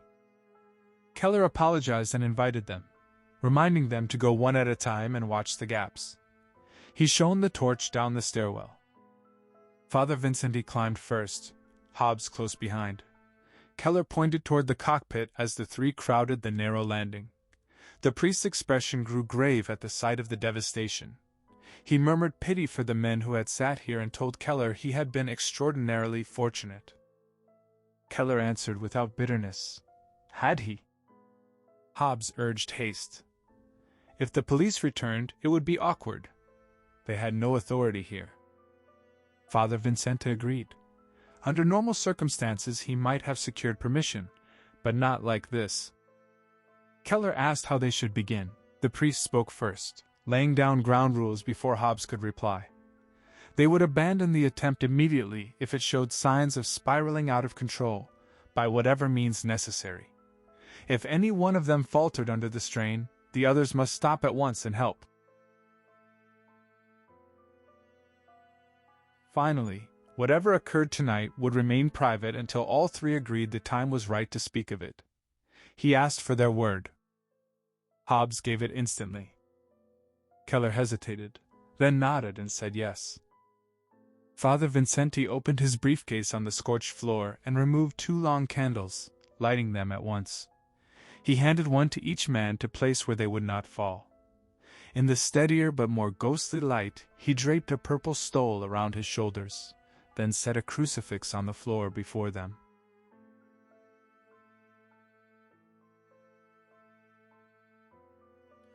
From the bag came a vial of clear water and a dark-bound book. He explained that he would consecrate the area with holy water first. Unscrewing the vial, he dipped his fingers and sprinkled the blessed liquid around the cockpit, murmuring a low prayer and frequently tracing the sign of the cross. Before resealing it, he flicked droplets over the two men, lips moving in silent blessing. Keller felt impatience stir, but held still through the ritual. At last the priest smiled and said it was not much preparation, but he was uncertain how far they intended to go. He might even be overly cautious. He placed the vial near the crucifix. Straightening, he told them he would pray from the litany of the saints while they worked, an added safeguard. He opened his book, promised not to interrupt, then paused and added unless he had to.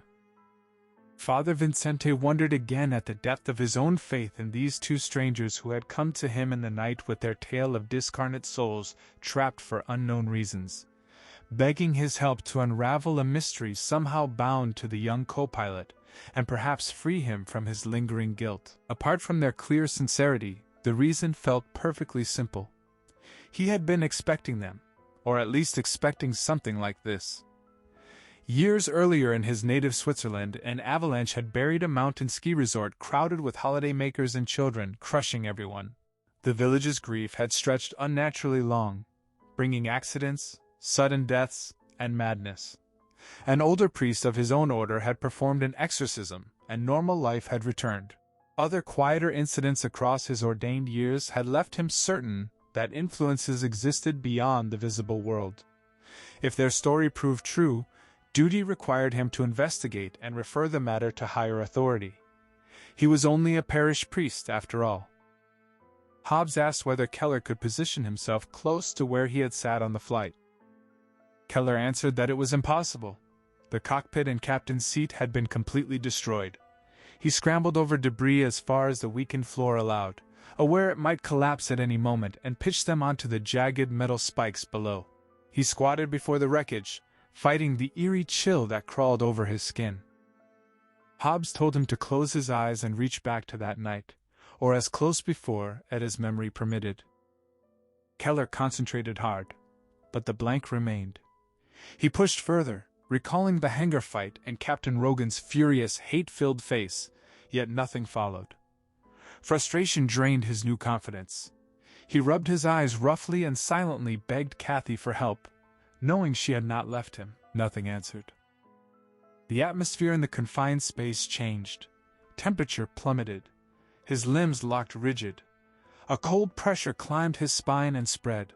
Revulsion surged as something fought to force its way inside him. His heart raced wildly, then slowed to a leaden beat before racing again.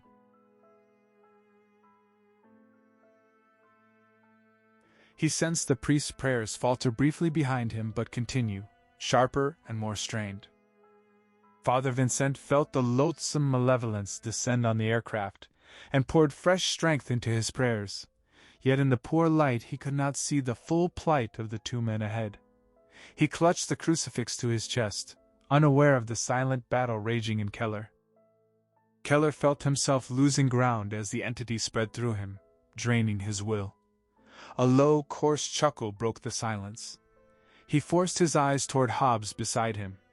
The medium's lids had opened fully, regarding him with gloating malice. The same snarling voice from the night before emerged, welcoming him at last.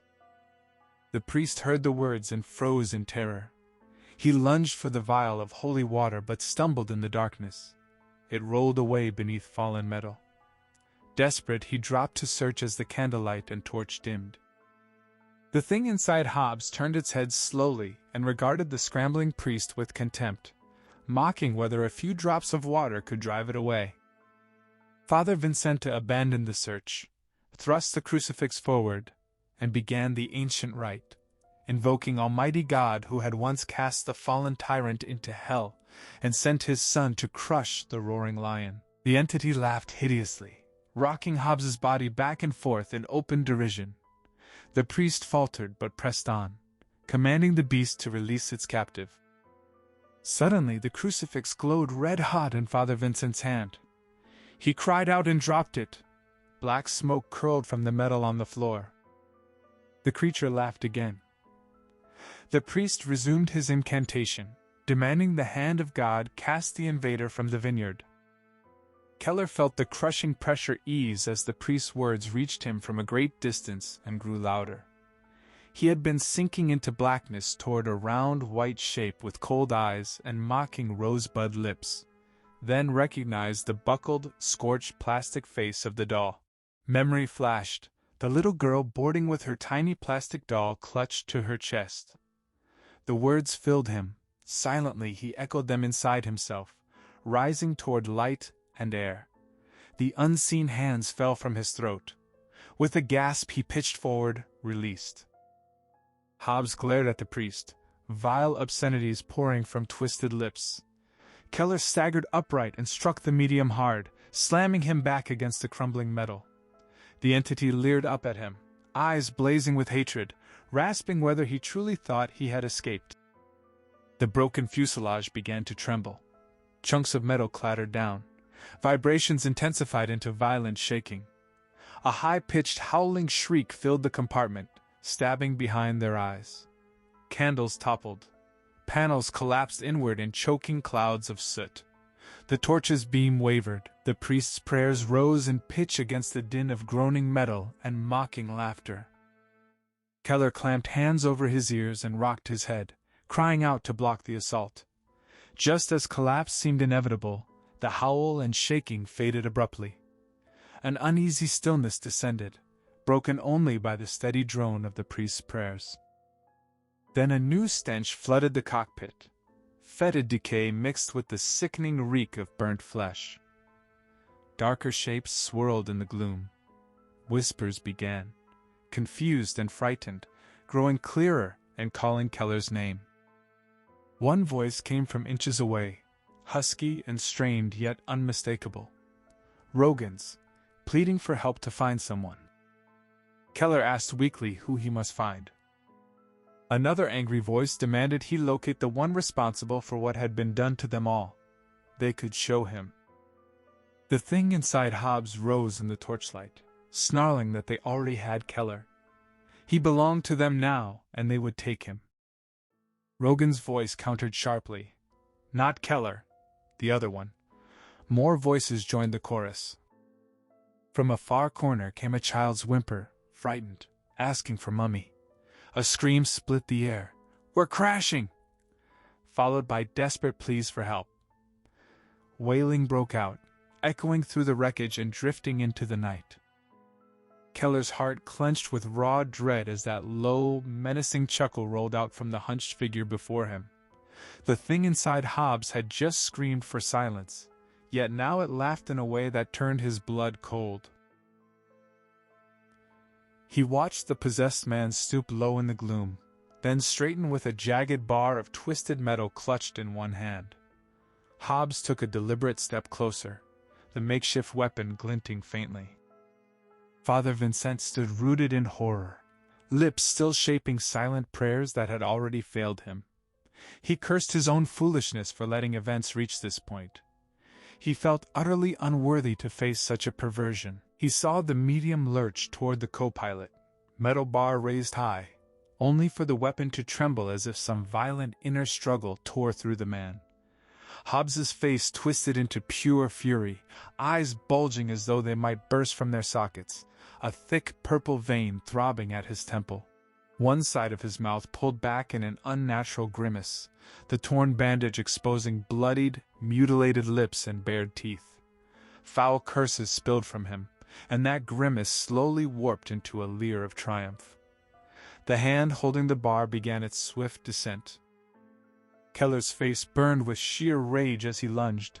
His shoulder slammed into Hobbs's chest, driving both men hard against the wall in a thrashing tangle of arms and legs.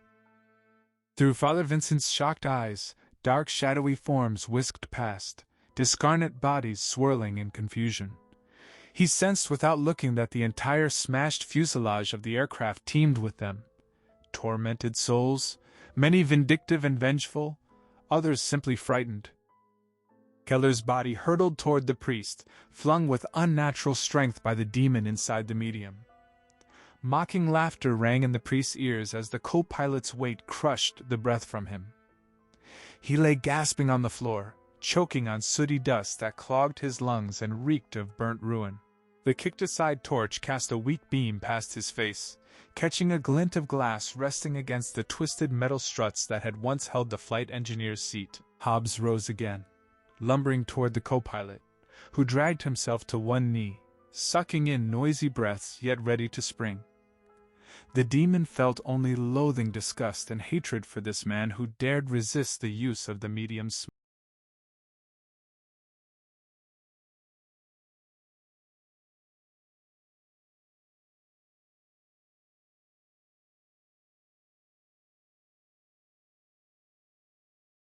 It steadied itself against the cockpit wall, wary of the treacherous floor now that its prey stood nearly within reach. The other spirits screamed at it, most urging the kill, a few still fighting its control as they had moments earlier when it nearly struck Keller down.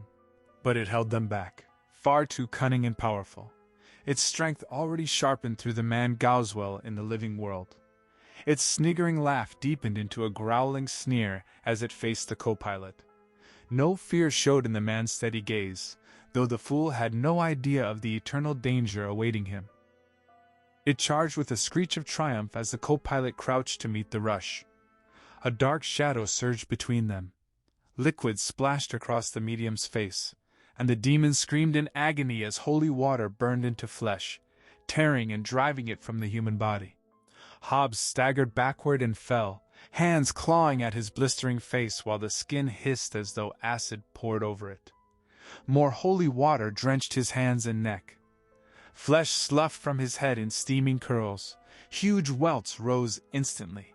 The demonic soul howled, twisting inside the body in unbearable torment. It was losing. Other spirits helped drive it out, the original sensitive reclaiming his form, and those still refusing to submit despite their confusion. The pain grew too great. It fled.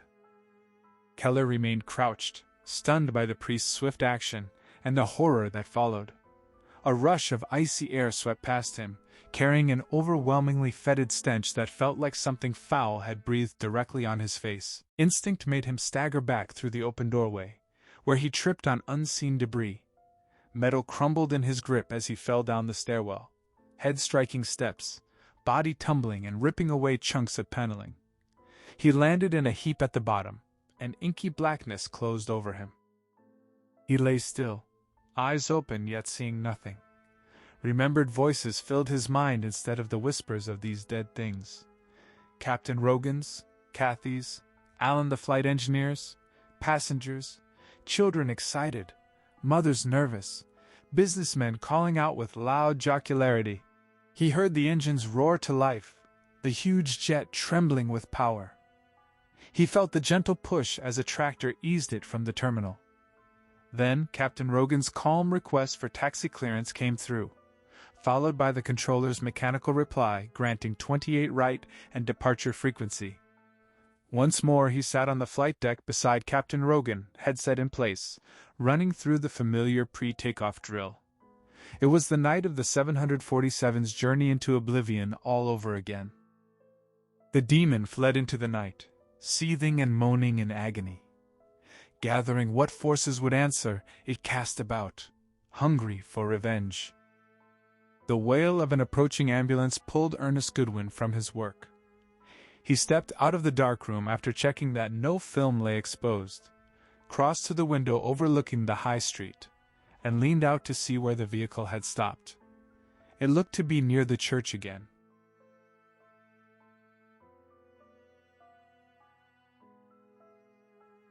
He clicked his tongue, wondering if the vicar had suffered another relapse. Reverend Bittlestone had only returned from hospital that afternoon. Shaking his head at doctors who discharged patients too soon, he closed the window firmly and turned back. He paused at the stack of freshly glazed prints waiting to be trimmed and picked up the one that always held him, the rows of sheet-covered corpses. A strange affinity stirred, as though he somehow knew the people beneath those blood-stained shrouds. He shrugged. After being on the scene the night of the crash, and spending hours alone with images of the Holocaust, he knew the disaster more intimately than anyone, almost as if he were one of the victims himself. He carried the print to the guillotine, positioned it against the guide, raised the blade, and trimmed a quarter-inch border from each side with swift, precise strokes. More prints still needed developing, but Martin had promised to return and help. He was eager to hear how the deal had gone. He took the corpse photo back into the darkroom, hardly noticing the sudden deep chill that had struck the room. Sealing the door behind him, Ernest placed the print on the workbench and turned to the enlarger. He slid fresh paper beneath the max, shiny side up, switched on the light, and timed the exposure with his stopwatch. No need to check focus or scale. He had already made dozens from this negative. Without glancing at the projected image, he slipped the paper into the developing tray, agitating the fluid gently. As the picture emerged, he expected the familiar shot of a lone jet engine lying mangled in the field, investigators with clipboards examining it, one lifting the displaced thrust cone. Instead, the strangest, most evil-looking man he had ever seen materialized on the paper. Naked and emaciated, the body twisted as if worms already devoured living flesh. The gaunt face grinned with wicked malevolence, eyes burning, broken teeth visible between glistening lips in a leering snarl. Sparse hair clung to the scalp. Deep perverse wrinkles etched the features like a barren, rocky landscape. Hunched shoulders led to an obscene thrust of rounded belly and pelvis, bony claws gripping an oversized, swollen penis while grotesquely elongated testicles dangled nearly to the knees. The spindly legs bore pockmarks of lingering disease.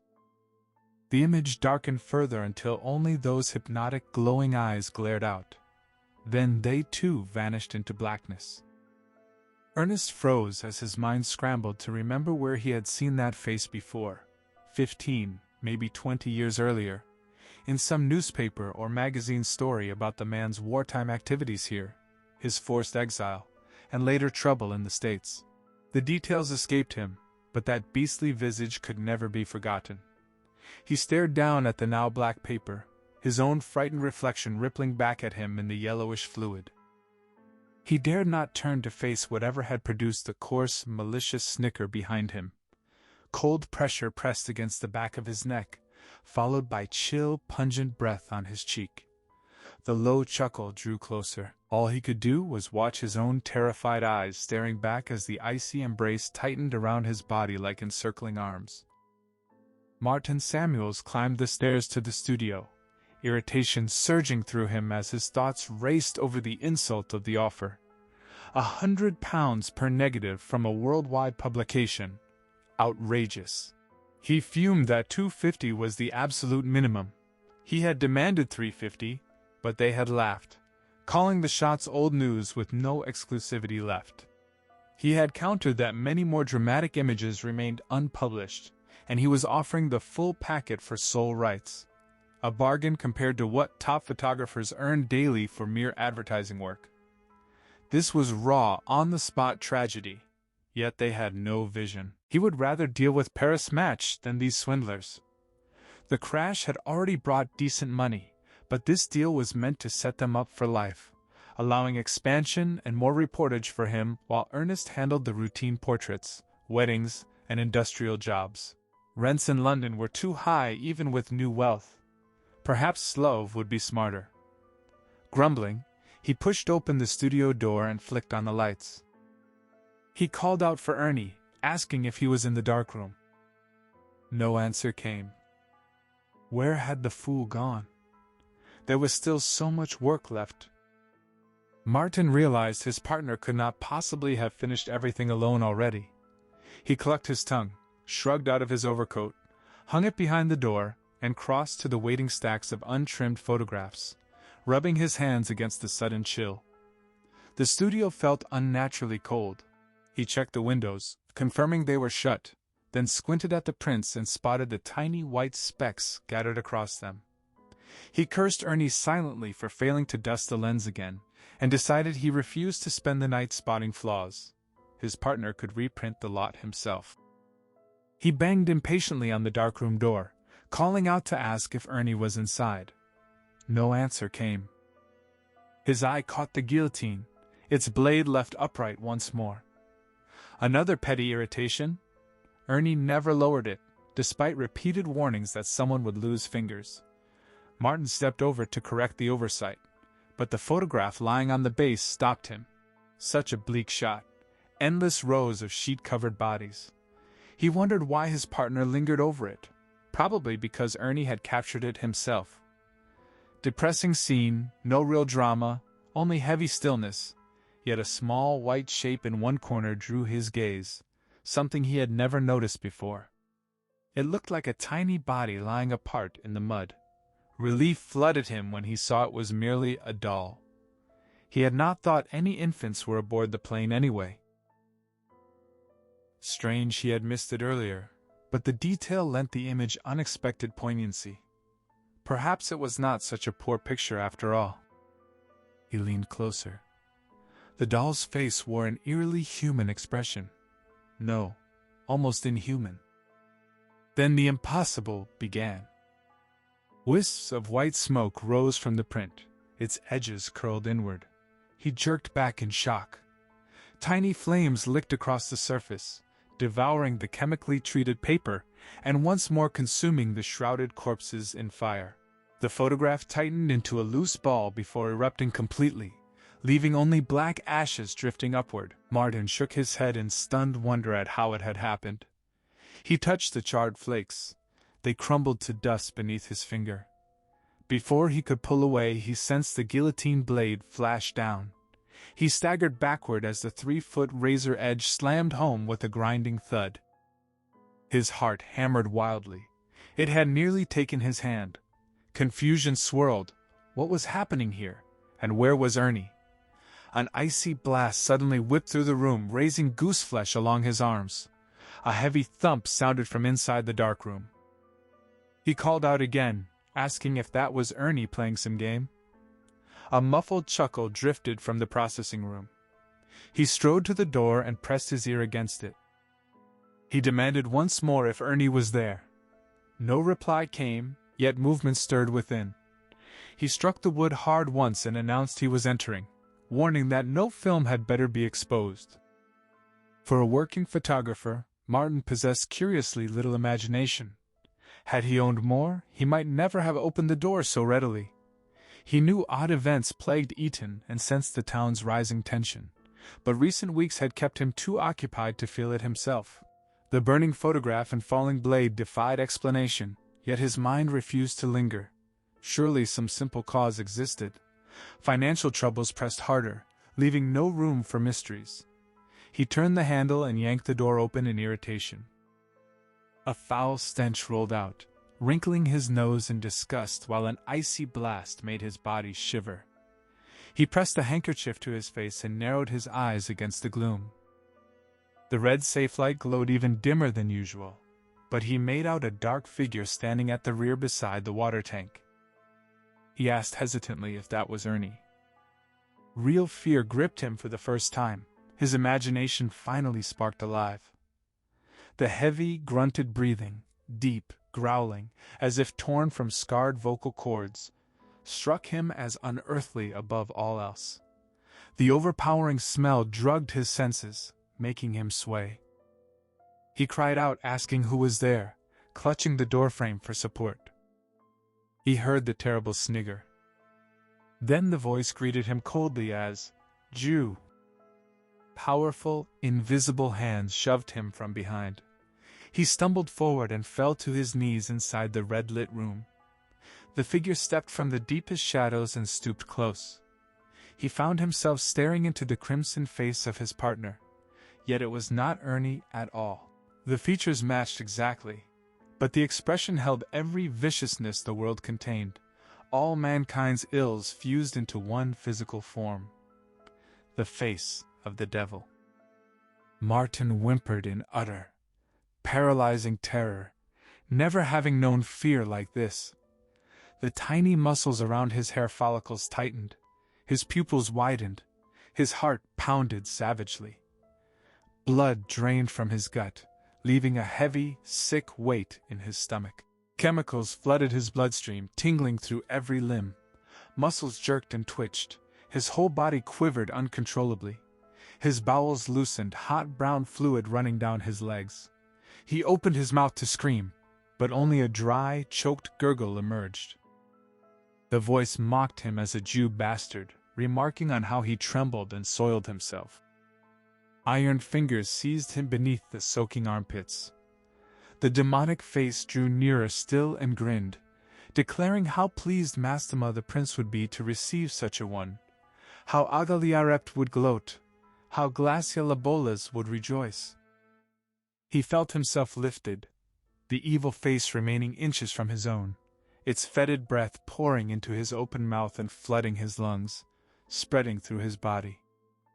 The voice taunted again, asking if the Jew had nothing to say, sneering at how his own partner carried him, and suggesting he call upon Yahweh for help, then loosed another growling laugh. His feet dragged uselessly as his plump body was hauled to the water tank. The cruel voice whispered that they believed they had destroyed it, the priest imagining water could kill. It explained how those religious fools erred. The water had burned it, yes, exactly as fire once consumed its body. But it was not dead and could never die. Martin finally screamed as he was dragged off his feet and bent over the tank. The scream turned into a gurgling roar when his head was thrust beneath the water, black and white prints swirling wildly around him. His nose crushed flat against the round-holed grill at the bottom. He fought to twist his neck for relief, but the hands pinning him proved far too strong. Water gushed into his screaming mouth and nostrils. Forced to inhale, it raced down his throat and filled his lungs, deadlier than the beast's breath moments earlier. A grayness seeped into his mind like a closing curtain, wiping away every vision. When the curtain fell completely, life slipped from him like a bored acquaintance. Once the body ceased its struggles and the short legs hung limp from their final kicks, the demon released its hold, letting the torso settle face down in the water. It strode from the darkroom, and as it passed the stacks of dried prints on the workbench they smoldered, then erupted into flame. It swept the rows of hanging negatives into one arm and hurled them to the center of the floor. It wrenched open cupboards, dragging out hundreds of yellow film packets and rectangular boxes of sheet film, flinging them onto the pile. Then it lifted several burning stacks of prints, ignoring the blisters rising instantly on its hands. Pain meant nothing to the demon, yet the subdued soul deep inside, Ernest Goodwin's, screamed and writhed in agony as flames devoured its body. The creature carried the burning stacks to the center and dropped them among the negatives and boxes. With a roaring whoosh, the dark gray negatives caught fire, swiftly engulfing the yellow containers. Ernest Goodwin's figure stood amid the growing inferno as the possessing entity laughed aloud. Fire had become an old friend. Once it had consumed its mortal shell, now it sustained the demon. It walked through the blaze, opened the studio door, and beckoned the others to follow. Far more remained to accomplish that night. On the flight deck, Captain Rogan's impatience sharpened as he requested clearance from London ground for Consul 2802. He loathed any delay in departure, the wasted fuel, the forced build-up of power in the four-jet engines. The hold had lasted only a minute so far, yet his foul mood stemmed from deeper personal wounds, turning the late takeoff into an added torment. The firm, metallic voice instructed them to hold. Rogan muttered irritably to himself, not into the headset. Keller glanced across at him. The captain kept his eyes fixed straight ahead into the night, avoiding the look. Keller's thoughts turned bitter. That marked the end of their friendship. Why had Beth refused to stay silent? What possible good came from confessing her unfaithfulness with his trusted friend and protégé? Plenty of other names existed. Why single out his? It had been nothing more than a one-night lapse, nothing serious. Unforgivable, certainly, yet among so many others likely worse, why mention him at all? Beth had wanted to strike Peter Rogan's pride where it hurt most, and she had succeeded. The betrayal stung, but the humiliation of being deceived by his own subordinate cut deepest. The question lingered, would Rogan tell Kathy? Keller had already decided he would confess himself at the first chance. No sense living under the threat of someone else exposing his secret. Kathy would suffer terribly, but honesty from him offered the only path. If her love proved strong enough, she would recover. If not, he shut the thought away. Whatever followed, he vowed he would never lose her. She had become too precious. Rogan was another matter. Real amends seemed impossible now, and knocking him down yesterday had only worsened things. He apologized silently to the skipper, hoping someday to make it right. The metallic voice returned, granting clearance for the flight planned route to Washington Dulles. Standard instrument departure, Daventry 2. Cruise at flight level 350, squawk Alpha 4208 with altitude. Captain Rogan read the details back with evident relief. Confirmation came promptly, directing them to contact 121.3. They reported reaching the holding point for 28 right. Cleared behind the landing DC-8 to line up and hold. Then cleared for takeoff. The 747 rumbled down the runway, gathering speed as jet thrusts pressed passengers and crew gently back into their seats. In seconds, V1 passed, the point of no return. Captain Rogan accelerated to VR, called for rotation, then smoothly lifted the massive nose. The giant aircraft rose with incredible power into the unresisting air, becoming a graceful colossus climbing through the night.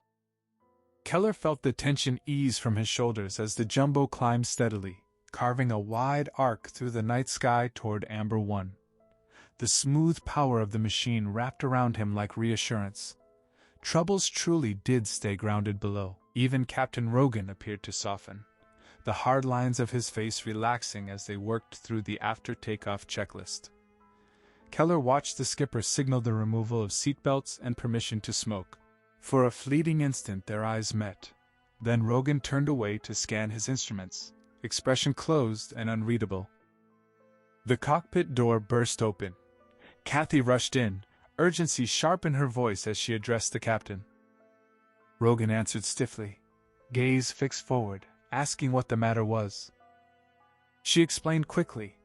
A first-class passenger had discovered a device in his briefcase.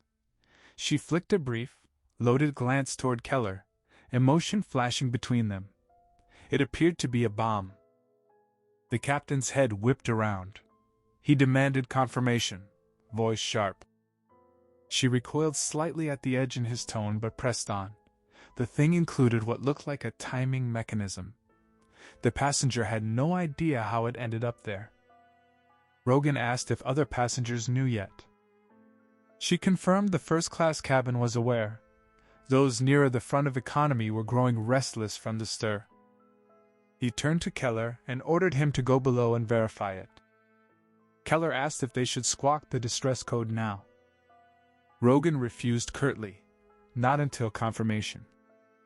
Kathy studied the two men, momentarily distracted from the threat below. She had never heard the captain address Dave with such coldness, not even in past crises. Keller had already unbuckled and stared at Rogan as though ready to protest.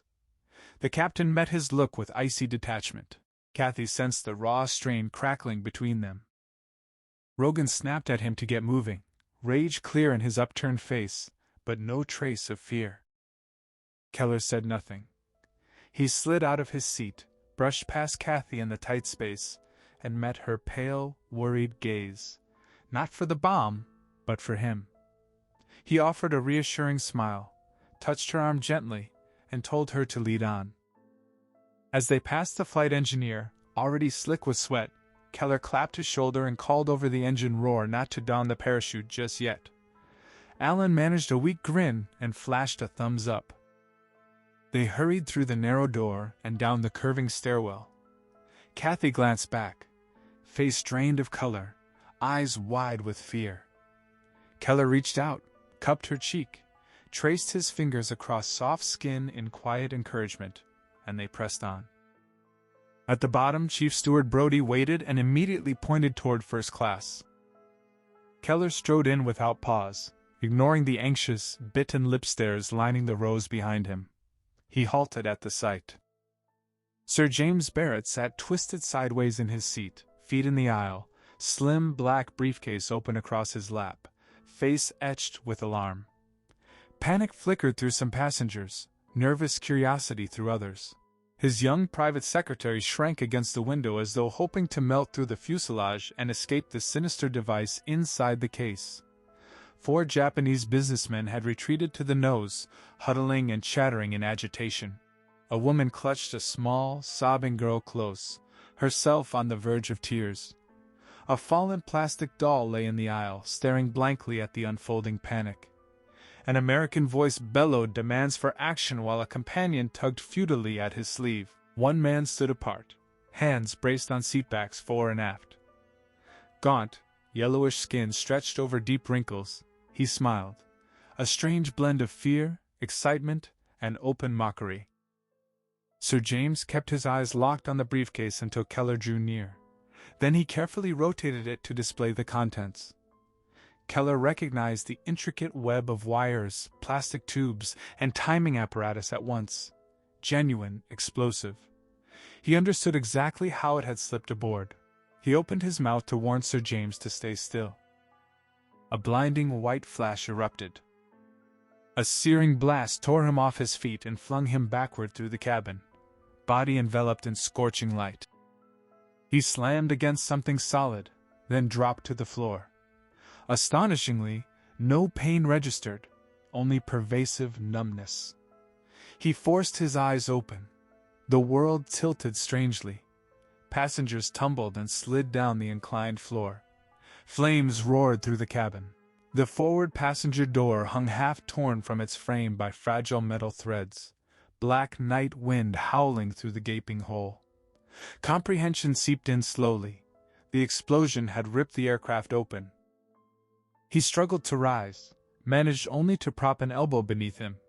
No pain still. He tried to shout as he saw Kathy crawling toward him, face a bloody mask, eyes huge with terror and compassion, mouth stretched in a silent scream. No sound reached him. The cabin had become a mute chaos. As darkness closed in and the horror began to fade, he caught her final, trembling, blood-smeared hand reaching for him, grief raw in her gaze. Then everything dissolved into peaceful blankness, a deep, restful void. Firm thumbs lifted his eyelids. He snapped awake, blinking against the intrusion, and stared up into Father Vincent's worried face. The priest asked if he was all right and warned him not to move until fractures could be ruled out. Keller lay still while careful hands probed for breaks. Memory crashed back. The bomb, the detonation, the plunging cabin, Kathy's anguished, bloodied face reaching for him. Tears pricked his eyes. He blinked them away fiercely. Perhaps forgetting would have been kinder. Yet certainty settled now. The rift with Rogan had played no role in the 747's destruction. Neither he nor the captain bore neglect. The disaster had lain beyond their control, and he knew precisely how the bomb evaded detection. He tried to sit up. Restraining hands held him. Father Vincenti urged patience. He was nearly finished.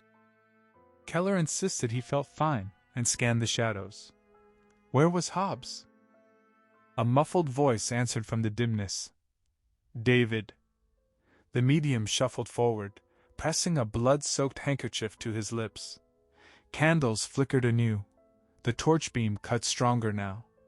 A hushed stillness cloaked the wreckage.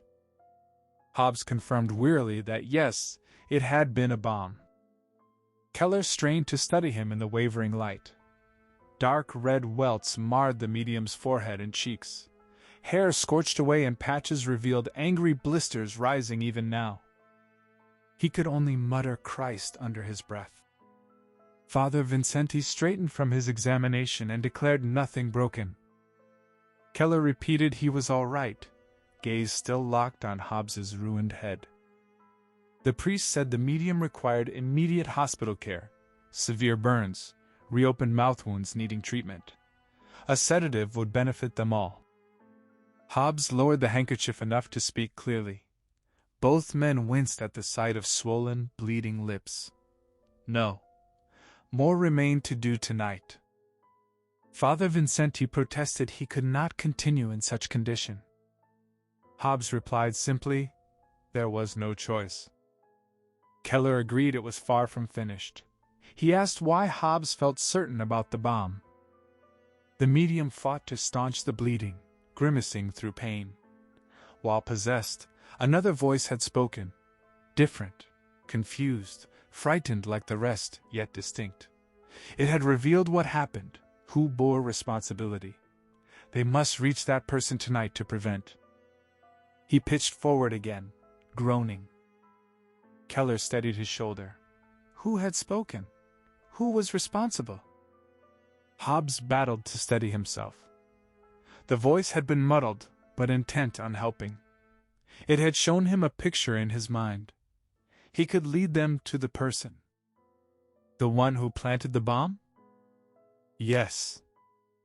Father Vincente asked how. A mental image the person had shown him. The priest declared it police business. No time. Keller concurred. How could they possibly explain any of this to authorities? Hobbs urged haste. They had to reach the place tonight. With help from both men, he rose unsteadily but managed to stand. Thoughts raced through Keller. Sir James had carried the bomb aboard. As a director of the airline, among others, he enjoyed the informal privilege of bypassing routine customs and baggage checks, often boarding with the crew. A courtesy not always invoked, yet clearly used this time, so straightforward. But who had placed the device? What kind of madness targeted one man by slaughtering over 300? Or had indiscriminate murder been the goal? Why had Sir James remained unaware until after takeoff? Questions multiplied. His own survival puzzled him less now. He recalled rare cases where victims directly in an explosion's path escaped unharmed. The rushing air sometimes propelled them ahead, forming a momentary shield. His body had struck an obstruction, spun partly into the stairwell. That deflection might have spared him the full fire flash. When the aircraft nosedived, the loose door tore free, scraping the wing as Tusen guessed, and Keller, near the opening, had been ejected into soft field mud. Relief washed through him. No fault lay with him or Rogan. The crash stemmed from sabotage beyond their reach. Yet the relief carried unease. They clambered out of the wreckage, startled that the fuselage held together at all, more startled that no police awaited them. Surely the crash's roar had drawn notice. Father Vincenti pointed eastward toward Eton's High Street. The night sky burned red there, flames leaping high. One of the shops or buildings along the street had ignited. The fire was spreading.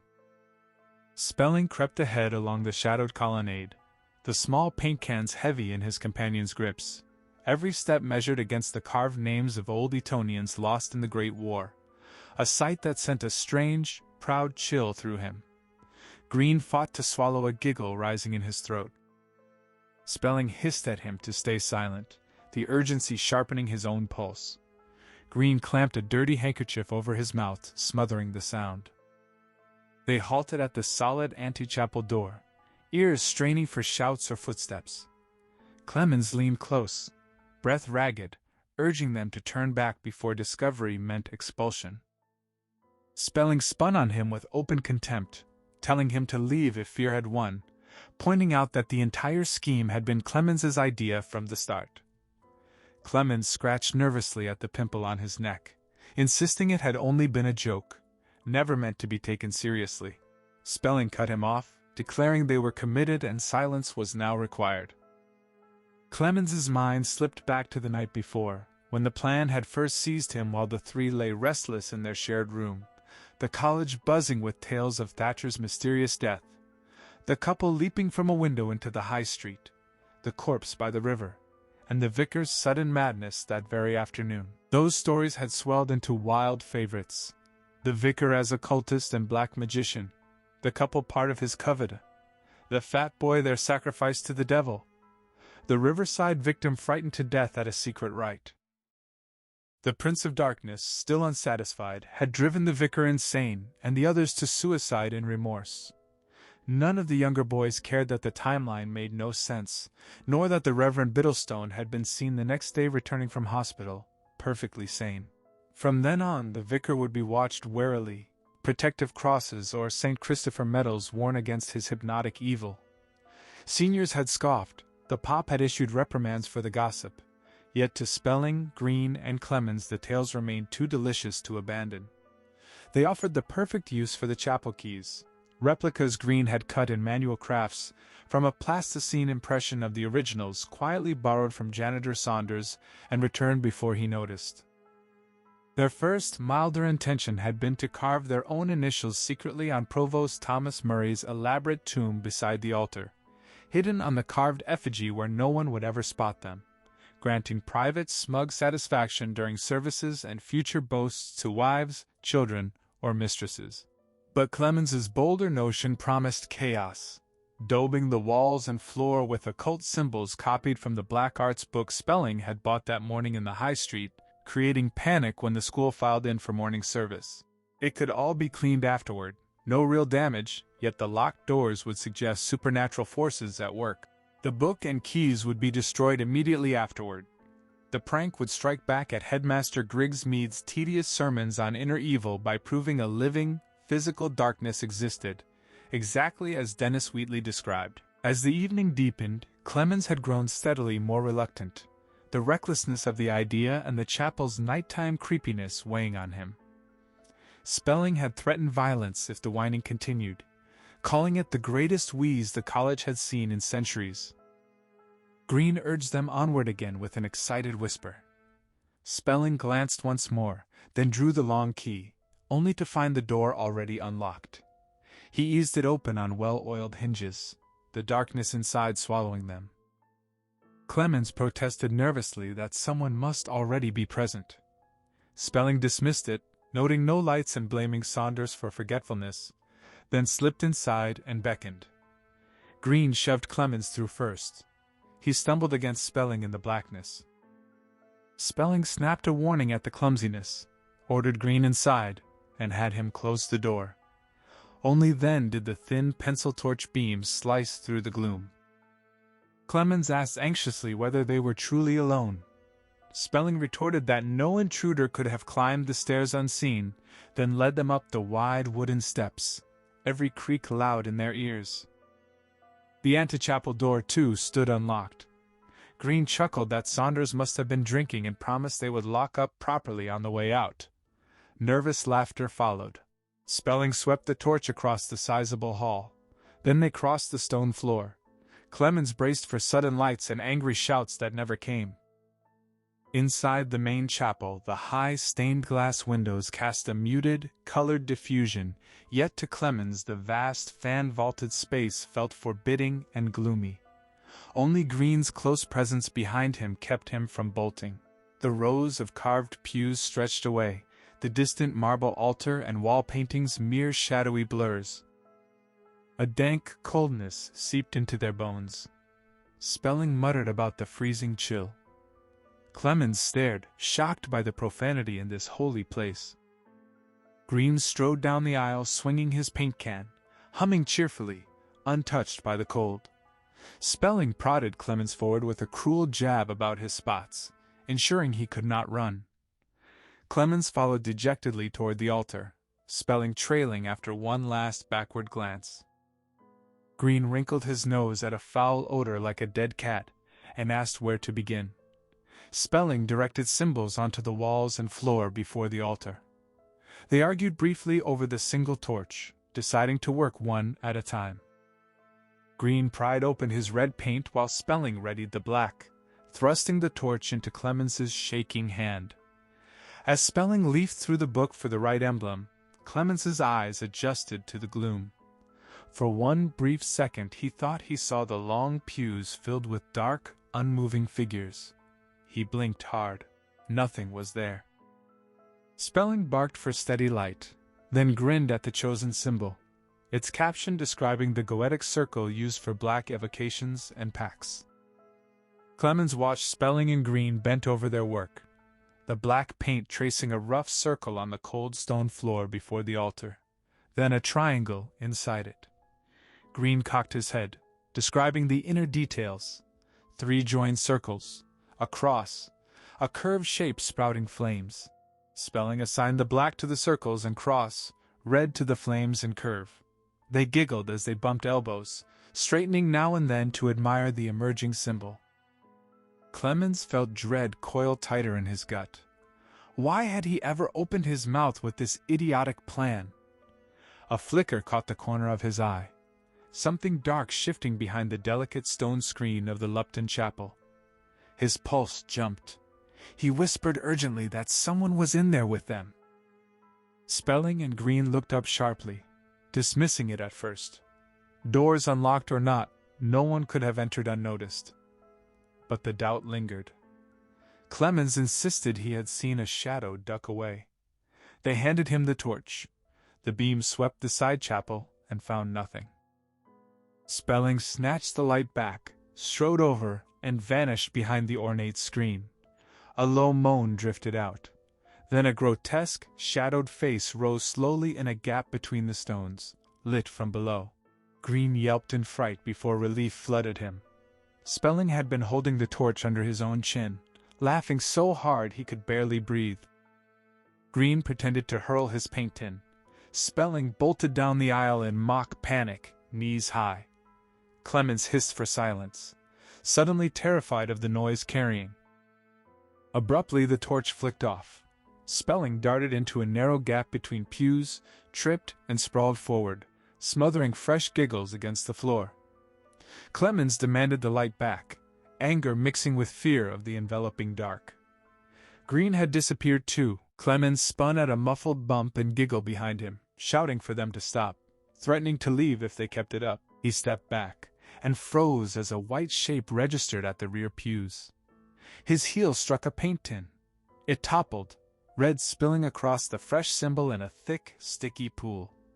He scrambled away to save his shoes, knees buckling against the front pew seat. He dropped hard, chest heaving, staring straight ahead at the motionless white blur across the aisle. A pale, claw-like hand clamped onto his shoulder. Green's voice barked "Boo!" right behind him. Clemens screamed and collapsed, clawing backward across the stone. Green snapped at him to be quiet. Did he want the whole college to hear? Then glanced across and faltered. He asked uncertainly if the white shape was spelling. Clemens followed his gaze. A low, husky chuckle answered from the darkness. More shapes materialized along the pews. Dark, nebulous, never quite still yet barely moving. A murmuring rose, at first a whisper, then swelling until it pressed into their skulls. Above it came snarling laughter from the white figure opposite. A stench of charred flesh rolled through the air in sickening waves. Spelling, still sprawled where he had fallen, felt his back lock rigid. He reached to push himself up, and his fingers brushed something brittle, flaky. They traced along what felt like a leg, then closed around a crispy ankle. Horror yanked his hand back. He looked up into a grinning, almost fleshless skull. He scuttled backward on all fours down the narrow gangway, past twisted, disfigured faces peering down, fingerless hands pointing. Whispers followed him. He reached the aisle whining, crawling blindly toward the rear, away from the altar, away from his frozen friends, refusing to let the full truth crash in. The chapel thrummed with the voices of the dead, thick with the reek of decomposition. Spelling glimpsed a white figure rise from a rear pew and glide down the gangway toward Clemens and Green. Tears streaked his face as he scrabbled backward, knees scraping raw. Dark forms rose and converged on his friends. The white-clad figure reached for one boy sprawled on the floor. The other sank to his knees, trapped, face pale above the pew back. Then a writhing mass of shapes swallowed them all. Only then did Spelling scream, lurch to his feet, and flee the main chapel. Grigsmead strode through the cloisters, eyes probing every shadow, the night walk a ritual of quiet nostalgia. Ghosts of Walpole, Pitt, Shelley, Gladstone whispering through centuries-old stone. Tonight, though, pressure had built inside him all day, a nagging insistence that something was wrong. He passed under Lupton's tower, hurried down Schoolyard's cobbled center path. At the statue of Henry VI he paused, turning slowly, senses straining. His gaze kept dragging back to the looming chapel, its high windows black voids against the night. A faint rustle drifted across the quadrangle, perhaps only the pulse in his own ears. Then a sharp, shrill scream cut through, high and panicked like a girl's. He broke into a run, cutting diagonally toward the antechapel entrance. Footsteps hammered down the inner wooden stairs, frantic, fleeing. He shoved the door wide. A small body hurled itself against him, limbs thrashing, throat emitting strangled screeches. The impact staggered him, but he seized an arm, shook the boy hard to steady him, then dragged him into the yard's faint light. The face was pale, tear-streaked, mouth frozen open, eyes locked on the doorway behind. Recognition flickered, name later, but the terror was immediate and absolute. Grigsmead started back toward the chapel, fury rising at the violation. The boy fought wildly, collapsing to his knees, screams dissolving into refusals. Torn between comfort and duty, the headmaster chose. He left Spelling curled on the ground and charged through the dark entrance, up the stairs. Cold slammed into him in the antechapel, like stepping into a freezer. He pushed on, anger driving him into the main chapel. He halted, mind reeling. The vast hall seethed with dark, wavering forms, undulating, fading, reforming whenever he tried to fix on one. Colored light from the windows only deepened the confusion. A tumultuous howl filled the space, yet resolved into countless coarse, parched whispers when he listened closer. At the front, near the altar, a white-coated figure stood amid the throng, clutching two smaller bodies tight. Fascination pulled Grigsmead forward. Horror screamed for retreat. Duty overruled both. Those were his pupils in mortal danger. The premonition that had haunted him all day had been right. He walked deeper into the chapel, governed by nothing more than the overriding need to protect what was his. Grigsmead felt the hush fall across the chapel the instant he stepped deeper inside. The hazy shapes turned toward him as one, then drifted aside like smoke, opening a clear path down the long aisle so his eyes could fix on the white-coated figure still gripping the two boys by their throats.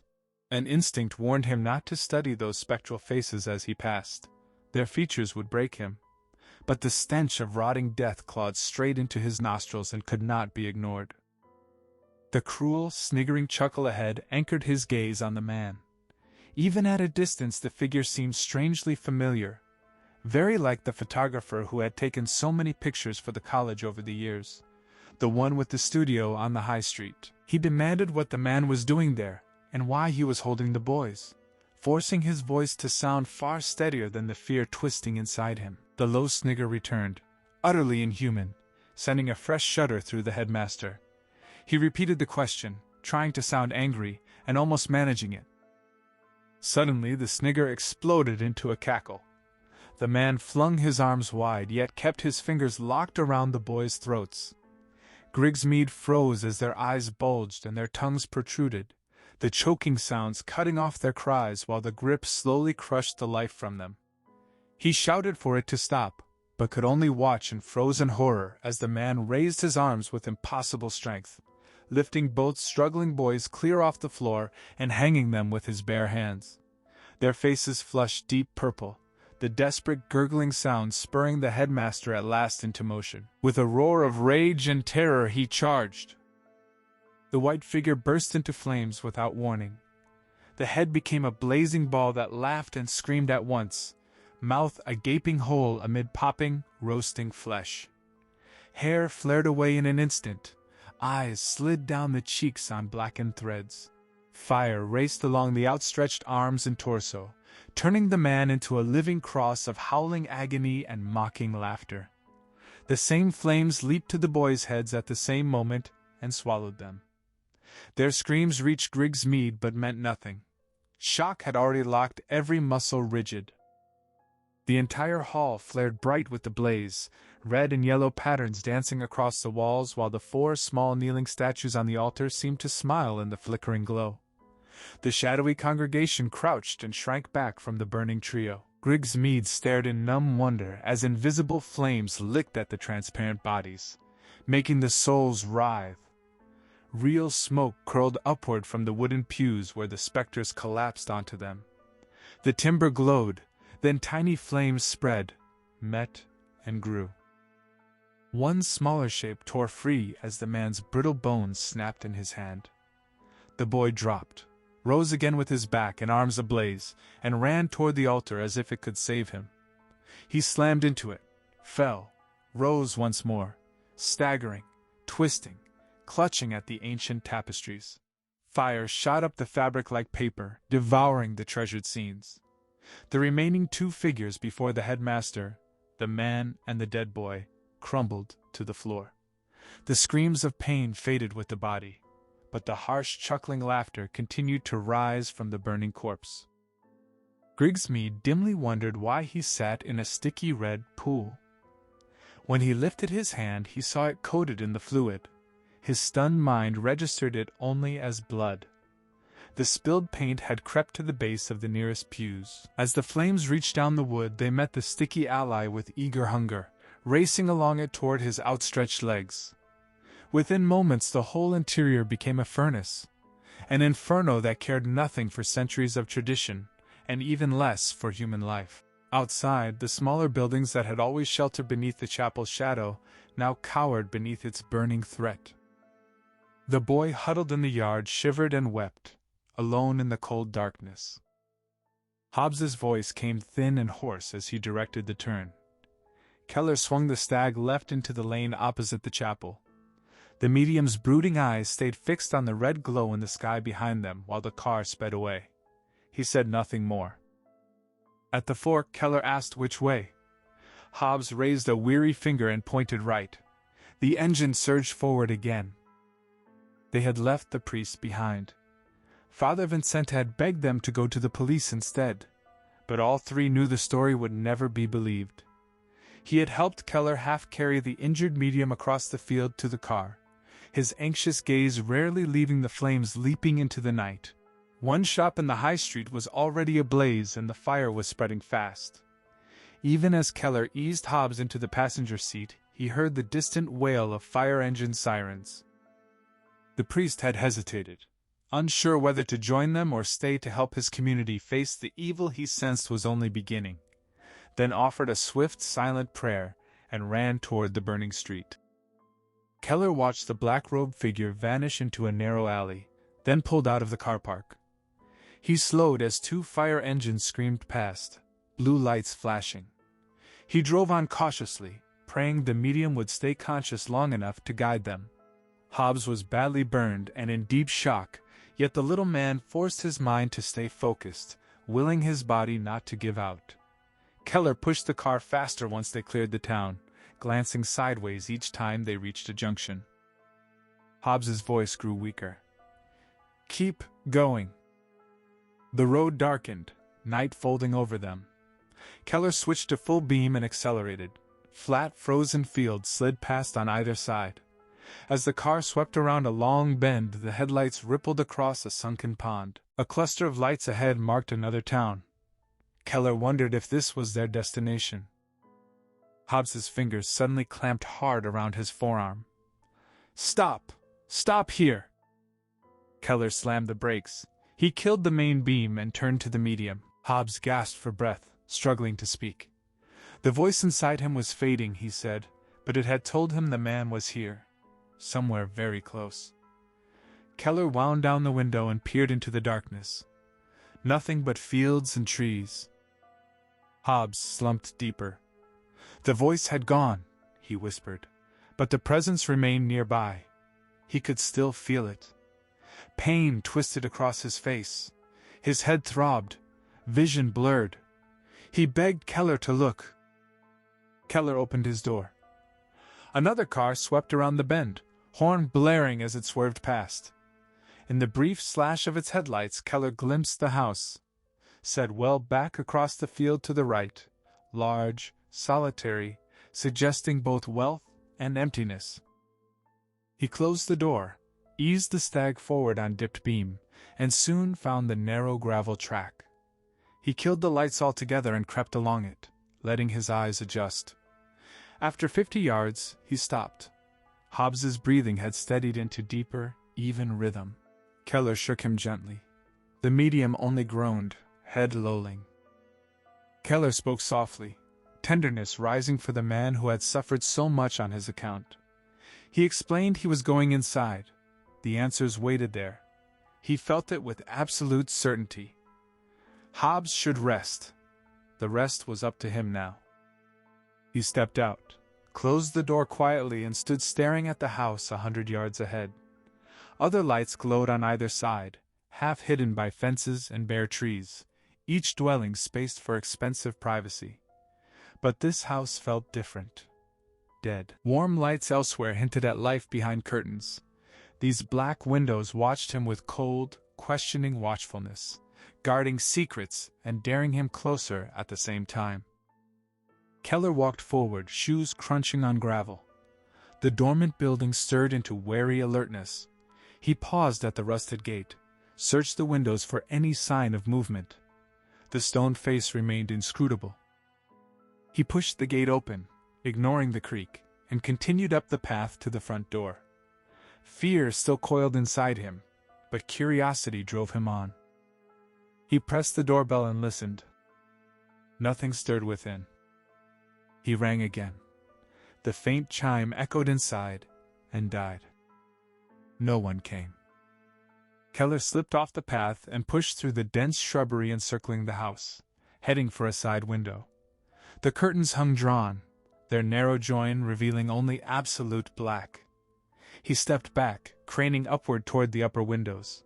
A faint twitch, real or imagined, rippled across one curtain. He returned to the front door and pressed the bell again.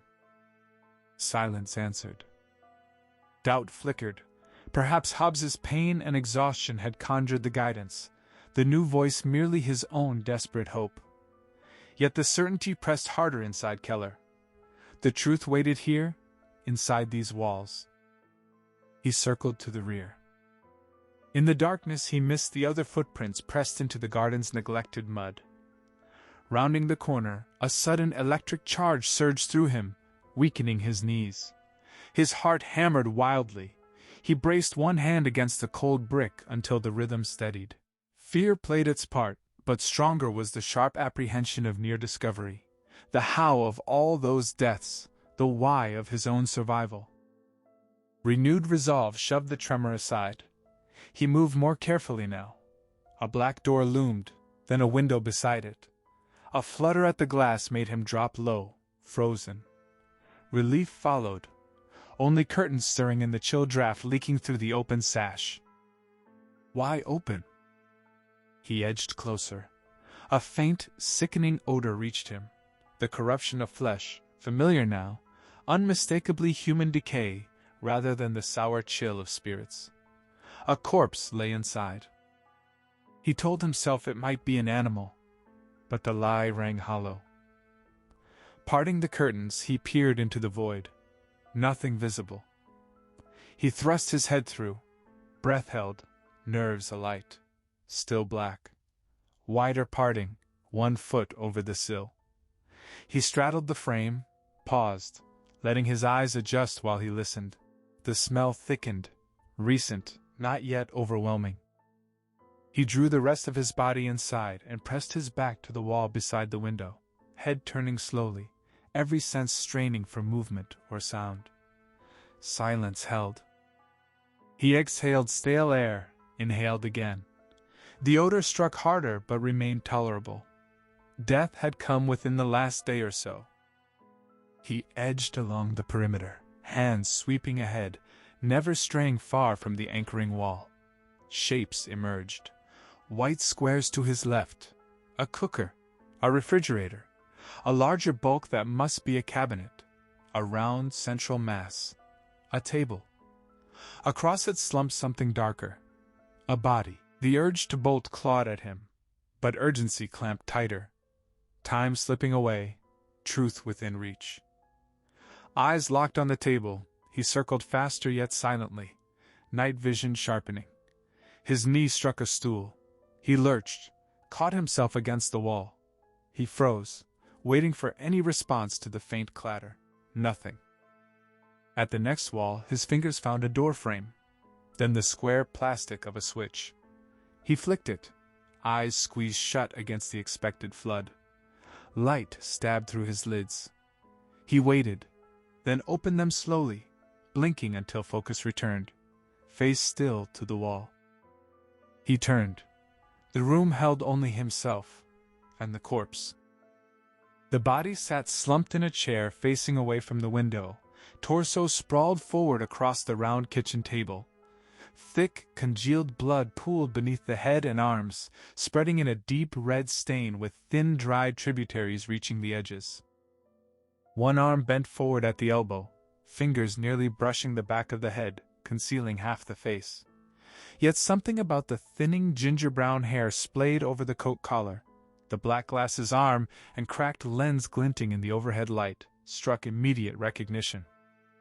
Keller circled the table, anguish already rising, lips compressed in fury. He gripped a shoulder and pulled the body upright, fingers slick with drying blood. Harry Tusen stared back with wide, vacant eyes, mouth slack, corners downturned. His face had drained to ghostly white, tinged faintly yellow and blue near the ears. A long, deep slash gaped across his throat. Shirt, jacket, and overcoat front soaked brownish red, chest crusted with still viscid blood. Glasses tilted crookedly across his nose, one lens split cleanly in two. Keller clenched his fists, eyes shut tight, a low groan escaping as sorrow and rage fused. Harry must have pieced it together. The bomb's placement, the link to Sir James Barrett, the owner of this house. He had come here alone. The killer had silenced him for it. Why hadn't the investigator called the police? Why face this conceited fool alone? And where was the man now? His gaze dropped to the blood smeared on the floor near the open window. He had stepped in it on entry. Had Tusen been killed climbing through? How had the murderer known? Why leave the body so exposed? The stiffness and odor suggested at least 24 hours. The cold weather had slowed decay, but not much longer. Disgust rose at the mold-furred loaf sitting like an island in the Red Sea. Anger flared. He snatched it up and hurled it across the room. His foot nudged something on the floor. The long bread knife, blade dulled crimson. He picked it up with revulsion, set it on the table. Forcing calm, he reasoned. The house spoke of wealth, isolation, privilege. A rival to Barrett's many ventures? Enough hatred to slaughter dozens for revenge? Or had Barrett been a convenient carrier, his crew boarding privilege bypassing searches? Too risky, too imprecise. Yet Tusen had found the connection, and paid. A chill thought, had Tusen's spirit guided them here through Hobbs? The others had tried, only to be blocked by the dominant presence that refused to leave the earthbound plane. Keller marveled again at how readily he now accepted this other reality. Too much evidence had stripped away denial. A muffled thump overhead snapped him alert. The man was still inside. He felt it. He crossed to the kitchen door, ear pressed to the wood. No sound. Handle turned slowly. Light switched off. Door eased open into deeper dark. He waited, breath held, ears straining. A faint creak, settling timbers, sent his pulse racing. His eyes adjusted. The hallway stretched long and wide. At the far end, a rectangular window showed paler gray. Above it to the left, a fanlight. Headlights from a passing car swept through, casting sharp yellow rectangles across the opposite wall like a fleeting searchbeam before fading. The glow revealed a doorway to his right, stairs ascending left. He stepped in, peered up through the balustrade. Blackness swallowed the top. Time blurred. Seconds or minutes, until another thump from above spurred him. He started forward, then remembered the knife. Back to the kitchen, he retrieved it, glancing once more at Tusen's shadowed form. Though unseen, those dead eyes seemed to demand justice. Knife clutched before him. He crept to the stairs and began to climb, pausing every third step to listen. Shadows pooled too deeply, too many hiding places. At last he reached the landing, crouched low, scanning. The air grew colder still, a draft seeping in as though the house itself exhaled.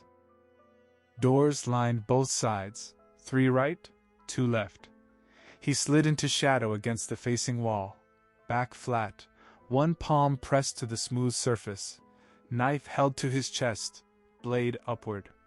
Which room? Instinct, or something sharper, insisted the man was near. Only one way forward. He stepped to the first door, twisted the handle, kicked it wide.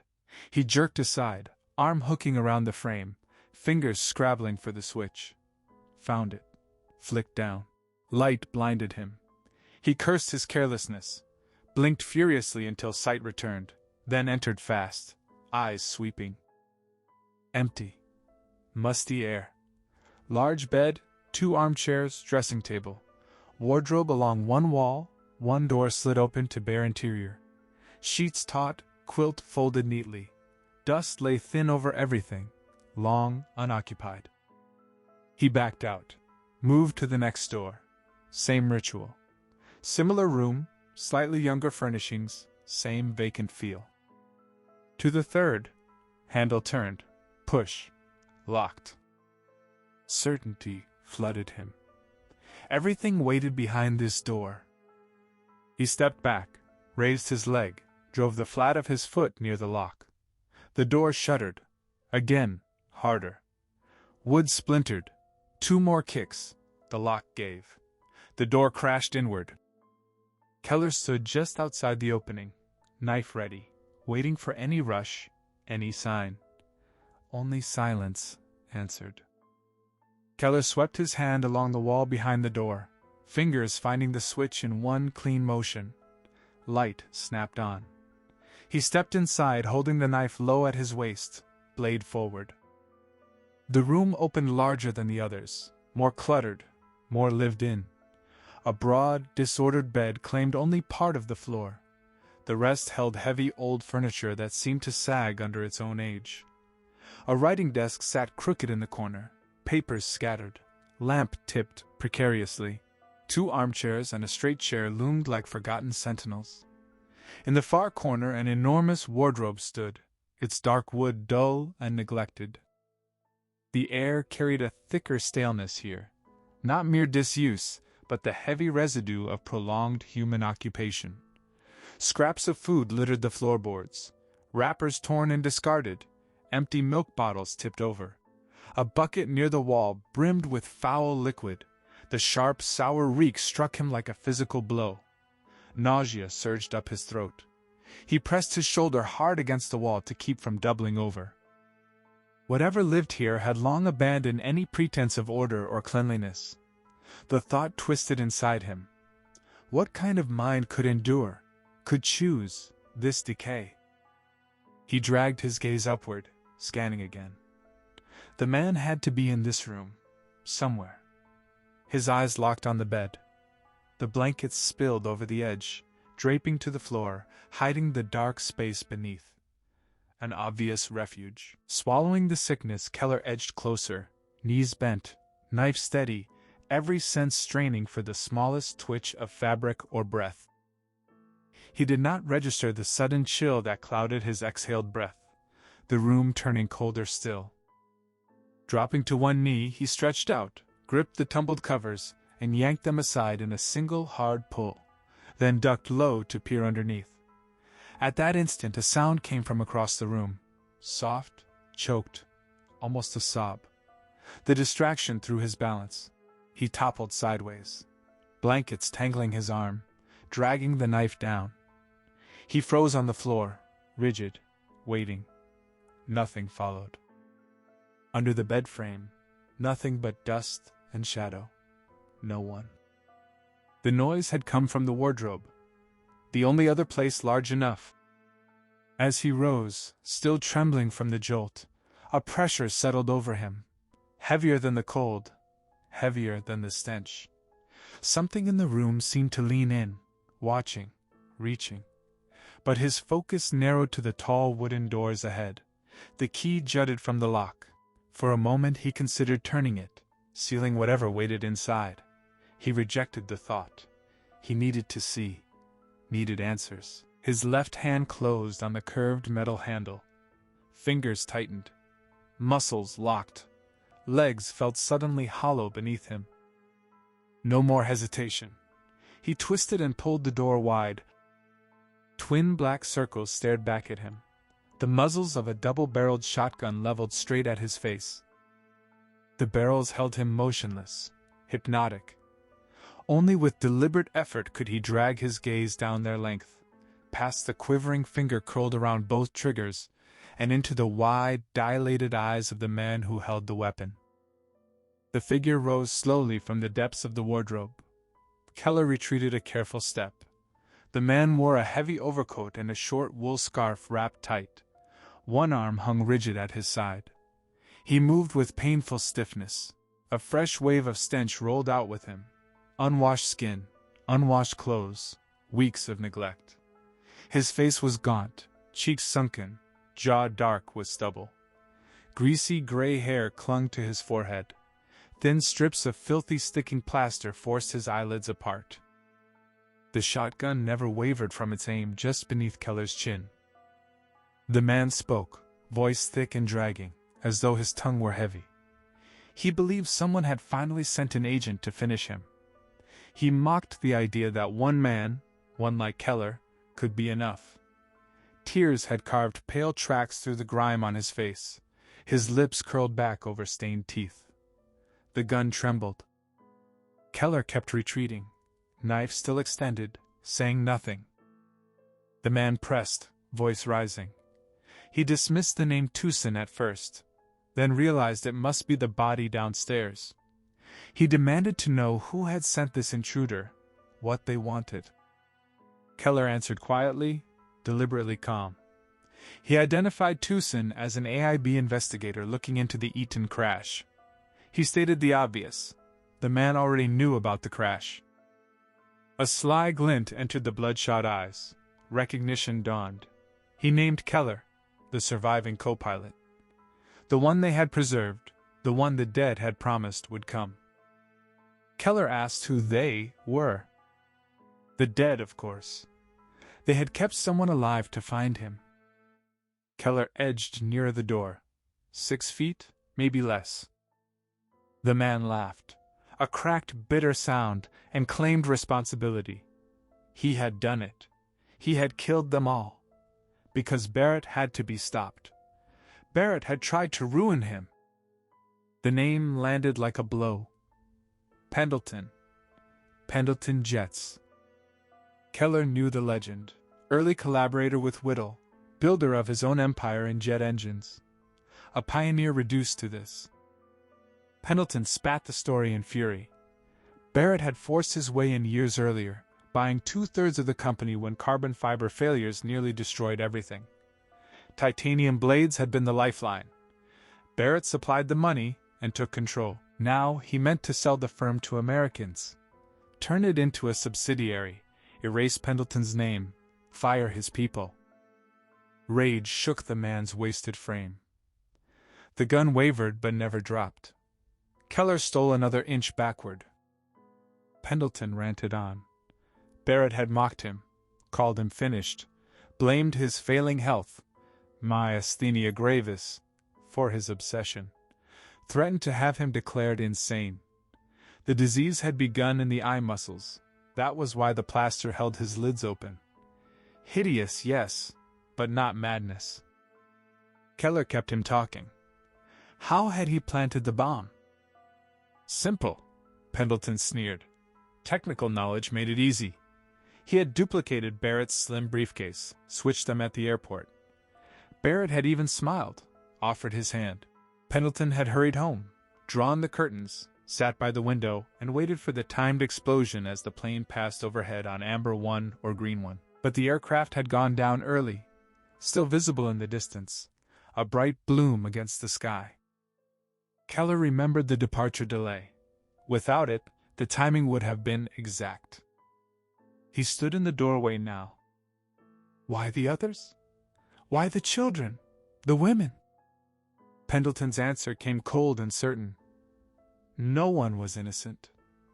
Children became men like Barrett. Women, like his own wife and daughter, abandoned those who needed them. Everyone destroyed something. Everyone was guilty. Keller readied himself to dive into the dark hall.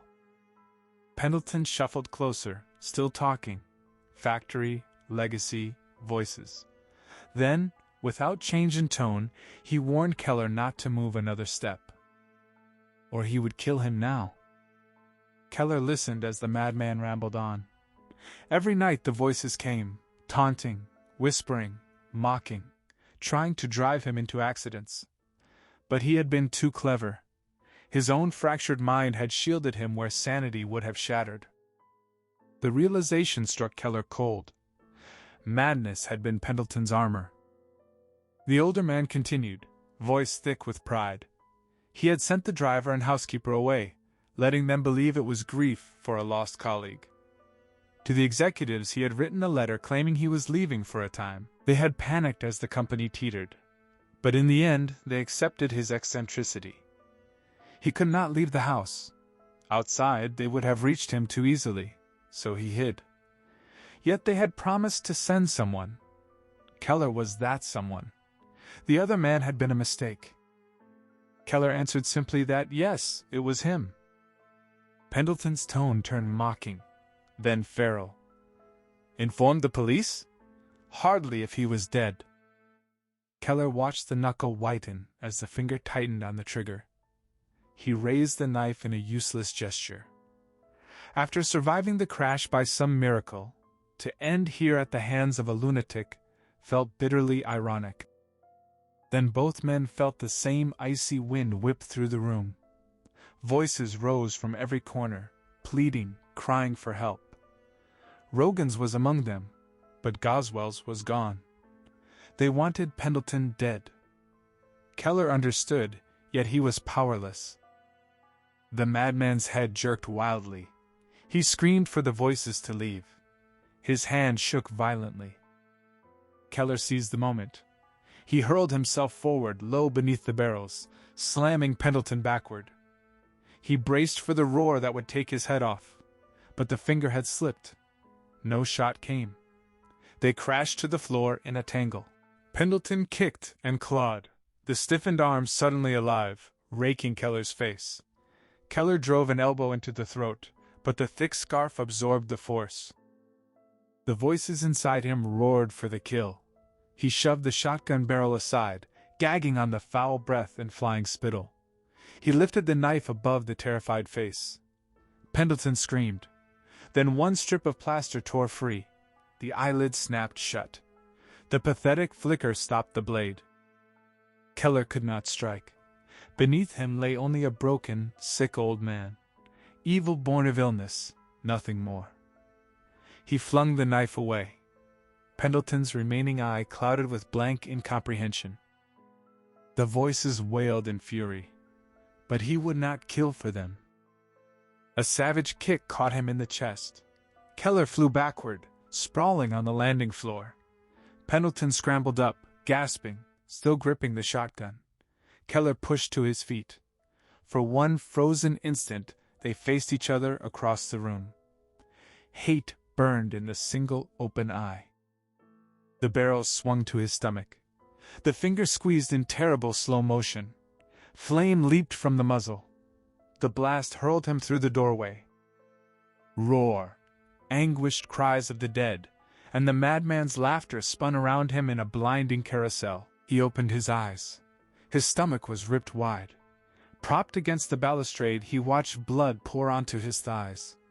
Shirt and trousers torn away, glistening intestines slid out with the flow, steaming in the cold air. No pain, only shock. His hands shook as he pushed the warm, slippery organs back inside, trying to hold life in. Then, impossibly, he rose.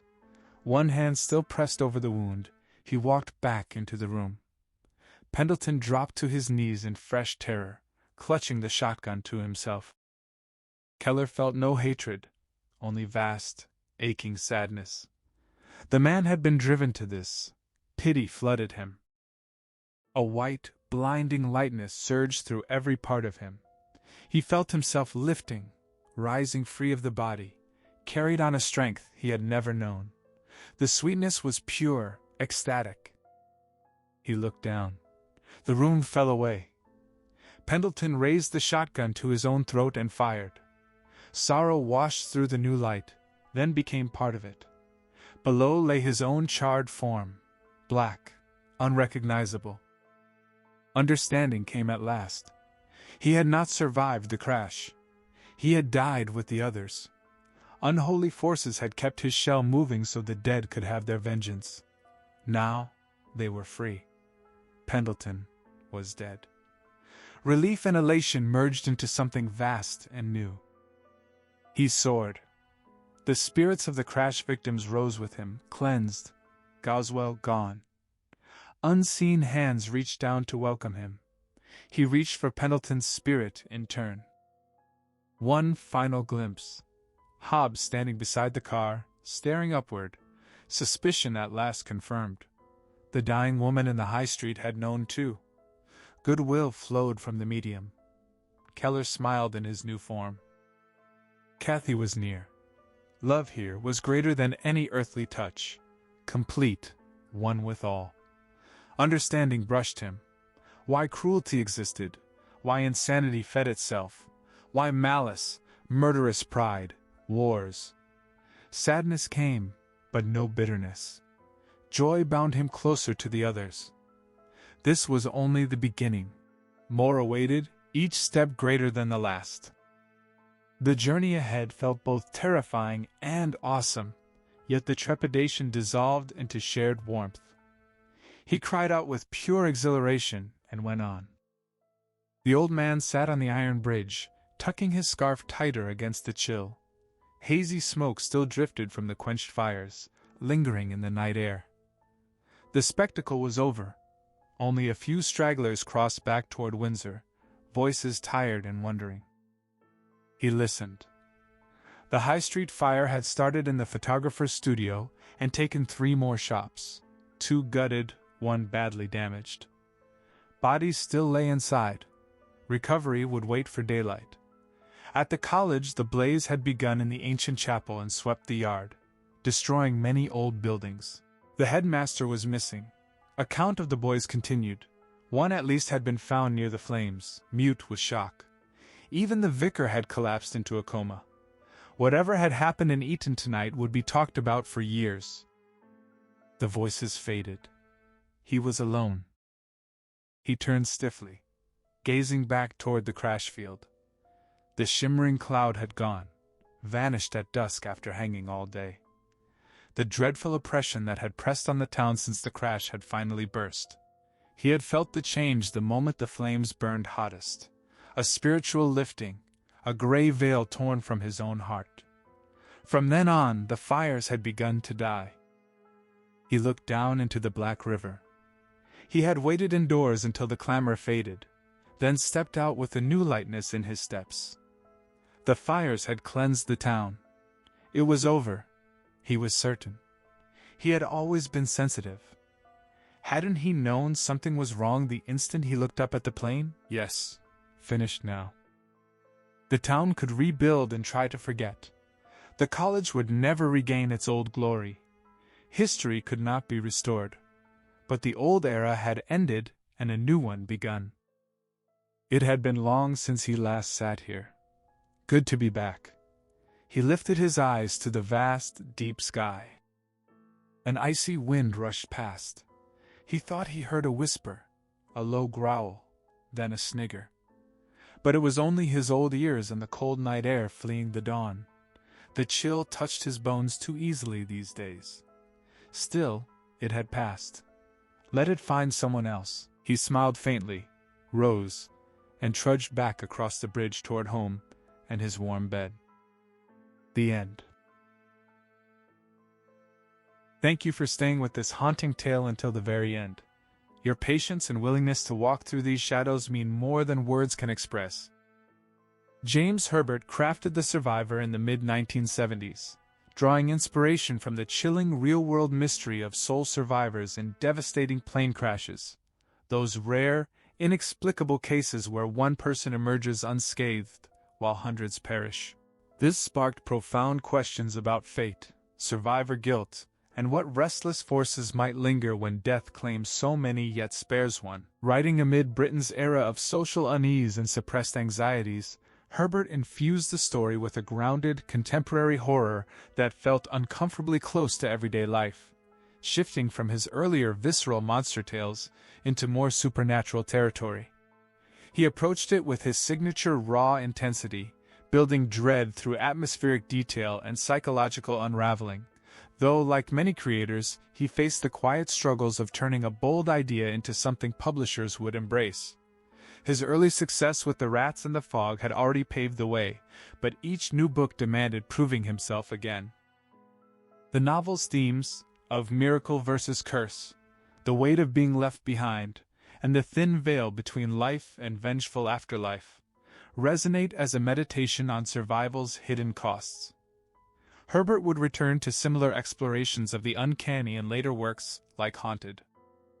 The story found new life in the 1981 Australian supernatural horror film adaptation, directed by David Hemmings, known for his iconic acting in Blow Up and Deep Red, and bringing a cerebral, atmospheric style here rather than overt gore. Starring Robert Powell as the tormented pilot Keller, Jenny Agutter, and in his final feature role, the legendary Joseph Cotten as a priest.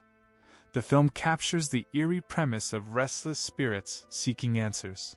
While it stays faithful to the core idea of the crash and the haunting aftermath, it tones down some of the book's graphic intensity and psychological depth, streamlining the plot for the screen and opting for a more restrained, suggestive tone.